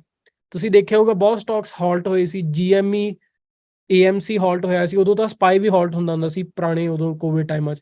ਉਸ ਤੋਂ ਬਾਅਦ ਰੀਸੈਂਟ ਇੱਕ ਚੱਲਿਆ ਸੀ ਆਈ ਥਿੰਕ HKD, FRC ਵੀ ਹੋਇਆ ਸੀਗਾ ਭਾਜੀ, ਆਪਾਂ ਟ੍ਰੇਡ ਕੀਤਾ ਸੀ। ਹਾਂ FRC ਵੀ ਹੋਇਆ ਸੀ, HKD ਚੱਲਿਆ ਸੀਗਾ, HKD ਵੀ 3-4 ਵਾਰੀ ਹਾਲਟ ਹੋਇਆ। ਸੋ ਬੇਸਿਕਲੀ ਇਹ ਸਾਰੇ ਕਿਉਂ ਹਾਲਟ ਹੁੰਦੇ, ਕਿਉਂਕਿ ਇਹਨਾਂ 'ਚ ਇੰਬੈਲੈਂਸ ਕ੍ਰੀਏਟ ਹੋ ਜਾਂਦਾ। ਹੁਣ ਕਈ ਇਹ ਚੀਜ਼ਾਂ ਮੈਂ ਵੀ ਤੁਹਾਡੇ ਦਿਮਾਗ 'ਚ ਆ ਰਹੀਆਂ ਹੋਣਗੀਆਂ, ਯਾਰ ਆਪਾਂ ਇੰਬੈਲੈਂਸ ਡਾਟਾ ਕਿੱਥੋਂ ਦੇਖਣਾ, ਕੀ ਇਹ ਸਾਡੇ ਲਈ ਜ਼ਰੂਰੀ ਆ। To be honest as a beginner ਇਹ ਚੀਜ਼ਾਂ ਨੂੰ ਥੋੜਾ ਜਿਹਾ ਆਪਾਂ ਇਹ ਨਹੀਂ ਕਹਿੰਦੇ 100% ਇਗਨੋਰ ਕਰਨਾ, ਇਹ ਚੀਜ਼ਾਂ ਤੇ ਫੋਕਸ ਬਹੁਤਾ ਨਾ ਕਰੋ। ਰੀਜ਼ਨ ਕੀ ਆ, ਇਹ ਨੋਇਸ ਆ। ਸਟਾਰਟਿੰਗ ਦੇ ਵਿੱਚ ਇਹ ਚੀਜ਼ਾਂ ਨੋਇਸ ਤਾਂ ਕ੍ਰੀਏਟ ਕਰਦੀਆਂ ਬਿਕੋਜ਼ ਤੁਹਾਡਾ ਜਿਹੜਾ ਮੇਨ ਫੋਕਸ ਆ ਰਿਸਕ ਮੈਨੇਜਮੈਂਟ, ਪ੍ਰੋਪਰ ਪੋਜੀਸ਼ਨਿੰਗ, ਉਹ ਚੀਜ਼ਾਂ ਤੋਂ ਹਟ ਕੇ ਤੁਸੀਂ ਮੰਨ ਲਓ ਇੱਕ ਗੱਲ ਆ, ਤੁਹਾਨੂੰ ਲੈਣੇ ਨਹੀਂ ਆ ਰਹੇ ਬਈ, ਇਹ ਮਾਈਕ ਕਿਦਾਂ ਆਉਣਾ ਯਾਰ। ਮੰਨ ਲਓ ਤੁਹਾਨੂੰ ਟ੍ਰੇਡ ਲੈਣੇ ਨਹੀਂ ਆ ਰਹੇ, ਤੁਹਾਡੀ ਸਾਈਕੋਲੋਜੀ ਬੈਡ ਆ, ਉੱਥੇ ਆਰਡਰ ਇੰਬੈਲੈਂਸ ਰੀਡ ਕਰਕੇ ਕੀ ਕਰੋਗੇ। ਇਹ ਮੈਂ ਉਦੋਂ ਵੀ ਇਹ ਚੀਜ਼ ਬੜੀ ਵਾਰੀ ਕਹੀ ਹੈ ਕਿ ਕਈਆਂ ਦੀ ਸਾਈਕੋਲੋਜੀ ਇੰਨੀ ਖਰਾਬ ਹੁੰਦੀ ਹੈ ਟ੍ਰੇਡਿੰਗ ਦੀ, ਉਹ ਬੰਦੇ ਹਜ਼ਾਰਾਂ ਕਿਤਾਬਾਂ ਪੜ੍ਹ ਲੈਂਦੇ, ਹਜ਼ਾਰਾਂ ਵੀਡੀਓਜ਼ ਦੇਖ ਲੈਂਦੇ, ਪਰ ਆਪਦੇ ਦਿਮਾਗ ਤੇ ਨਹੀਂ ਕੰਮ ਕਰਦੇ ਕਿ ਮੇਰੀ ਜੇ ਸਾਈਕੋਲੋਜੀ ਖਰਾਬ ਆ, ਉਹਨੂੰ ਬਾਹਰਲਾ ਕੋਈ ਬੰਦਾ ਕਿੱਦਾਂ, ਬਾਹਰਲਾ ਉਹਨੂੰ ਡਾਟਾ, ਬਾਹਰਲਾ ਉਹਨੂੰ ਵੀਡੀਓ, ਕੋਈ ਬਾਹਰਲਾ ਬੰਦਾ ਉਹਨੂੰ ਕਿੱਦਾਂ ਇੰਪਰੂਵ ਕਰ ਦੂਗਾ, ਰਾਈਟ। ਸੋ ਪਹਿਲੀ ਚੀਜ਼ ਕੀ ਆ, ਟ੍ਰੇਡਿੰਗ ਪਲਾਨ ਬਣਾਓ, ਉਹਦੇ ਤੇ ਪੂਰਾ ਫੋਕਸ ਕਰੋ। ਉਸ ਤੋਂ ਬਾਅਦ ਬਾਹਰਲੀਆਂ ਜਿਹੜੀਆਂ ਚੀਜ਼ਾਂ ਉਹਨਾਂ ਨੂੰ ਜਿੰਨਾ ਸਟੱਡੀ ਕਰੀ ਜਾਓਗੇ, ਮਾਰਕੀਟ ਦਾ ਸਮੁੰਦਰ ਆ, ਰਾਈਟ। ਇਹ ਚੀਜ਼ਾਂ ਅੱਗੇ ਵੀ ਇਨੋਵੇਸ਼ਨਸ ਆਉਂਦੀਆਂ ਰਹਿਣੀਆਂ। ਜਿਹੜੀ ਮੈਂ ਤੁਹਾਨੂੰ ਆਹ ਗੱਲ ਦੱਸੀ ਆ ਆਰਡਰ ਫਲੋ ਜਾਂ ਆਰਡਰ ਇੰਬੈਲੈਂਸ ਦੀ, ਇਹ ਮੈਂ ਤੁਹਾਨੂੰ ਵੈਬਸਾਈਟ ਦੱਸ ਦੂੰਗਾ ਜਿੱਥੋਂ ਇਹ ਮਿਲ ਜਾਂਦਾ ਸਾਰਾ। 4-5 ਟੂਲਸ ਹੈਗੇ ਜਿਨ੍ਹਾਂ ਤੋਂ ਤੁਸੀਂ ਦੇਖ ਸਕਦੇ ਆ। ਇਹ ਅੱਜ ਤੋਂ 10 ਸਾਲ ਪਹਿਲਾਂ ਅਵੇਲੇਬਲ ਨਹੀਂ ਸੀ ਹੁੰਦੇ ਰਿਟੇਲ ਟ੍ਰੇਡਰਸ ਨੂੰ, ਇਹ ਸਿਰਫ ਇੰਸਟੀਟਿਊਸ਼ਨਸ ਦੇਖ ਸਕਦੇ ਹੁੰਦੇ ਸੀ। ਪਰ ਹੁਣ ਜੇ ਸਾਡੇ ਕੋਲ ਅਵੇਲੇਬਲ ਹੈਗੇ, ਡੈਫੀਨੇਟਲੀ ਆਪਾਂ ਇਹਦਾ ਯੂਜ਼ ਕਰਾਂਗੇ। ਜਿੱਦਾਂ ਜਿੱਦਾਂ ਇੰਪਰੂਵ ਹੁੰਦੀ ਜਾਂਦੀਆਂ ਚੀਜ਼ਾਂ, ਉੱਦਾਂ ਦਾ ਆਪਾਂ ਖੁਦ ਵੀ ਇੰਪਰੂਵ ਹੁੰਦੇ ਜਾਵਾਂਗੇ। ਰੀਅਲ ਟਾਈਮ ਜਿੰਨਾ ਡਾਟਾ ਆਪਾਂ ਨੂੰ ਮਿਲਦਾ, ਆਪਾਂ ਉਹਦੇ 'ਚ ਇੰਪਰੂਵ ਕਰ ਸਕਦੇ ਹਾਂ। ਪਰ ਗੱਲ ਇਹ ਆ, ਇਹ ਚੀਜ਼ਾਂ ਹੁੰਦੀਆਂ ਸੈਕੰਡਰੀ, ਇਹ ਆ ਅਗਲਾ ਸਟੈਪ। ਜੇ ਤੁਸੀਂ ਕਹੋਗੇ ਸਟਾਰਟ ਹੀ ਇੱਥੋਂ ਕਰਨਾ, ਦੈਟਸ ਅ ਰੋਂਗ ਅਪਰੋਚ। ਠੀਕ ਹੈ ਜੀ। ਸੋ ਇਹ ਚੀਜ਼ਾਂ ਨੇ। ਬਾਕੀ 1 ਮਿੰਟ। ਥੈਂਕ ਯੂ ਭਾਜੀ। ਹਾਂਜੀ ਹਾਂਜੀ, ਕੋਈ ਨਾ।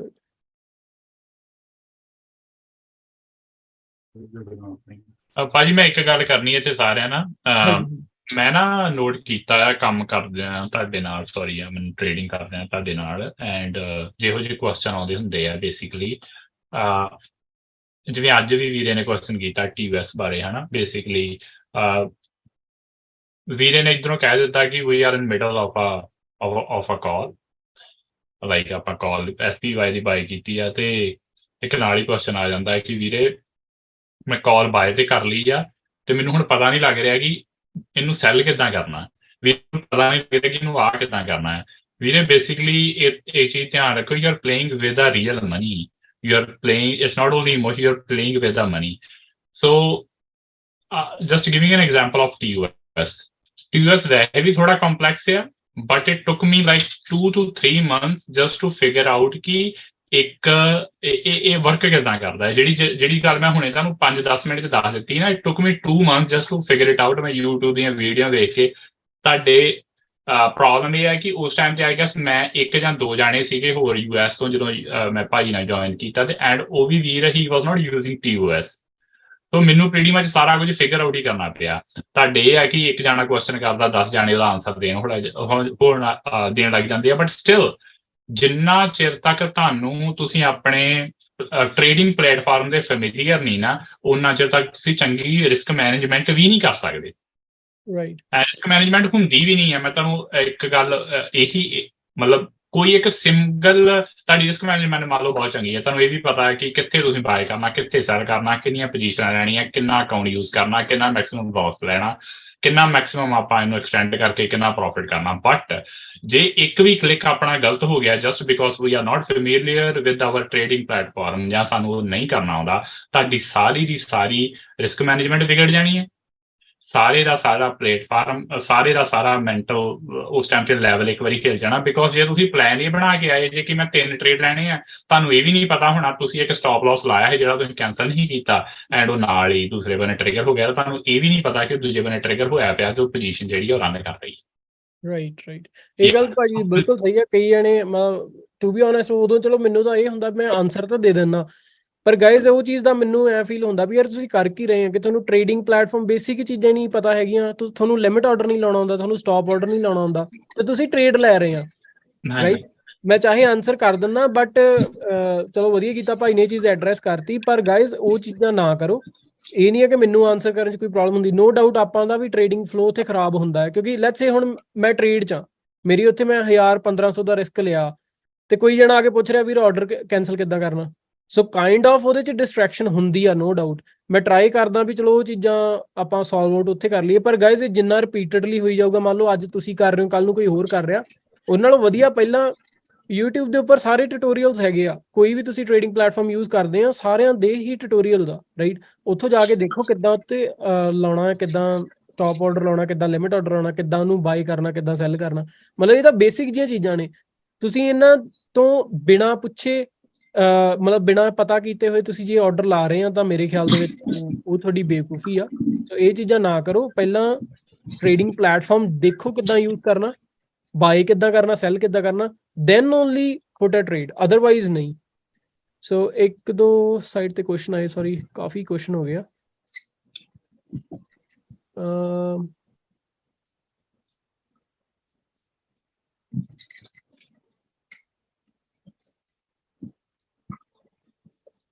Sorry for off topic, what points should we note during journaling?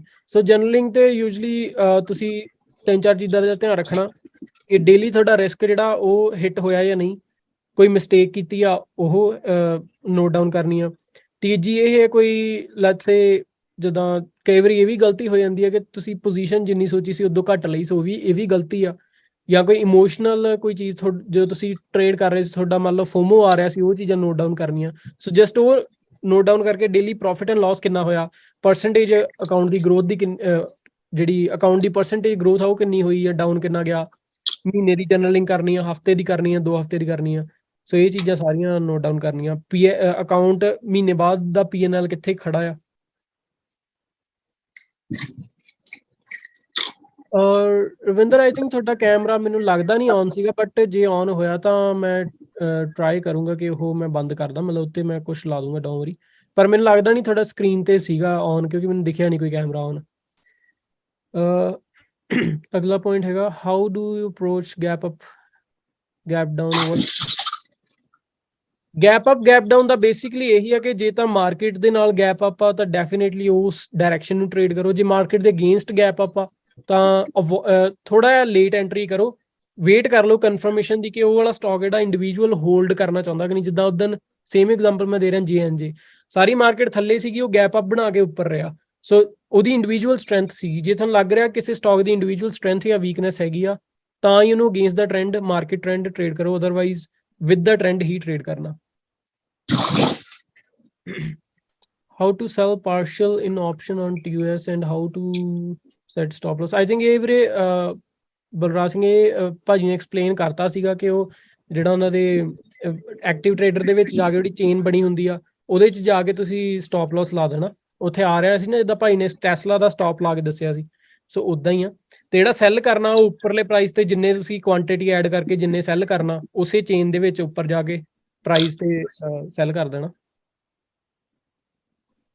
whenever a trader I ask the confirmation to execute, ਵੀਰੇ ਆ ਕਦੇ ਮੈਂ ਰਿਮੂਵ ਨਹੀਂ ਕੀਤਾ, ਬਟ ਇਹਦੀ ਸੈਟਿੰਗ ਆਮ ਸ਼ੋਰ ਇਹਦੀ ਸੈਟਿੰਗ ਹੁੰਦੀ ਆ ਜਿਹੜੀ ਰਿਮੂਵ ਕਰਨ ਦੀ। ਸੋ ਇਹ ਤੁਸੀਂ ਬੈਟਰ ਜਾਂ ਉਹਨਾਂ ਕੋਲ ਲੇਆਊਟ ਲੈ ਲਿਓ, ਕੁਐਸਟਡ ਹੈਲਪ ਤੇ ਜਾ ਕੇ ਆਹੀ ਸੇਮ ਕੁਐਸਚਨ ਪੁੱਛ ਲਿਓ, ਦੇ ਵਿਲ ਰਿਮੂਵ ਇਟ। ਵੀਰੇ ਇਟਸ ਚਾਈਲਡਿਸ਼ ਬਟ ਆਸਕਿੰਗ, ਮੈਨੂੰ ਸਕੈਲਪਿੰਗ ਤੇ ਸਵਿੰਗ ਬਾਰੇ ਦੱਸ ਸਕਦੇ ਹੋ ਕੀ ਹੁੰਦਾ? ਸਵਿੰਗ ਟ੍ਰੇਡਿੰਗ ਦਾ ਵੀਰੇ ਮਤਲਬ ਇਹ ਹੈ ਕਿ ਹਫਤਾ ਹੋਲਡ ਕਰਨਾ, 2 ਹਫ਼ਤੇ ਹੋਲਡ ਕਰਨਾ, ਜਾਂ ਜਿੰਨਾ ਚਿਰ ਇੱਕੋ 1 ਦਿਨ ਤੋਂ ਵੱਧ ਹੋਲਡ ਕਰਨਾ। ਸਕੈਲਪਿੰਗ ਦਾ ਮਤਲਬ ਆ ਮੇਬੀ 2 ਮਿੰਟ 5 ਮਿੰਟ 10 ਮਿੰਟ ਤੱਕ ਦਾ। ਤੇ ਮਤਲਬ ਜਿਹੜਾ ਸਵਿੰਗ ਆ ਇਹ ਕੁਛ ਦਿਨਾਂ ਦਾ ਟ੍ਰੇਡ ਹੁੰਦਾ, ਜਿਹੜਾ ਸਕੈਲਪ ਹੈ ਕੁਛ ਮਿੰਟਾਂ ਦਾ ਹੁੰਦਾ। ਓਕੇ ਗਾਇਸ, ਹੋਰ ਕਿਸੇ ਨੂੰ ਕੋਈ ਕੁਐਸਚਨ? ਆਈ ਥਿੰਕ ਪ੍ਰੈਟੀ ਮੱਚ ਆਪਾਂ ਕਾਫੀ ਚੀਜ਼ਾਂ ਕਵਰ ਅਪ ਕਰ ਹੀ ਲਈਆਂ। ਤੁਹਾਨੂੰ ਮੈਂ ਦੱਸਤਾ ਹੋਇਆ ਜਿਹੜੀਆਂ ਮੇਨਲੀ ਮੈਂ ਚੀਜ਼ਾਂ ਆਰਡਰ ਇੰਬੈਲੈਂਸ ਬਾਰੇ ਸੀਗਾ ਮੇਨਲੀ। ਮੈਨੂੰ ਇੱਕ ਜਿਹੜਾ ਵਰਡ ਯੂਜ਼ ਹੁੰਦਾ MOC, ਮਾਰਕੀਟ ਔਨ ਕਲੋਜ਼, ਕਈ ਵਾਰੀ ਤੁਸੀਂ ਦੇਖੋਗੇ ਆਰਡਰ ਇੰਬੈਲੈਂਸ ਦੇ ਥੱਲੇ ਨਾ MOC ਆਰਡਰਸ ਹੁੰਦੇ ਆ। ਸੋ ਉਹਦਾ ਮਤਲਬ ਇਹ ਹੈ ਕਿ ਲਾਸਟ ਕਲੋਜ਼ਿੰਗ ਪ੍ਰਾਈਸ ਤੇ ਕਿੰਨੇ ਆਰਡਰ ਟ੍ਰਿਗਰ ਹੋਏ ਆ, ਉਹ ਚੀਜ਼ 'ਚ ਨਾ ਕਨਫਿਊਜ਼ ਹੋਇਓ। ਤੇ ਬਾਕੀ ਆਰਡਰ ਫਲੋ ਬਾਰੇ ਵੀ ਮੈਂ ਥੋੜਾ ਬਹੁਤਾ ਐਕਸਪਲੇਨ ਕਰਤਾ ਆ। ਬਾਕੀ ਜਿਹੜੇ ਉਹ ਟੇਪ ਜਦੋਂ ਚੱਲਦੀ ਆ ਉਹਨੂੰ ਕਿੱਦਾਂ ਰੀਡ ਕਰਨਾ ਉਹ ਵੀ ਮੈਂ ਇੱਕ ਅੱਧੀ ਵੀਡੀਓ ਅਪਲੋਡ ਕਰ ਦੂੰਗਾ। I think pretty much we are done for the ਡੇ।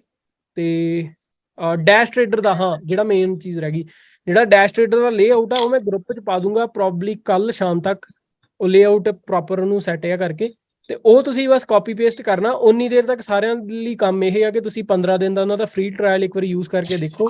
ਉਹਦਾ ਪੇਪਰ ਅਕਾਊਂਟ ਜਿਹੜਾ ਆ ਉਹ ਰੀਅਲ ਟਾਈਮ ਹੁੰਦਾ, ਉਹਦੇ ਤੇ ਆਰਡਰ ਵਗੈਰਾ ਲਾ ਕੇ ਦੇਖੋ, ਯੂ ਵਿਲ ਸੀ ਕਿ ਕਿੰਨਾ ਡਿਫਰੈਂਸ ਆਉਂਦਾ। ਤੇ ਬਾਕੀ ਜੇ ਕੁਐਸਚਨ ਕੋਈ ਵੀ ਉਹਦੇ ਰਿਲੇਟਡ ਹੋਊਗਾ ਤੁਸੀਂ ਉਹਨਾਂ ਦੀ ਕਸਟਮਰ ਸਰਵਿਸ ਨੂੰ ਪੁੱਛ ਸਕਦੇ ਹੋ। ਓਕੇ ਗਾਇਜ਼, ਫਿਰ ਕਰਦੇ ਹਾਂ ਕਲੋਜ਼ ਇੱਥੇ ਹੀ। ਜਾਣ ਤੋਂ ਪਹਿਲਾਂ ਕਿਸੇ ਨੂੰ ਹੈਗਾ ਕੋਈ question, anything? Thank you so much ਵੀਰੇ।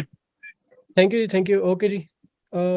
But no trader dash trader for iOS people, I don't think ਵੀਰੇ iOS ਲਈ ਡੈਸ਼ ਟ੍ਰੇਡਰ ਅਵੇਲੇਬਲ ਹੈ ਹੀ ਨਹੀਂ ਆ। ਸੋ I don't think you can do anything on that unfortunately, but I don't know ਜੇ ਉਹ launch ਕਰਨਗੇ ਤਾਂ ਹੀ, ਅਦਰਵਾਈਜ਼ ਫੋਰ ਨਾਓ ਉਹਨਾਂ ਦਾ ਕੋਈ ਵੀ iOS ਦੇ ਉੱਪਰ ਮੈਕਬੁੱਕ ਦੇ ਉੱਪਰ ਡੈਸ਼ ਟ੍ਰੇਡਰ ਦੀ ਆਪਸ਼ਨ ਕੋਈ ਵੀ ਨਹੀਂ ਹੈਗੀ, ਸਿਰਫ ਉਹ ਵਿੰਡੋਜ਼ ਨੂੰ ਹੀ ਸਪੋਰਟ ਕਰਦਾ। Okay guys, thank you so much for joining, enjoy your weekend. ਤੇ ਆਪਾਂ ਫਿਰ ਮਿਲਦੇ ਹਾਂ ਹੁਣ ਮੰਡੇ ਨੂੰ। ਉਨੀ ਦੇਰ ਆਪਦਾ ਜਿਹੜਾ ਤੁਸੀਂ ਹੋਮਵਰਕ ਵਗੈਰਾ ਤੁਹਾਨੂੰ ਪਤਾ ਹੀ ਕੀ ਕਰਨਾ, ਨਿਊਜ਼ ਵਗੈਰਾ ਮਾੜੀ ਮੋਟੀ ਦੇਖਣੀ ਆ ਜੇ ਕੋਈ ਮਾਰਕੀਟ ਬਾਰੇ ਆਉਂਦੀ ਆ ਪ੍ਰੀ ਮਾਰਕੀਟ 'ਚ, ਤੇ ਅਦਰਵਾਈਜ਼ ਆਪਦਾ ਜਿਹੜਾ ਅਕਾਊਂਟ ਆ ਉਹਨੂੰ ਜ਼ਰੂਰ ਬੈਲੈਂਸ ਰੱਖੋ ਕਿ ਮੈਂ ਮਹੀਨੇ ਦਾ ਮੇਰਾ ਟਾਰਗੇਟ ਕੀ ਆ, ਮੇਰਾ ਮੰਥਲੀ ਟਾਰਗੇਟ, ਮੇਰਾ ਵੀਕਲੀ ਟਾਰਗੇਟ ਕੀ ਹੈ, ਮੇਰਾ ਰਿਸਕ ਕਿੰਨਾ ਹੈ। ਤੇ ਇੱਕ ਬਾਈ ਨੇ ਪਾਇਆ you can use parallel software on Mac OS to switch it to Windows. Oh really, ਇਦਾਂ ਦਾ ਵੀ ਕੁਝ ਹੋ ਜਾਂਦਾ? ਓਕੇ, ਉਹ ਜਿਹੜੇ ਟੈਕ ਗਾਇਜ਼ ਆ ਉਹਨਾਂ ਨੂੰ ਜ਼ਿਆਦਾ ਪਤਾ ਹੋਊਗਾ। To be honest I'm zero in tech. ਤੇ ਜੇ ਕੋਈ ਦੱਸ ਸਕਦਾ ਆ, ਆਪਾਂ ਐਂ ਕਰਾਂਗੇ ਵਿੰਡੋਜ਼ ਵਾਲੇ ਸਾਰੇ ਇੱਕ ਵਾਰੀ ਯੂਜ਼ ਕਰ ਲੈਣਗੇ। ਤੇ ਆਪ ਬਾਈ ਨੇ ਲਿਖਿਆ you can use parallel software on Mac OS to switch it to Windows. So YouTube ਤੋਂ ਦੇਖ ਲਿਓ ਕਿ ਮੈਕ ਨੂੰ ਵਿੰਡੋਜ਼ 'ਚ ਕਿੱਦਾਂ ਕਨਵਰਟ ਕਰਨਾ। ਉਹ ਚੀਜ਼ਾਂ ਤੁਹਾਨੂੰ ਜੇ ਇਨਫੋ ਮਿਲਦੀ ਹੋਈ ਤੇ ਡੈਸ਼ ਨੂੰ ਕਰ ਲਿਓ ਯੂਜ਼, ਜੇ ਹੁੰਦਾ ਹੋਇਆ ਤਾਂ ਵੈਲ ਐਂਡ ਗੁੱਡ, ਅਦਰਵਾਈਜ਼ ਫਿਰ ਆਪਾਂ ਕੁਝ ਹੋਰ ਦੇਖਾਂਗੇ। ਤੇ ਓਕੇ, ਸੋ ਆ ਵੀ ਇੱਕ ਬਾਈ ਨੇ ਪਾਤਾ ਹੋਇਆ ਜੇ ਕਨਫਰਮੇਸ਼ਨ ਵਾਲੀ ਵਾਰਨਿੰਗ ਚੱਕਣੀ ਆ। ਸੋ ਆਨਸਰ ਪ੍ਰੈਟੀ ਮਚ ਸਾਰਿਆਂ ਨੇ ਦੇਤੇ। ਥੈਂਕ ਯੂ ਵੀਰੇ, thank you Sahib. Confirmation and warning, ਸੋ ਉਹ ਤੁਸੀਂ ਰਿਮੂਵ ਕਰ ਸਕਦੇ ਹੋ। ਬਈ ਜੇ ਹੋ ਸਕਿਆ ਤਾਂ ਇਹ ਤੁਸੀਂ ਗਰੁੱਪ 'ਚ ਪਾ ਦਿਓ, ਅਦਰਵਾਈਜ਼ ਬਾਈ ਨੇ ਚਲੋ ਦੇਖ ਹੀ ਲਿਆ ਹੋਣਾ। ਕਿੰਨੇ ਬਾਈ, ਕਿਹੜੇ ਬਾਈ ਨੇ ਪੁੱਛਿਆ ਸੀਗਾ? ਨਾਮ ਨਹੀਂ ਹੈਗਾ, ਆਈਫੋਨ। ਓਕੇ ਓਕੇ ਗਾਇਜ਼, ਫਿਰ ਮਿਲਦੇ ਆਪਾਂ ਮੰਡੇ ਨੂੰ। Have a great rest of day, have a great weekend, enjoy ਕਰੋ।